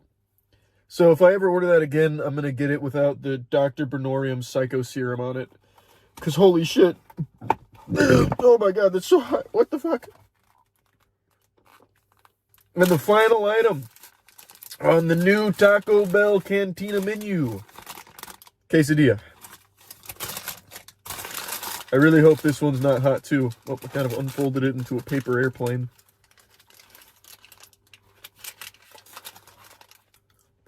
Oh yeah. There it is. There she blows. That's big. Oh yeah. That's a wizard's chess. That's some good shit right there. The quesadilla is looking real. Man, I don't know how Food Dip does it. He's a real professional. I can't really show this off super well. Also, probably doesn't help that it's fucking pitch black in here except for this one light. But anyway, you can't really see it super well, but you're gonna have to take my word for it. It's a little hot. Where's this heat coming from? Jesus Christ! I have to take my word for it. There's some high quality shit inside that quesadilla. It's got some secrets, and I'm learning all of them. I don't know if I like it better than the burrito, but it's still really good. Jeepers creepers! I'm gonna take one more bite out of the ass of it real quick. I'm gonna put it on the scale. Rimming that out was a good idea. That had a lot of chicken and cheese back there. They were really like having a meeting, and I barged in unannounced. 9.5, because it's not nearly as hot as the burrito, and it's just as flavorful.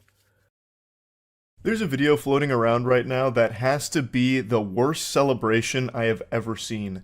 Now, something I've said for a while that no one really thinks about is that celebrations can sometimes be dangerous. I remember there was a very famous case where a football player had scored, I think it was the game-winning touchdown, and his team and all of their hype and like excitement dogpiled him like it was a scene out of The Waterboy and ended up like breaking his pelvis. And I think that ended his career. But I also will never forget when I was a kid, I actually watched Bill Gramatica, who was the kicker for the Cardinals at the time, tear his ACL through a very simple celebration after a first quarter field goal. So what happened with Bill Gramatica is he kicked his field goal. He's like, yeah, fuck yeah. And then to celebrate, he did one of these. How wild would that have been if I blew out my ACL doing it? But he gave a little leap, pumped his fist, and upon landing, blew out his ACL, MCL, DVD, VHS, CBS, and BBL. Like absolutely annihilated his knee. And his career was never quite the same. But even with these historic celebration blunders, the one I'm about to show you today, I still feel is worse. 5 points go to Shane Byrne, 20 to Alex Lowe's, Josh Brooks on 16, Kirkham 13, Bridewell 11, Keith Farmer on 10, and the rest down to 10th place Josh Waters. Shaky Byrne and the 42nd race win of his British Superbike career. The perfect start as, Josh Brooks there giving very unkindly dowsing the MCE insurance girls who've sensibly got their crash helmets. Oh dear me, they haven't got that crash helmet under there, Shaky. Thank you very much. Alex Lowe's in second place there, Samsung Honda. Very, very sensibly realising with about 4 laps to go that Shaky had the legs on him. And he would just... You ever get so excited you just sexually assault someone? Like, I'm pretty sure that would be classified as sexual assault, right? Like, you can't just start putting things up people's orifices without their consent, no matter what the context is. Like, this is clearly not in the script. He, like, goes under her skirt and then blasts the champagne shower there like some kind of geyser, like a volcanic eruption. That's just downright diabolical, and I know it was probably painful, too. Now, I've never butt-chugged, but I have to imagine getting alcohol forcibly shot up your asshole is going to hurt. And contrary to popular belief, I don't have a vagina, but if I did, I would imagine that would be equally as painful, having all of that shot there, too. It would sting and burn. Like, if I was getting alcohol being blasted up my bussy, I'm screaming. Like, let's say Moist Esports wins the Apex World Championship this year, and Matt decides to celebrate by hitting me with, like, the 1,000 years of pain, I'm pressing charges. Now, real quick, I want to jump in here and give all of you watching something to celebrate. Plague Seeker Issue 1 is here. My newest comic book series. It's 80 pages of just the most beautiful, most over-the-top, fucking violent, raw action you'll ever see in a comic book. I swear to God. As I mentioned with Plague Seeker, I was heavily inspired by Berserk for this one. And every single page of this is just a masterpiece. The artist, Vampire Tranel, absolutely knocked it out of the park. Like, no matter where you go in here, it's like a beautiful piece that you'd want to hang on your wall.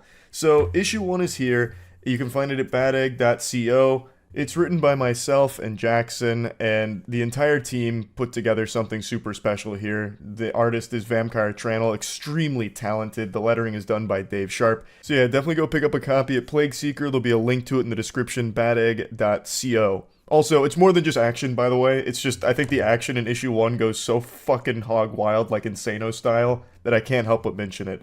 Now, admittedly, I'm not super familiar with Superbike and the traditions when it comes to celebrations, but I still feel terrible for these podium girls here, because for some reason, all 3 of the dudes on stage there are showering just them in the champagne, and it doesn't seem like they like it, and even the announcer was like, oh my, that is very unkind. To the first guy who's just behind him super soaking them with the champagne, he's just sitting there using them like target practice for it. For some reason. Like, is that normal? Is that what they're there for? Just to be like a sponge for champagne? That sucks. But even if that is the role that they agreed to, they clearly did not agree to having someone go underneath and like violate them with champagne.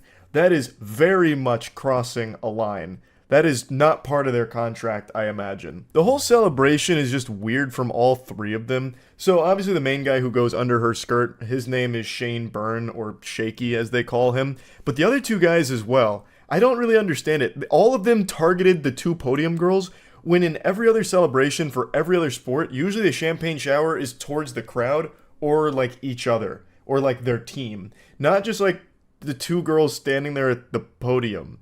It just feels weird, but for some reason, all 3 of the dudes just come up and start, like, blasting them with champagne like they had a grudge against them. It was like a hazing ritual or something. They were, like fucking bullying them with the champagne. Maybe they were, you know, bad blood between them or something, but it just seemed, like, brutal. Like, it seemed like they had, like, a bone to pick with them. Now, after this started to make the rounds in 2021, Shaky did come forward to issue an apology in regards to the situation. I'm aware of a video that's currently circulating on social media of myself in 2013 where I inappropriately sprayed a promotional lady with champagne on the podium. I'd like to say I deeply regret what I did that day and I'm truly sorry. I'd like to apologise not just to the lady but to the other women on the podium that day, to all of my fans and to anybody else that's been offended by my actions. I can only apologise and I'm truly sorry. Super short, super simple, just saying that he deeply regrets what he did, he apologizes for it, says sorry to all those affected, and is trying to close the book on all of it. I still can't quite wrap my head around how this celebration even crossed his mind as appropriate or some kind of good idea. Like, I understand getting lost in, like, excitement, right? Like, I've celebrated some super important achievements in my life, like checkmating XQC in 6 moves and then going on to win the entire chess tournament, which is where the entire throbbing celebration from me came from. But at no point was I ever so excited that all common sense and reasoning just went out the window. I understand celebrations that lead to injury far more than I understand this celebration that led to an enema. Like, Bill Grammatica celebrating like, yeah, and then blowing out his ACL, I get, like, you're fucking pumped, you jump and you hurt yourself. Unlucky. Or another football player, I remember, got like a sack, and then he jumped up in the air and stomped both feet down, and he like broke his leg doing it. Those I get. Like, you're excited, you let out a bunch of steam all at once, and then you end up just breaking your body from it. But this, he was so excited that he just goes to like fucking Neanderthal brain. He's like, "Whoa!" and then like shoots champagne up her butthole. That shit just doesn't make any sense at all. But yeah, I saw this today and I just had to talk about it a little bit. That it has to be the worst celebration I've ever seen. Again, I feel horrible for the 2 podium ladies during this because this shit is cruel. This looks awful. Now, I do want to just mention again, Plague Seeker Issue 1 has been a passion project for about 2 years now, so to see Issue 1 finally be out there, I'm super excited for all of you to get your hands on it and get to read it. I'm also going to go ahead and drop the animation we had made for the initial release for Issue 0, because I think that this animation just goes so fucking hard, and it also just sets the stage for what Plague Seeker is about, for any of you that are curious. 1,000 years ago, humankind ruled the earth. Even in their failings, they prospered across the planet. But that would all change in the blink of an eye.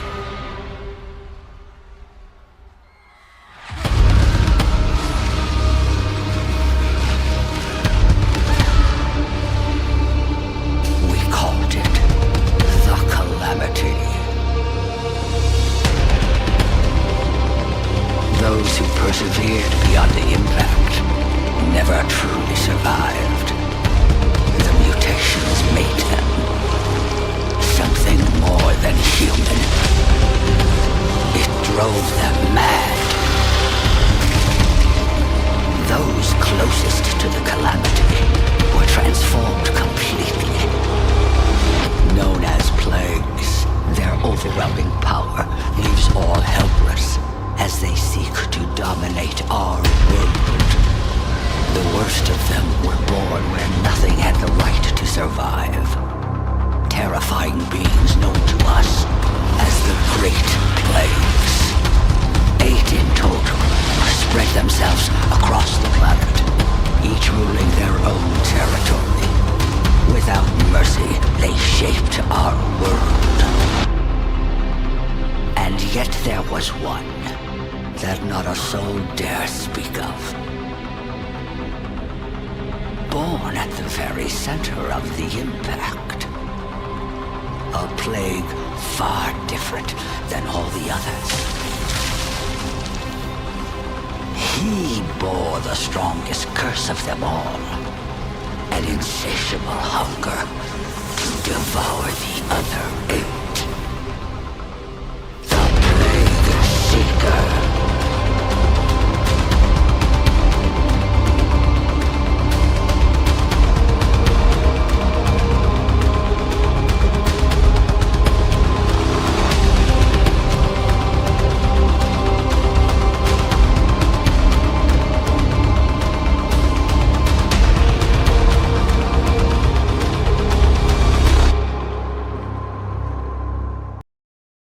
Yesterday, a beloved YouTube group made an announcement, and it did not go over well. They ended up getting dunked on more than a Fisher-Price basketball hoop.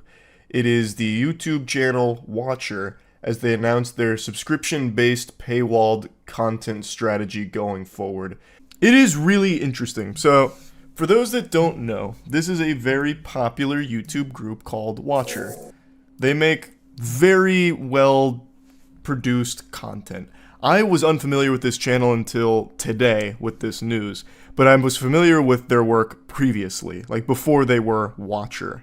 But they've been crushing it, clearly. Almost 3 million subs, every video getting like 1 million views pretty much. It's all very high quality content. So then today, they posted this video, Goodbye YouTube. And it's like a really heartfelt video about what YouTube means to them, and it's very dramatic. You know, it's saying things like, if this is my last time on YouTube, what a fucking ride it's been. It's like the end to a 1990s action movie. YouTube, you son of a bitch, we had a good ride. That kind of thing, as they sail off into the sunset. But what they're actually doing is they're moving to their own subscription-based website. So the strategy is they're going to be releasing a couple of episodes still on YouTube, but the rest of that season will be exclusively behind paywalled content at watchertv.com. The video is getting absolutely bombarded with dislikes, and a lot of people have soured their impression of this group, regardless of what they decide to do going forward, even if they do backtrack this decision. It's a maneuver that just did not land. They went for a kickflip and ended up breaking both their ankles on this bad boy here. And it's pretty simple to understand why. It's the whole concept of the content you were getting for free is now no longer going to be free. That just always leaves the taste of shit in people's mouths. It's the worst flavor. No one likes a poop pop. So, understandably, a lot of people were voicing their concerns and their disappointment with this. Honestly, Watcher probably would have found more success if they made an announcement stating that one of the members had hit a deer on their way into work, and they had no remorse or something. Like, this hasn't been really a home run for them here. They said they made the service $5.99 because everyone and anyone can afford it. When did they see that? Well, I must have missed that statement. Was it in this video somewhere and I just am forgetting it? Because that is a crazy thing to say. First. Steven, talk about money. Yeah, what's this price? You can become a member of Watcher for $5.99 a month or $59.99 a year. We want to keep the price low enough where anybody and everybody is able to afford it, but it also has to support the things that we do here. So that was the number that just made the most sense for the streamer. That's very out of touch. I don't know how I missed that. I don't know how that flew under my radar. That is extraordinarily out of touch. That face right there says it all. Yep, that one just got ripped. Fuck it, we'll do it live, I guess. That's going in the final cut. Are we sure? Eek. Let me lay down the reality here. $6 isn't nothing. Especially not in the current climate of things where everyone and their grandmother is making a subscription service for every single fucking thing on the planet. We're in the gold rush right now where every company is turning their content into a subscription-based monthly payment to access it. And I mean everything. If you want like a bag of beans delivered to you, you probably have to subscribe to the bag of bean delivery stork service for $5.99 a month. So this is yet another subscription charge they're trying to peddle here for previously free YouTube videos. That's just not worth it for the majority of people and just adds another headache, an unnecessary subscription charge that I can't imagine many people being enthusiastic about paying for. Now, to be clear, they're not like removing their YouTube content that's already up. It's just going forward, they're only going to be releasing like the premiere of a season on their channel, and then the rest of that season is paywalled. Now, personally, I think it is a horrible idea. Going through their channel, their videos are long-form content for the most part, like 30 minutes plus, and I imagine with their history working at BuzzFeed for BuzzFeed Unsolved, they've learned how to optimize mid-roll ads, so they're probably pulling in a very high RPM on those videos. I have to imagine that is already covering the cost of production, but on top of that, and I didn't know this until stream last night, they also have a very successful Patreon with over 12,000 members and 3 different monthly payment tiers. And just for the cherry on top of this money cake, Mr. Krabs style, they have a ton of merch, obviously, but the biggest thing is they do a ton of brand deals. From what I can see, they run a lot of ads in their content. And many of you might not remember this, I actually own a company that specializes in putting brands with YouTubers and running ads for major YouTube channels. It's called Mana Talent Group.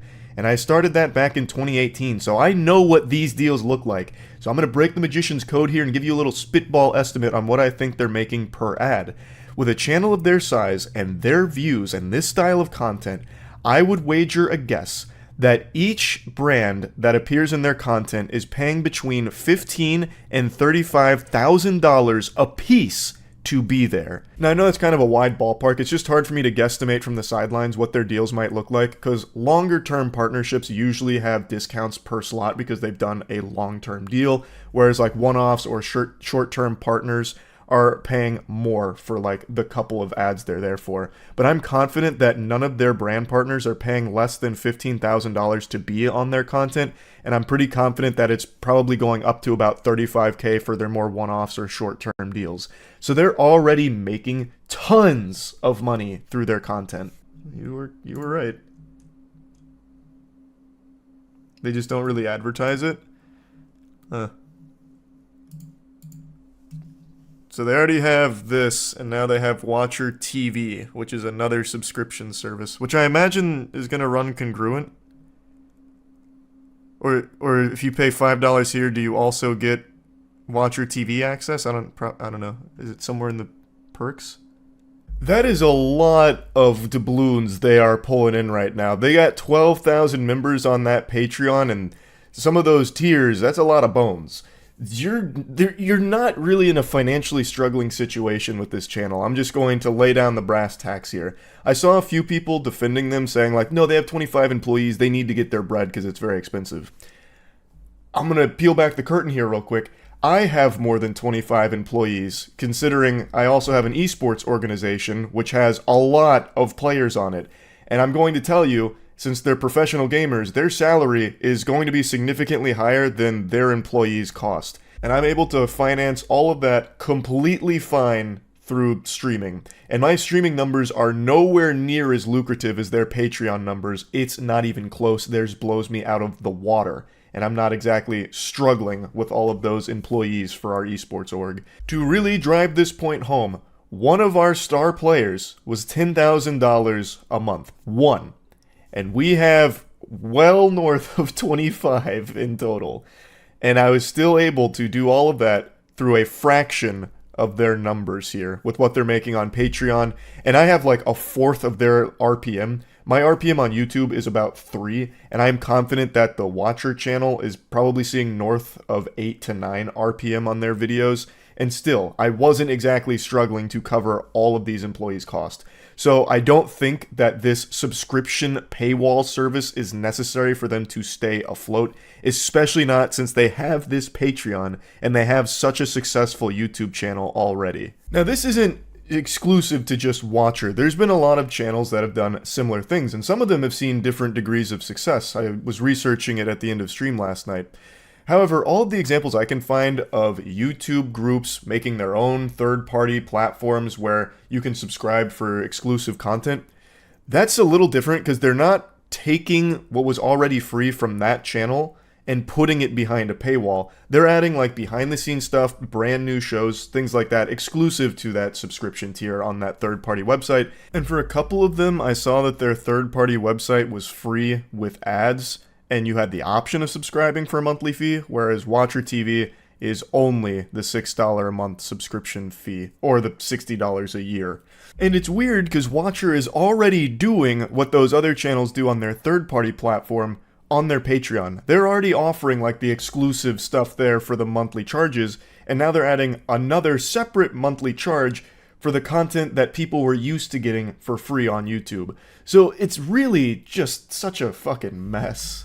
Now, of course, there's no telling if this is going to be a successful venture for them. It certainly doesn't look like it based on the reception here and all the tomatoes that are getting tossed at them. But with an audience of their size, they don't need a large portion of them to sign up at $5.99 a month to make it viable. They don't need a large number of conversion here, and I think they know that. But I really think that they're going to be surprised with how little will likely sign up here because it is expensive. That's not nothing. They framed it like $6 a month is affordable to everyone. What?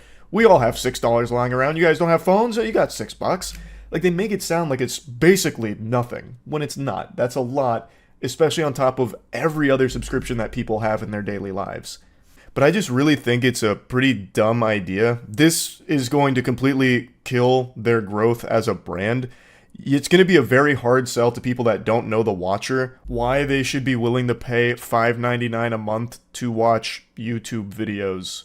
Like, that's just not an easy thing to sell to people. It only come from a very loyal fan base that's already hooked on their content in this audience they built on YouTube, which they're now abandoning. So they're not really going to be bringing in new people, I don't think. Even with dropping like the premiere video on their channel, I think that's just going to frustrate people more. Like, oh, I really want to watch the rest of this.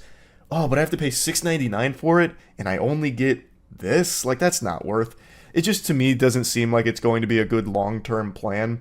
But I could be totally wrong. Who knows? Maybe people are, like, elated and can't wait to pay for more streaming services. I think that blows ass. I'm so tired of streaming services popping up all over the place like a fucking plague. It's like Hydra, cut off one head and 2 more streaming services take its place. And now we're seeing it for YouTubers? Like, that's not exciting. Point blank, I just do not like it. I do not like Green Eggs and Ham. I do not like it, Sam I Am. Watcher TV, what a sham. I understand why some other YouTube channels have third-party places where they can pay for more content, but they're paying for more content on top of what they're already getting on YouTube. So, like, I know Ross Creations has one, which apparently people really like the way he does it.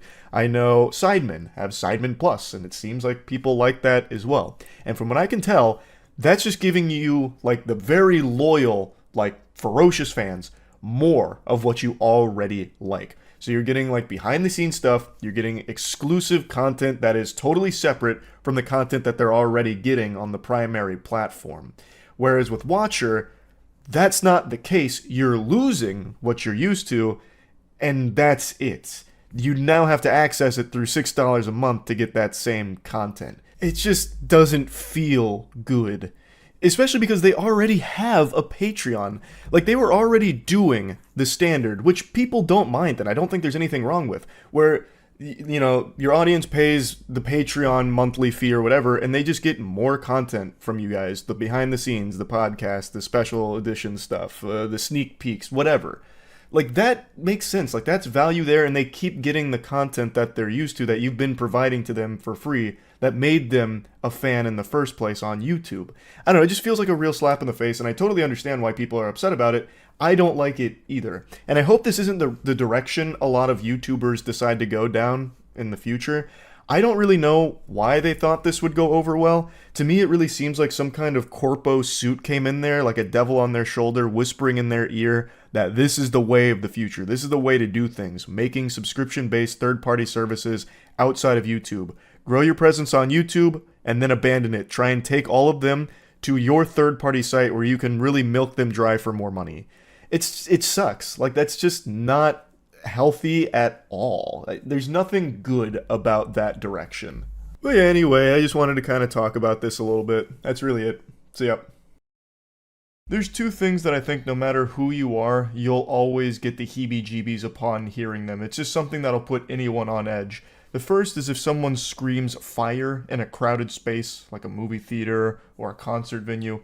And the second is if you're told that a beloved video game franchise is getting adapted into a television program, which is just about as painful as getting caught in a fire. Video game adaptations are all over the place. The hits hit, and the shits shit.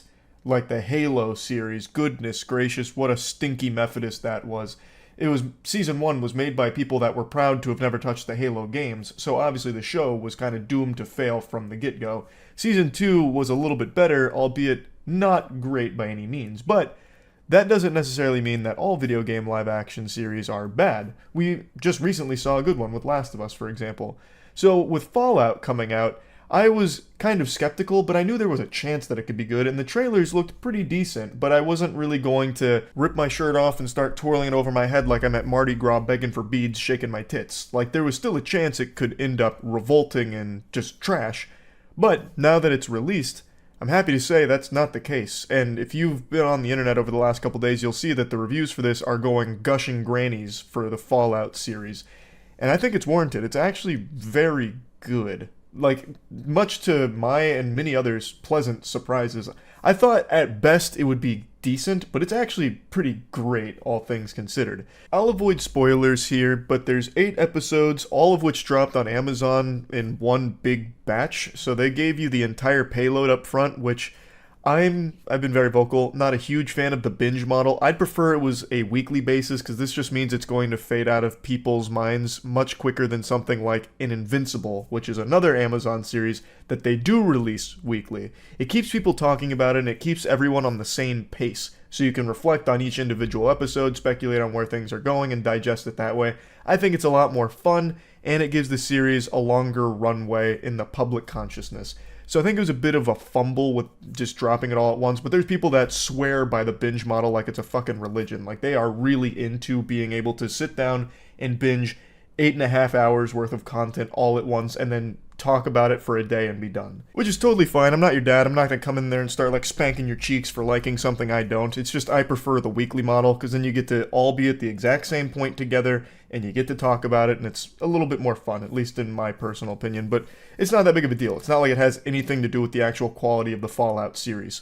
But I just wanted to mention that. Anyway, Fallout is very clearly made by people that are extremely knowledgeable on the games. And I think it's obviously because they brought aboard Todd Howard. They brought in Bethesda to work on this with them. This isn't a situation like with Halo where they're proudly oblivious to anything that happened in the established lore and they just make shit up, pull all kinds of garbage out of their butthole and throw it onto the screen. Here, they paid close attention to the continuity of the series. They paid very close attention to all of the lore that has been established in the Fallout universe, and they tell their own story within it, for the most part, that plays by all of the established rules. And I really like that. What should be common sense to everyone in the industry is a very rare delight, it seems, where if you bring aboard the people that helped create this property you're adapting, you get a much better product, because you're adapting with the actual creators on board to help steer the ship.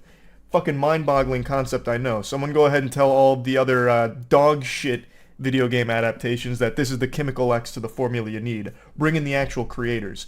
I mean, this and One Piece, like, it should be pretty obvious by this point, yet we do still continue to get horrible adaptations in the space somehow. But anyway, Fallout is not a horrible adaptation by any means whatsoever.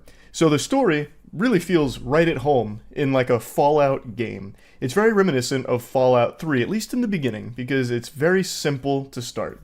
You follow a vault dweller named Lucy, and some bad shit happens, and her dad gets taken, so she leaves the vault to find her dad.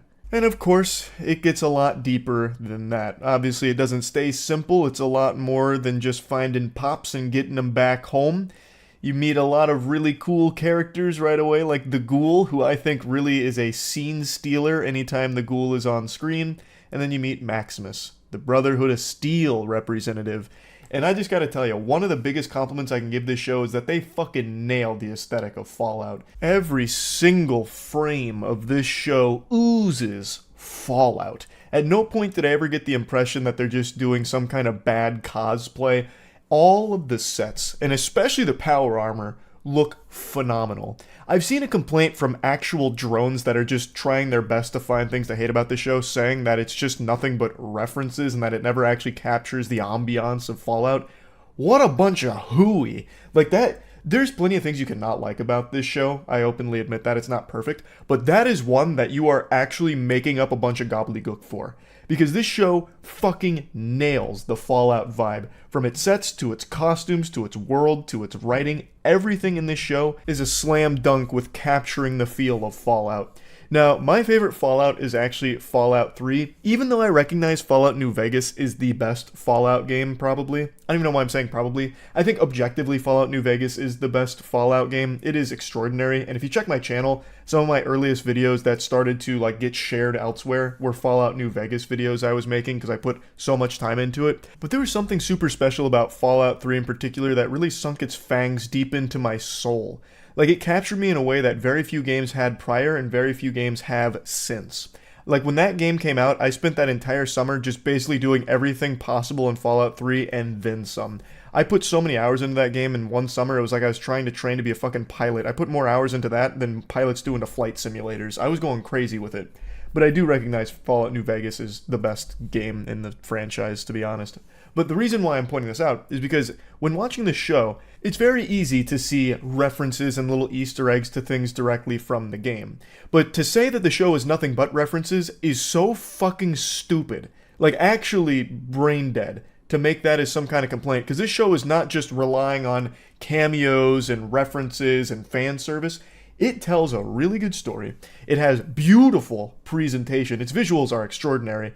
And we'll get into even more compliments here in a minute. But there is so much more than just referencing the games. But as someone who puts so much time into a lot of the Fallout games, there are very clear little Easter eggs and references. But that's not at all the bulk of the show whatsoever. And it's ridiculous to even try and make the claim that it is. So I just wanted to point that out. But anyway, I think this show is going to appeal to pretty much everyone, even if you don't know that it's based on games or anything. Even if you have no idea what Fallout the franchise is, if you just see this come across your Amazon, you're like, I'll check it out. I think this show is going to hook you immediately. From the very beginning, the intro with the bombs dropping, breathtaking. I thought that was great. And the action is so violent and so gory, I was surprised. Like, I thought it would be pretty violent and gory given how Fallout goes, especially with VATS and everything, but I didn't think they'd really be able to capture the feel of VATS in live action. Boy howdy, I was very wrong. The very first time the ghoul gets into his gunfight in a town, where he just slaughters, brutally massacres like 20 different dudes, it is a thing of beauty. They do it masterfully with like slow-mo that doesn't feel like Zack Snyder Rebel Moon slow-mo where it's just useless and bloat. It feels so stylized. So he's got like his little gizmo, his little doohickey that's shooting these giant fucking like mini nukes almost from a pistol, like a revolver, and it's like piercing people and blowing their entire spine out their ass, like half of someone's head gets blasted off in a collateral, and he's just like going around in circles like it's Deadeye out of Red Dead Redemption. It's so cool. They really nail the VATS system feel in live action. It was extraordinary. And I think that's going to hook anybody, even if you don't know it's supposed to be like VATS inspired. It was great. And like I said, I really do like the narrative here, and I really like the writing of the characters. None of the characters feel annoying. It doesn't feel like they're trying to just emulate some of the greatness that the games captured with some iconic characters. It feels like they really took the writing style of what worked in the Fallout games and made believable characters in live action here out of it. I, at no point, for example, Lucy, I never felt like she was annoying or anything. She's the naive vault dweller, and now she's in the surface world, and things are super different up here, and she conducts herself in a very peculiar manner. Like in the scene I'm mentioning with the ghoul, she's like, listen, sir, I don't know who the aggressor was, but I think we can all agree that maybe it's time you get out of here. Scram! Get out of town, or I'll be forced to use deadly force against you. That kind of thing. And it doesn't feel corny. It feels fresh. Like, it really does. However, this isn't necessarily in regards to character writing, but just general writing. There are so many plot conveniences that happen that you start to go, interesting. Like, it's important to take note that this is a huge world, right? Yet somehow, people are exactly where they need to be, when they need to be.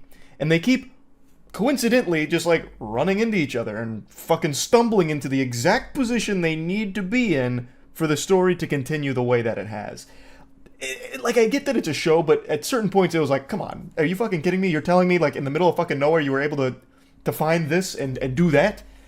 Again, I'm trying to avoid the spoilers, but even by episode 2, I think many of you will know what I'm trying to talk about here. Maybe it's a stylistic choice. It's inspired by the video game's fast travel. So all the characters in the show can literally like fucking Goku instant transmission exactly where they want to be, immediately when they want to be there.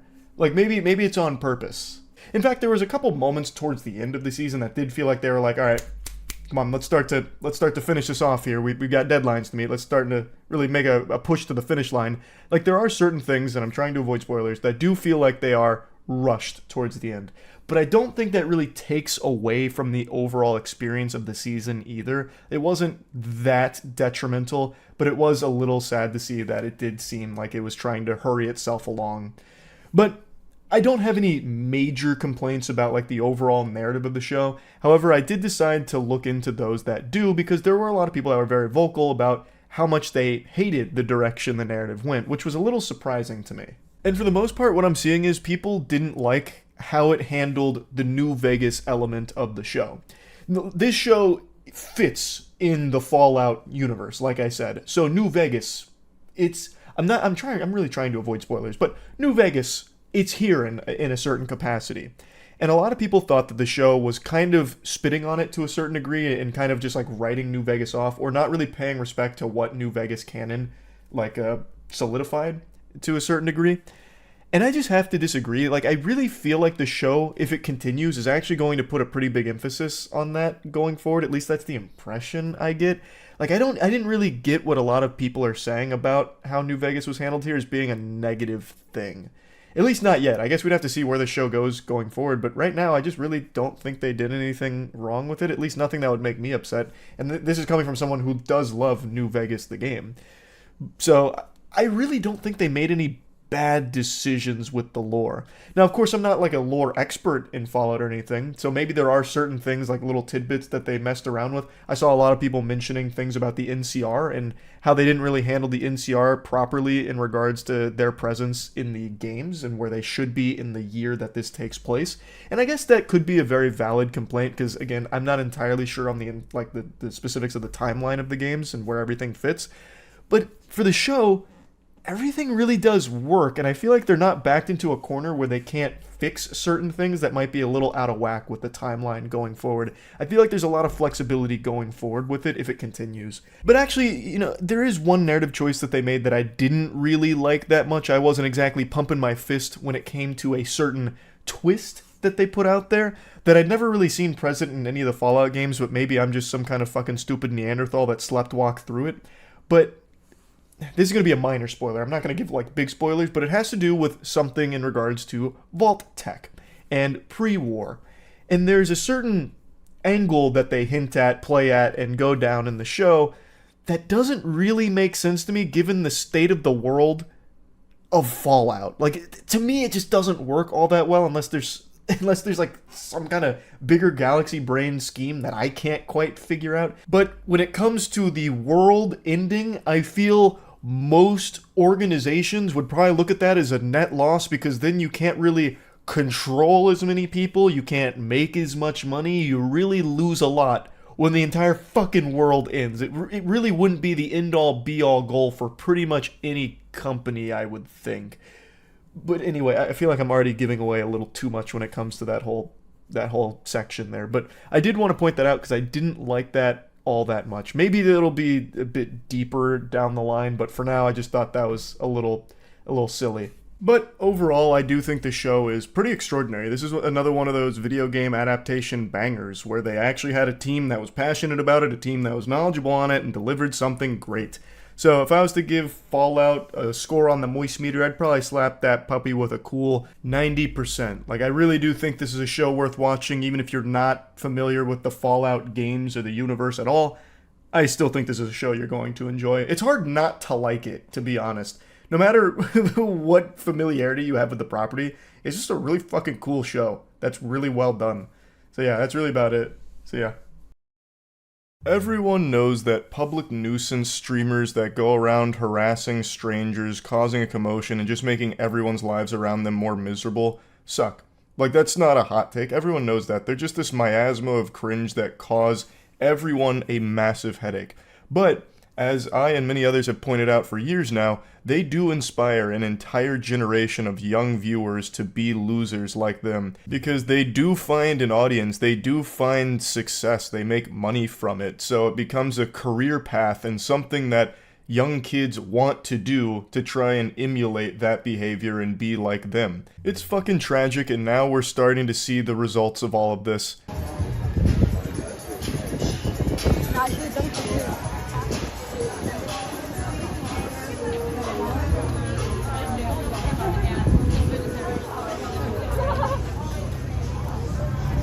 What the fuck? Put your hand in my food again, and I'm throwing all of your phones. Hey, you're not touching our phones. Don't put your hand in my food again. Do not do that. You don't do that. This young whippersnapper can't be older than 11 years old, and he's already becoming a scourge. He's trying to do what all of the other public nuisance streamers do by just being a societal hemorrhoid. He still has his baby teeth. He hasn't even gotten his adult teeth yet, and he's already doing this shit.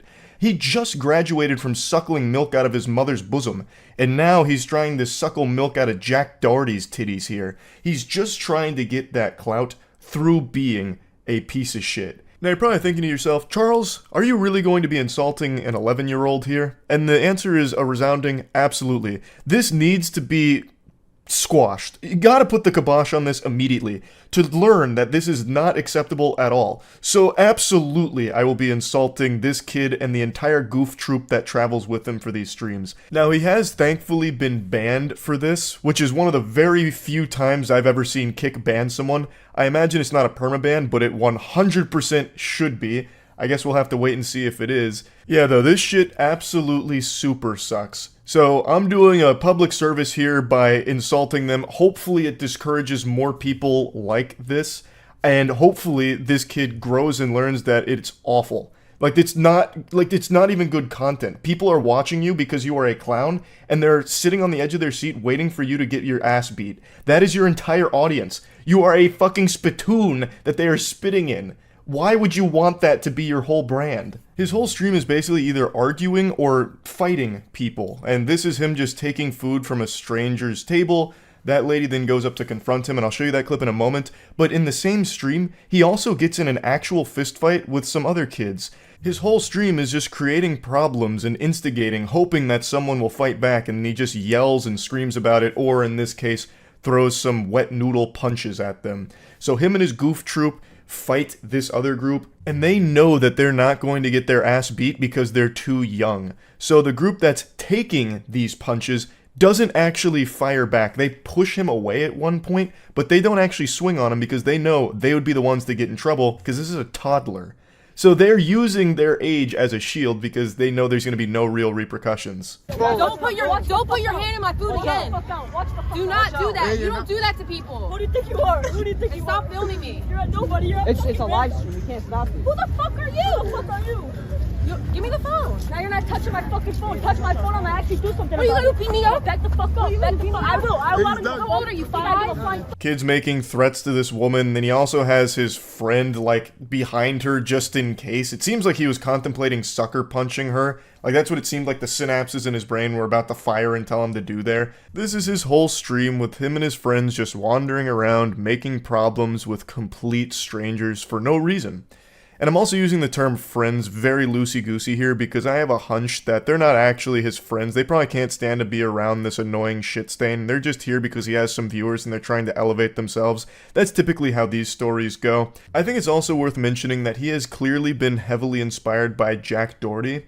Jack Doherty is another public nuisance streamer who does this exact same style of content where he just travels around, makes problems, causes a ruckus, and he has a bodyguard with him so that when anyone tries to confront Jack, the bodyguard steps in and either attacks that person or scares them away and sizes them up, gets them out of there to protect Jack Doherty from the consequences of his actions while Jack peeks around the bodyguard still lobbing insults at him like a real tough guy.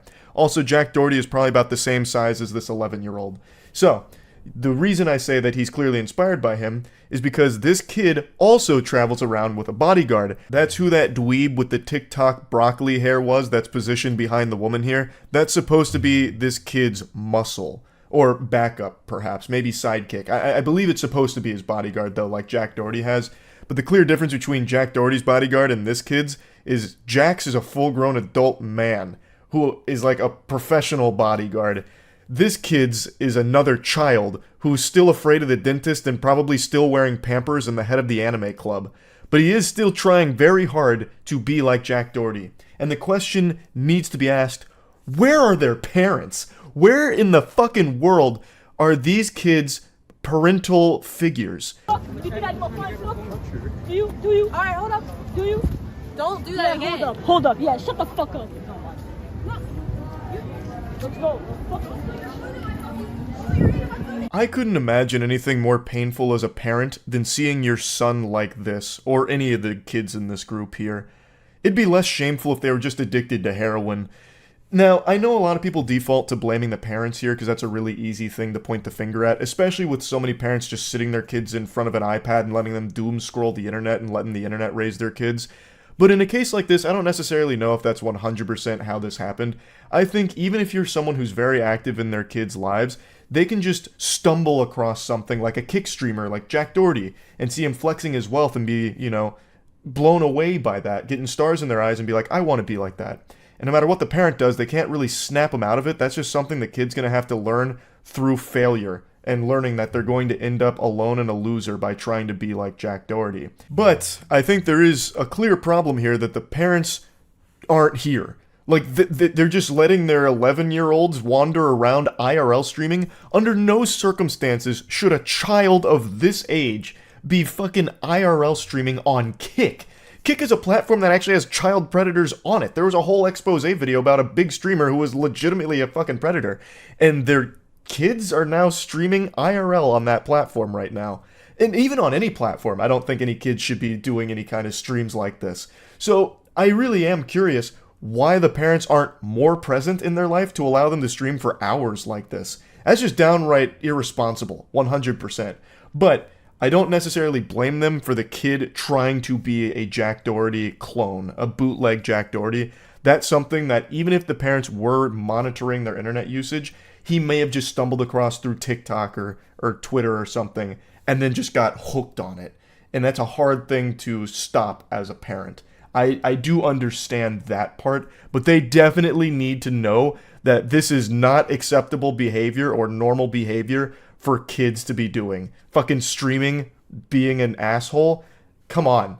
The parents definitely got to step up here and do something, I would say. Unfortunately, I don't think this is going to be the last time we see a kid start to do streams like this. I really do think that streamers like Jack Doherty, who I keep name dropping, but it's just so clear his influence on this kid's life, really do create further degenerates. They just continue this cycle of degeneracy by making more people like this. And it sucks. That shit is terrible.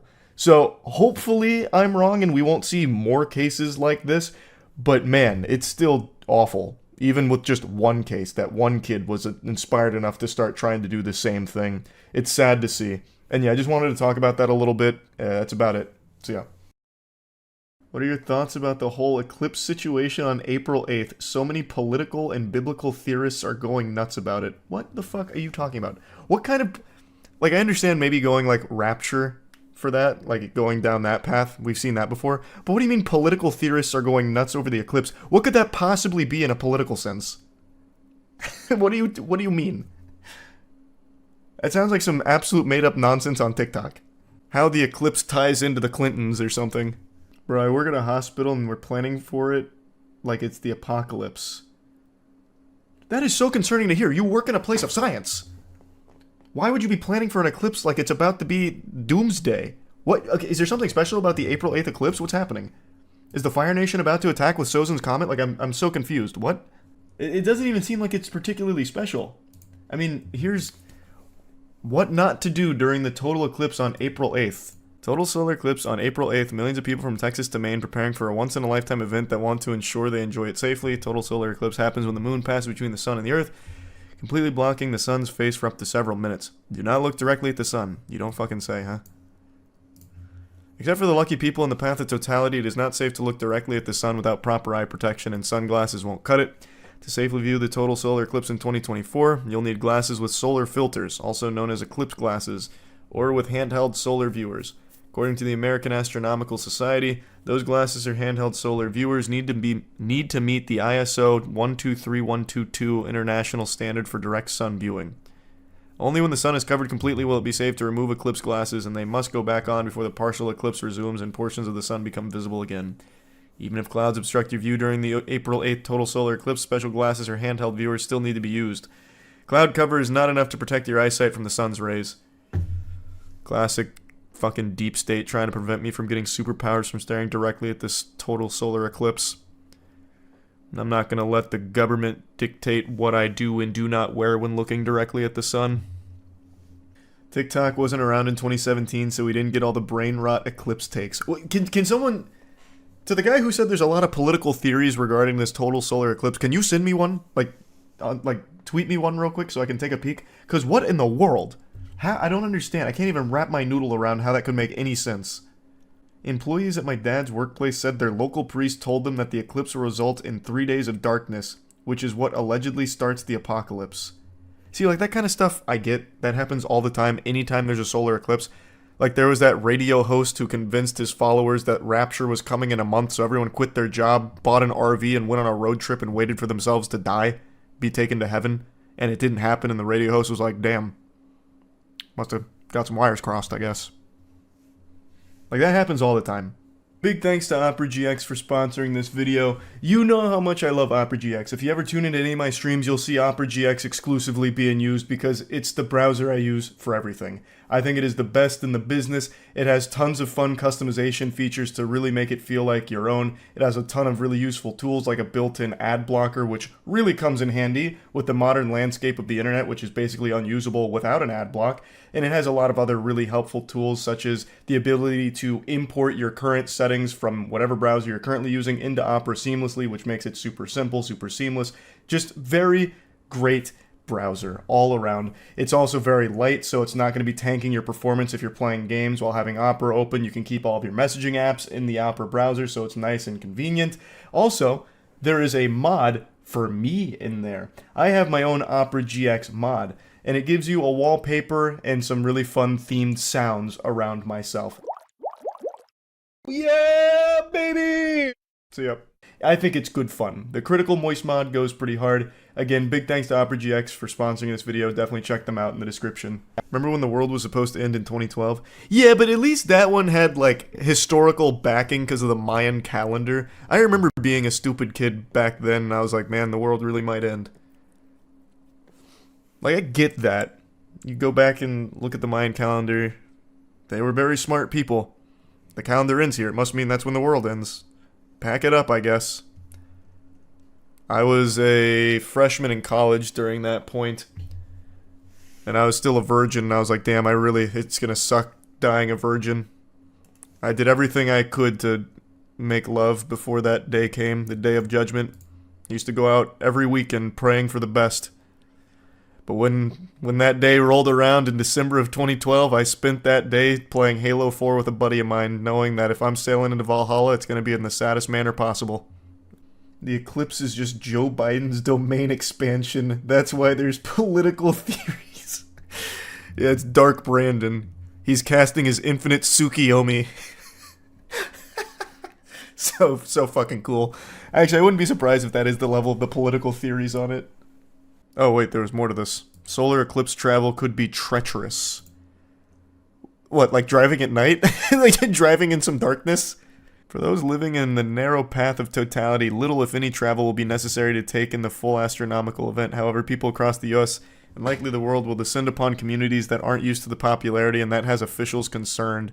So much so that cities and towns have issued disaster declarations or declared states of emergency, while others have decided to close schools due to the expected increase in traffic and to keep kids safe from distracted drivers during dismissal time. I see. So this is why your hospital's prepping. Anticipating a bunch of fucking brain-dead zombies are just going to be too busy looking up at the sky and flooding areas that have like a totality view of it and just causing a ruckus and getting themselves hurt. I see now. You and the boys should make a video on who can look at the sun the longest during the eclipse. Actually, that's such a good idea. You know what we should do? We should do perineum tanning for it. That's the taint sunbathing, where you put your legs over your head and have your balls and shit facing the sun. I bet you'd get a crazy boost in testosterone from a total solar eclipse blasting you. Should have you be like the Hulk from gamma radiation or something.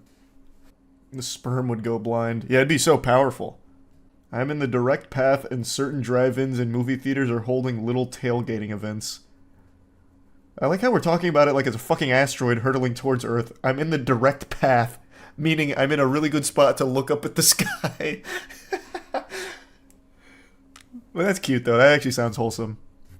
Please look up the red heifer cows. That's the issue. Wait, I actually know that. I actually know a little bit about that. But what does it have to do with the eclipse? I keep seeing people tripping about the eclipse and some red cow sacrifices. Some dude in Texas claiming to be a Christian sending cows to Israel for a Jewish sacrifice to usher on the rebuilding of the Third Temple. Pardon? I checked into it. Here are my thoughts if you care to listen. Take it with a grain of salt. I'm no expert. Can you even really be an expert on sacrificing red cows? It's nothing to be concerned with. There will be an eclipse and some extremists are going to kill some cows. If you're a conspiracy theorist and a Christian that was concerned, don't be. No man is going to get Jesus Christ to return. Only the Father will tell him when it's time. Nobody knows. So are we trying to summon Jesus? Is that what's going on? Like a ritual during the eclipse? Sacrificing red cows? No, this summons the Antichrist. Huh? No. Isn't the Antichrist, I think it's like a week before Doomsday or something, and it's supposed to be like a really powerful person presents himself, gains a lot of influence really quickly, and he's the Antichrist who ushers it all in or something. I don't think it has anything to do with the red heifer. So does this happen every eclipse and we just don't know about it? Great question, I don't know. They're actually doing it, look it up. Well, I have no doubt there's probably some people sacrificing red cows. Like that, I totally believe there's some craziness afoot with that. As we await... Oh, this happens every time. Yeah, wait, this is from 2017. As we await the eclipse of 2017 AD, this post examines the possibility that the dramatic repentance of... Yeah. So it looks like this does happen on every single eclipse. My mom told me to call off on eclipse day and get as much food and necessities as I can because she thinks there's going to be no light. It's like, I don't know, that's kind of cute. Like, I can't even fault her for that. That's just kind of cute, I guess. But I mean, we conquered the darkness already. We have the technology. So let's just assume the eclipse for some reason takes away all natural light. Brother, half the people in this stream right now haven't seen natural light in years because we have fucking light technology in our house. We'd be okay. We'd make it. But what about the plants? Fuck them. Who needs them? We conquered nature too. We'll eat. We'll find an alternative. We'll eat I don't know, filter feed or some shit. I don't know. We'd find something. With the fact that God created our universe, I mean, their symbol does have 3 sixes in it. And you guys remember the photo I talked about earlier? Oh. This comes from their opening ceremony. You may be wondering, what even is that? As that is the head of the Baphomet. As you can see, it is a satanic symbol. The big question is, why would they have that at their opening ceremony? Does CERN have opening ceremonies like it's the Olympics or something? What? I didn't know that. That's news to me. That opening ceremony looks out of this world, though. Is that the particle accelerator people were tripping over and saying that'll open a hole to another dimension or something? You're right and wrong. You're just getting a couple of different things confused. So when the LHC first got operational, there was a doomsday theory that by colliding particles at such a rapid speed, there was a small chance of creating a penny-sized black hole, which could eventually swallow the world. But that turned out to be a bunch of hullabaloo. As an engineer, it'd be so freaking sick if we were summoning demons or hopping dimensions or whatever, and not just calibrating sensors for hours. Yeah, I'd be happy to hear about that kind of stuff, different dimensions and shit. I feel like anyone would be excited about that. I don't know. We look at it as a bad thing. So what? A couple demons come through or something. We just close a portal on them. They don't have the technology in hell, clearly, and it confirmed the existence of hell, which would be a net positive for everyone, I would think. Then we'd know. Open my third asshole. Well, you're a little confused, but you've got the right spirit. That's a scientific mind right there. But anyway, come April 8th, get ready. The eclipse is coming and you can't stop it. And CERN's opening a portal on it or something. There is no demographic more lucrative than insecure, lonely men, desperate to prove that they can be the alpha male they were destined to become. So we've been seeing a lot of these alpha male boot camps spring up rapidly like weeds in a garden, and I've already covered one of these programs extensively. However, I just found a new one that is equally as embarrassing that I have to just point, laugh, and shoot spitballs at. This is the Unbreakable Man experience. I'm strong. Move forward. Move forward. Move forward. I'm a man. Forward. I am. Move I am a man. I am a man. I am a man. Just to dispel the rumors, that's not me in the video. I know he's got long hair, a beard, and a white t-shirt, but there's millions of people on the planet that dress like a cartoon character like I do. It's not me, I swear. If I wanted to run around screaming I am a man, I'd be doing it with Matt right now in the back of a Walmart parking lot, not in the middle of a abandoned CrossFit. forward! I am a man! I am a man! Move forward! I am a man!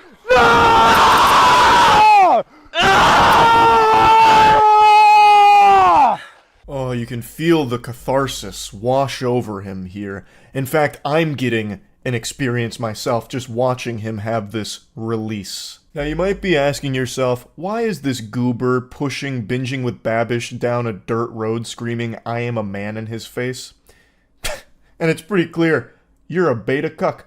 You don't get it. You don't understand what testosterone does in a man's body when it's latent and not able to be harnessed and utilized.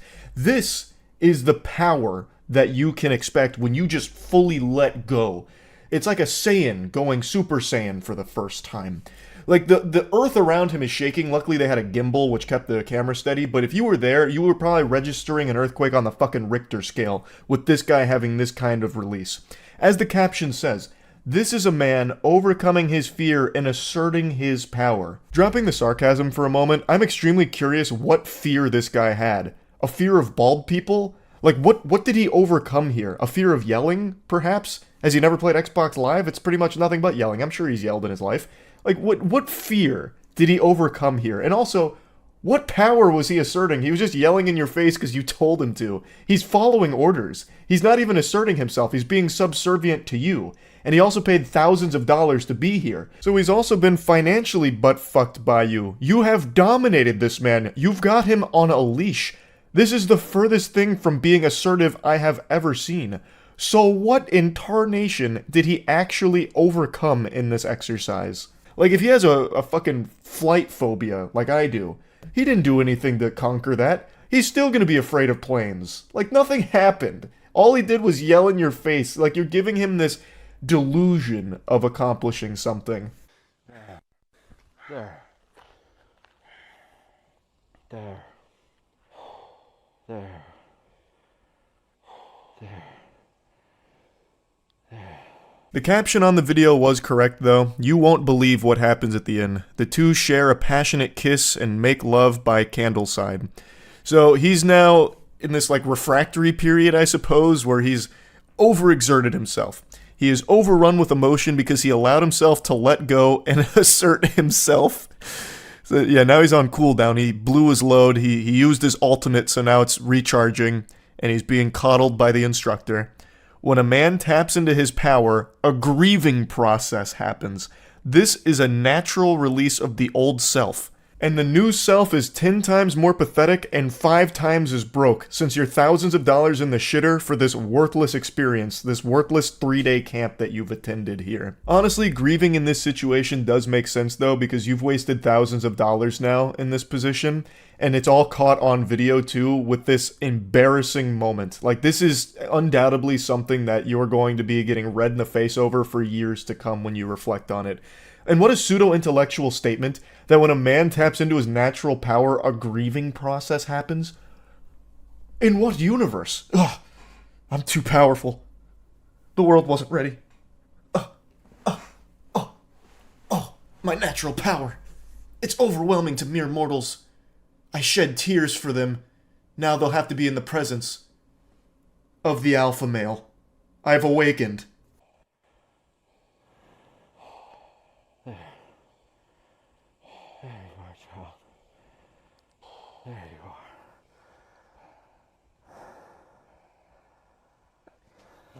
Now that is how you do marketing right there. That's a masterclass in advertising. You're telling me if I sign up for the Unbreakable Man experience right now, I get the privilege of getting to shed tears and moan into a grown man's chest in the middle of a dirt road while he nibbles on my man bun?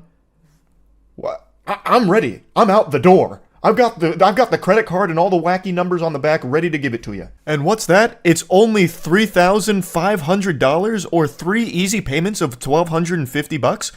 I'm losing money not signing up for the Unbreakable Man experience. Now, before diving into why I might want to sign up for the Unbreakable Man, I do want to say that I recognize that yelling and screaming and just like going hog wild does make you feel better sometimes. Like having that big release is actually sometimes pretty helpful to just dump emotions out there. But the beauty is, I can do that for free. Everybody can. I would never pay $3,500 to have a self-proclaimed guru tell me to hoot and holler at this boys' summer camp for the band club. Why in the fucking world would you be paying for that? It's such an unbelievable waste of money that's preying on the gullible people that are desperate to have something in their lives turn around to improve their situation, not realizing that they're only falling deeper and deeper into a bad path. They're being led by scammers who are just taking money out of their piggy bank and getting nothing of value in return for it. It's fucking sad. Like, I do legitimately feel bad for the people that attend these courses. They're not in a good spot, and they just want something better for themselves, and they buy into this brainwashing from these absolute fucking heathens that are telling them that this is the way. This will unlock your true potential. This is how you become an alpha. Right now, you're a bitch, but with me suckling on my bosom and giving me doubloons, I can change that for you. And they're so desperate that they do it. It sucks. Like, it really does make me feel bad for these individuals. You know, maybe I'm being a little too harsh on the Unbreakable Man. Look how effective this sounds. It gives you the step-by-step process to take command of your inner world. So it's going to give you a fucking domain expansion, I guess. Optimize your mind-body emotions. Eliminate negative beliefs with the Mindset Mastery formula. Take decisive action in life with the Clarity formula. So many formulas here, Plankton's head would be spinning. Get results you want in life using our gamification process.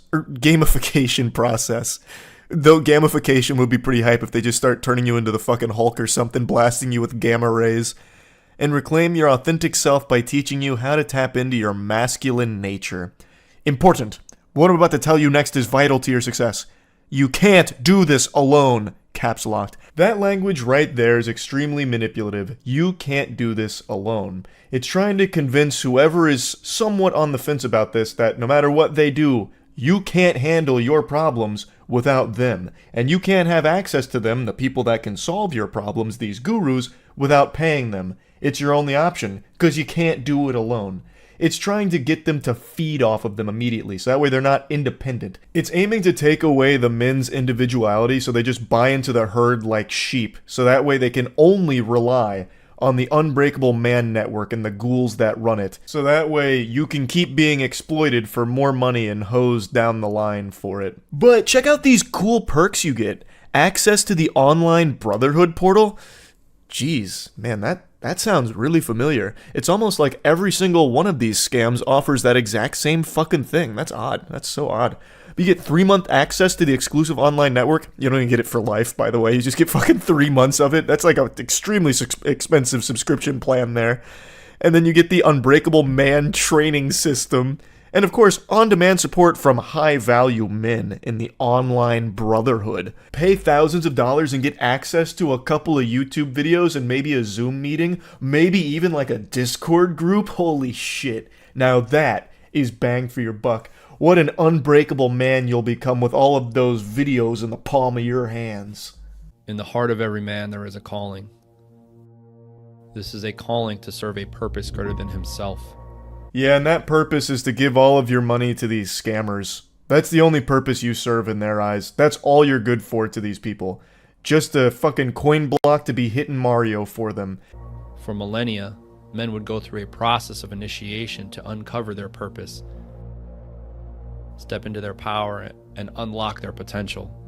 The only potential you unlock from one of these alpha male boot camps is the potential to be a shameless pay piggy and just forking over money for mumbo jumbo nonsense.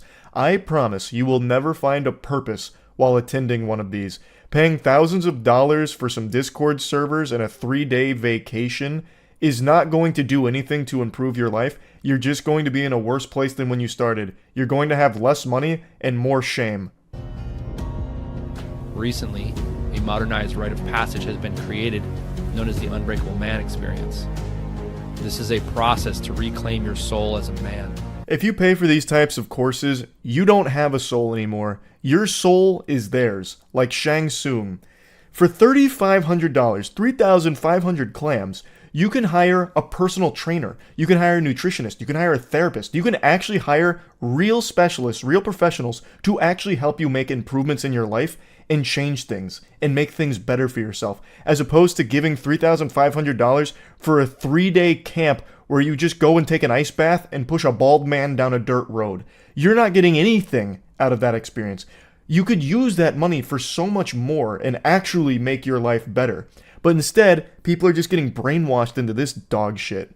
It's sad, because like I said, people have started to notice that the most lucrative demographic right now is lonely, desperate men. So they're taking advantage of that every chance they get to exploit it. So yeah, just wanted to talk about this a little bit. That's it. So yeah. Tonight we get out of bronze. The bronze barbarian is no more. We reach silver. Shooting for the stars.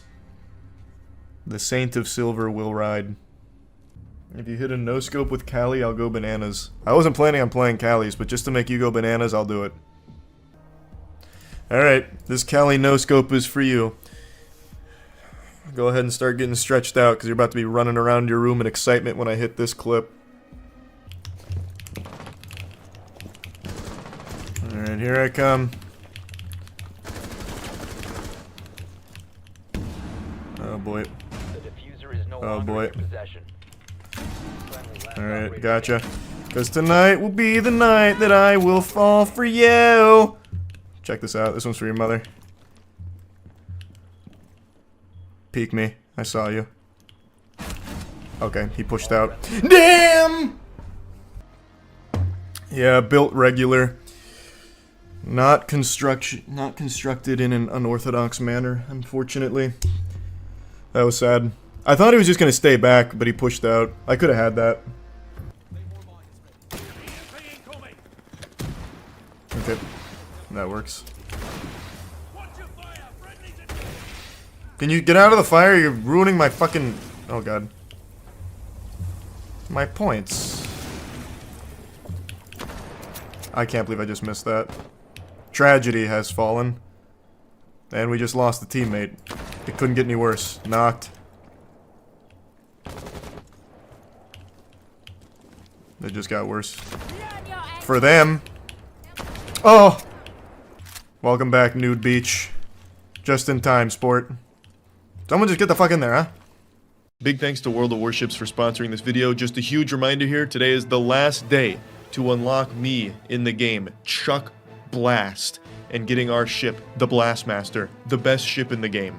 I've been working with the World of Warships team for quite some time to design some custom in-game content, so I helped design the assets, the camo, just kind of top to bottom. It looks like me, it sounds like me, because I do the voice acting for it. Dead on target. I'm, for all intents and purposes, engaged in war out there, and it's extremely fun. As all of you know, my dad and I play it together. We've been grinding quite a bit, and I don't want to say we're the best players in the game, but I definitely think we're in the conversation. So you can use code Penguinz0 to get the mission to unlock me as your commander, Chuck Blast. You also get 7 days premium account time, 1.5 million credits, 500 doubloons, and the battleship Bayern. It's available for PC and consoles, and the code is for newly registered players, but existing players can acquire these items by purchasing my bundle or through the new internet's containers. So you can click the link in the description to get started. Thanks again, World of Warships.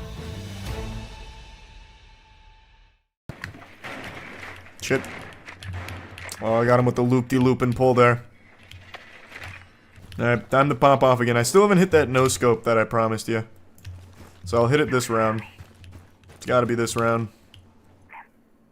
We got anyone that, nope, no one to breach this, huh? Doing it the old-fashioned way.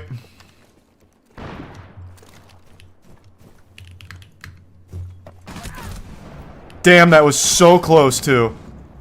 Fuck, that no-scope was so close. Oh my god, fuck it. I pulled the chest hair off of him with that. Alright. Didn't hit any of the no-scopes. Super close, though. You mentioned struggling with acne. How'd you clear it? Accutane. I nuked it. That was the only thing that worked for it. Acne besides hormonal can be caused by bacteria. Wash your sheets, pillow, and face with antibacterial soaps too. I tried everything.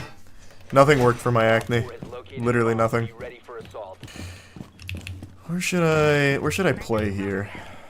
Nude Beach AFK, I think. Great. Love that, love that. Maybe I'll play back. I never really played. Oh god. I don't want to open that, right? Oh jeez. Forgot about that window there. Now I'm in a terrible spot. Yep. Kind of want to challenge that. Just to prove I'm not a bitch. In case anyone wondered. I'm not a bitch, I'm doing it, I'm challenging it.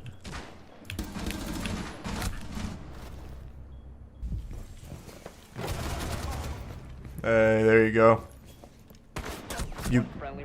That was an interesting decision.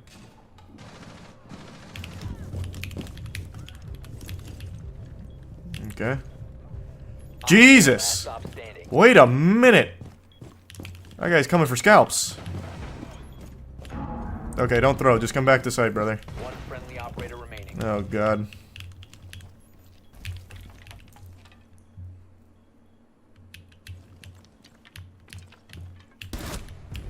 Scary. If this guy would stop disconnecting, it'd make me a much happier camper. I'll say it. Pardon my French, but this guy's a big old jerk.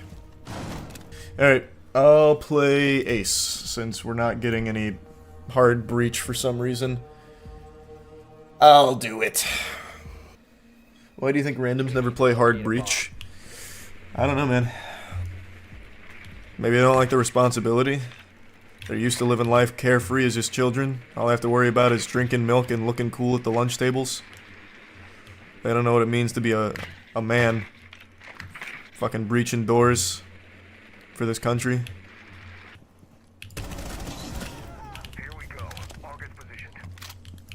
I almost really choked that. I just kind of panicked there when I saw a body.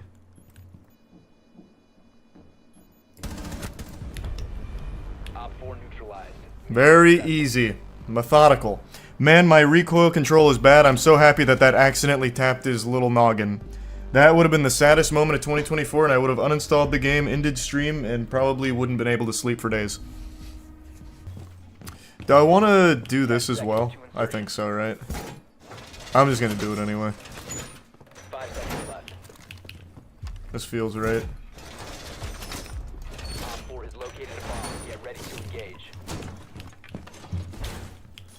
I still don't know the best reinforcement. Wait. Oh, fuck. Wait. Whatever. Shit. I got all mixed around. Oh, God. Oh, God. Oh, God. Oh, God. Get me the fuck out. Jesus, I'm confused. Help, help, help, help. Oh, shit. Wait, I'm not. Oh, God. I thought I had oh. Help. My brain's lagging. Help. We're on West Coast ping. Internally. Thought I had claymores again. Everything just... Be careful, Goyo. They're throwing impact nades at us. Jesus Christ. What I will do, though, is open that up. One friendly operator remaining.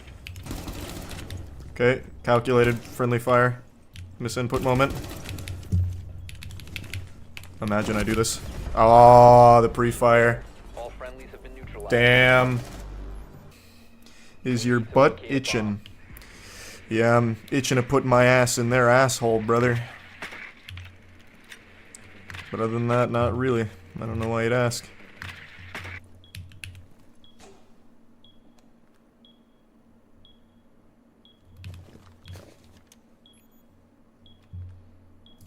Four last operator standing. Oof. Changing max.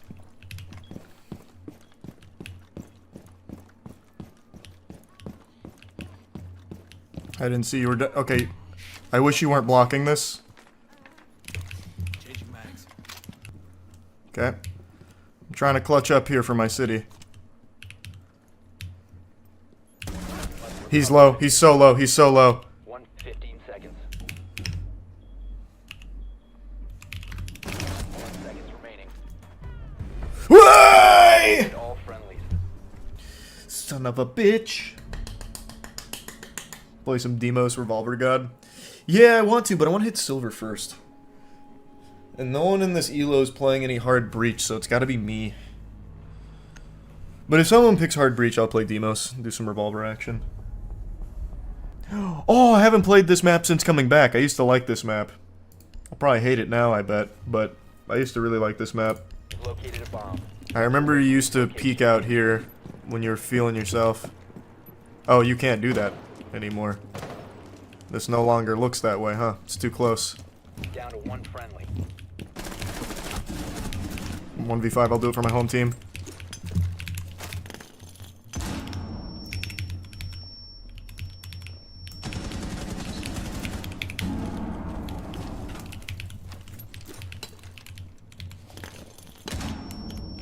Oh, misclick.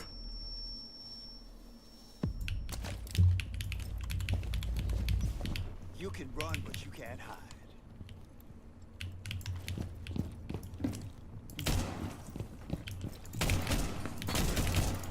Fuck. Fuck! Get back here! Mouse!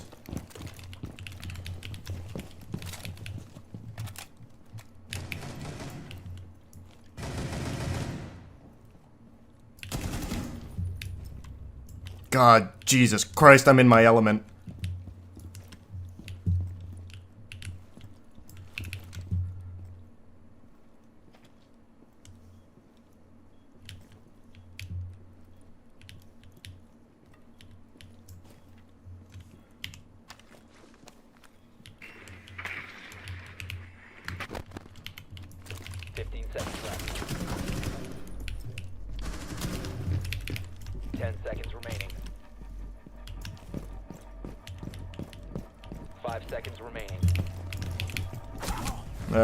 All friendlies have been eliminated.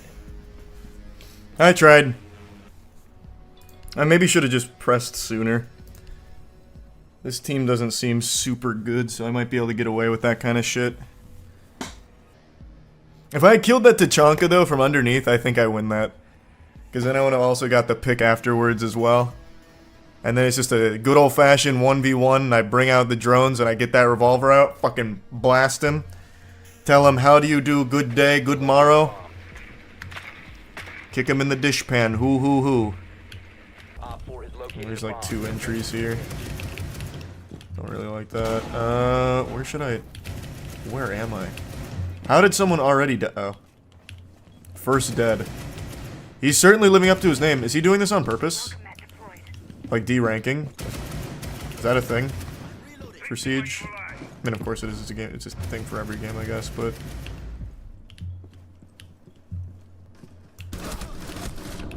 I almost choked.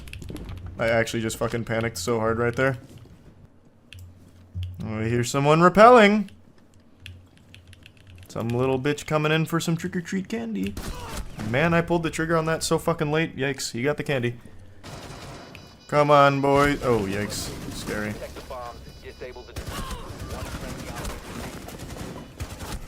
Oh, the other one's knocked, I think, right? Oh, no, he was just prone. Damn, he looked at him, too. I thought he was knocked. Alright, I'm gonna use this guy as bait, then, if he's throwing. I'm gonna see if maybe I can turn that into easy kill opportunities for me. Oh, that's exactly what's happening. Yikes. Down to 10 seconds.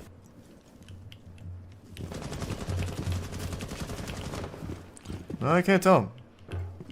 Maybe it's just dog shit. I'm not sure. I thought he was just killing himself on purpose. I hear drone. He's gonna get a good shot of me in my pearly whites.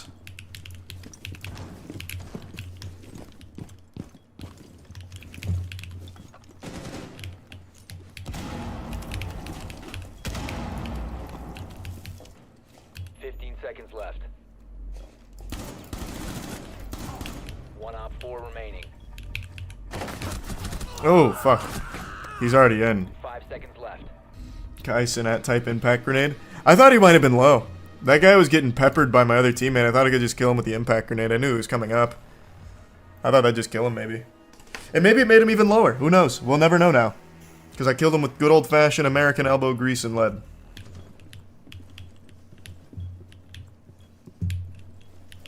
I don't know all the places he can be hit from there. Oh my god, I almost just blasted my teammate. Fucking jump scared me. He doesn't even know how close he came to meeting his maker right there.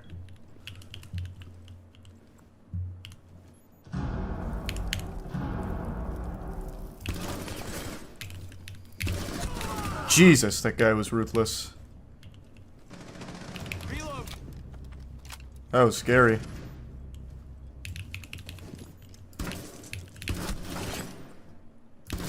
No way! No way!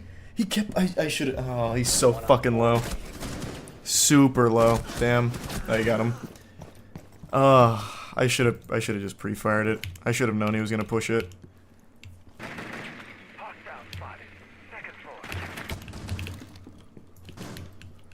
Maybe that scared him off. Yep. Oh my god, he pushed out. He pushed out. Oh my god, I fucking threw it. I thought he was just gonna stay back. Please. Oh god. Oh, Jiminy Christmas. Oh, and it's first dead. No. Anybody but him. Ah. My sweet boy. Never doubted him. Was that enough? Was that enough? Did I make it? No, I need one more. One more for silver. Dirty bastards. Ruining my elo. Why? Can you come up with a dance and get into Fortnite? Brother, I have so many dances they could choose from a myriad. I've got tons of great dance moves. I theory craft bad dances for clubs. Here's the latest one I've been working on. I don't have a name for it yet, but I've got so many god-awful dance moves out the wazoo. I legitimately try and think of some. Often. So I have tons. The Where's My Hug. Absolutely fire name for that move. That is a good name for it. Yeah, that one's the Where's My Hug. I like that one a lot. One of them's playing Demos. Otherwise, why would he bother scanning that? Come back!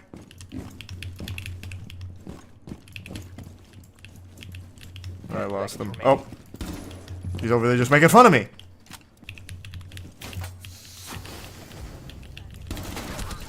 That wasn't a headshot. I'm gonna fucking squeal. He's so low.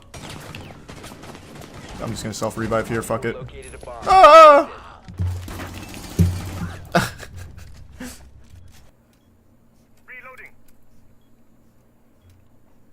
If he is over there, you can just plant there. Down to 15 seconds.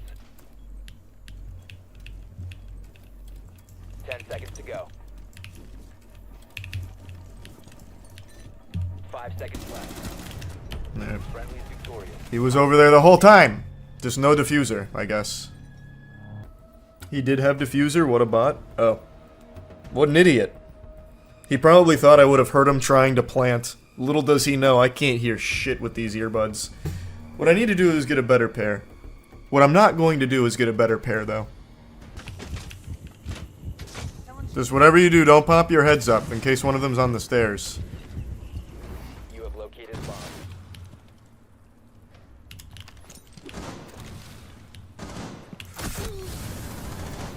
Holy fuck, he stayed there the whole time. That is crazy patience. That, I didn't even know that lip existed, and I had no idea someone would stay there that entire time. That was nuts. He had the patience of like a Shaolin monk. That man said, I have no enemies. Just sat there. Menacingly. This is gonna be my pop-off round, because man, I am sucking some eggs. I am way off at the moment. I've got to earn this. I gotta feel it. What? Oh my god, we opened the left up. Fuck! I had no idea we opened the left up too. Shit, I was just looking at the right. I was just standing out there in an open. Damn it! Oh man, they fucking went crazy with it.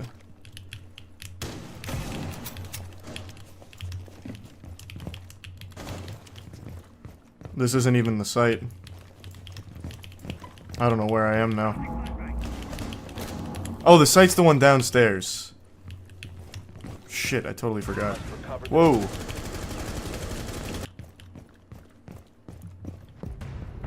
Nice. I didn't see anyone in that one. That whole game took place outside of sight, except for that last kill. Well, rough game for me, but we got the dub regardless. Man, I could not do shit in this one. Silver. Yep. Earned. Just better. Actually, just better. Legitimately. Oh, fuck yeah. Alright, what's my... I think that's 14 and 5 to get to silver, I think is the total so far. That ain't bad.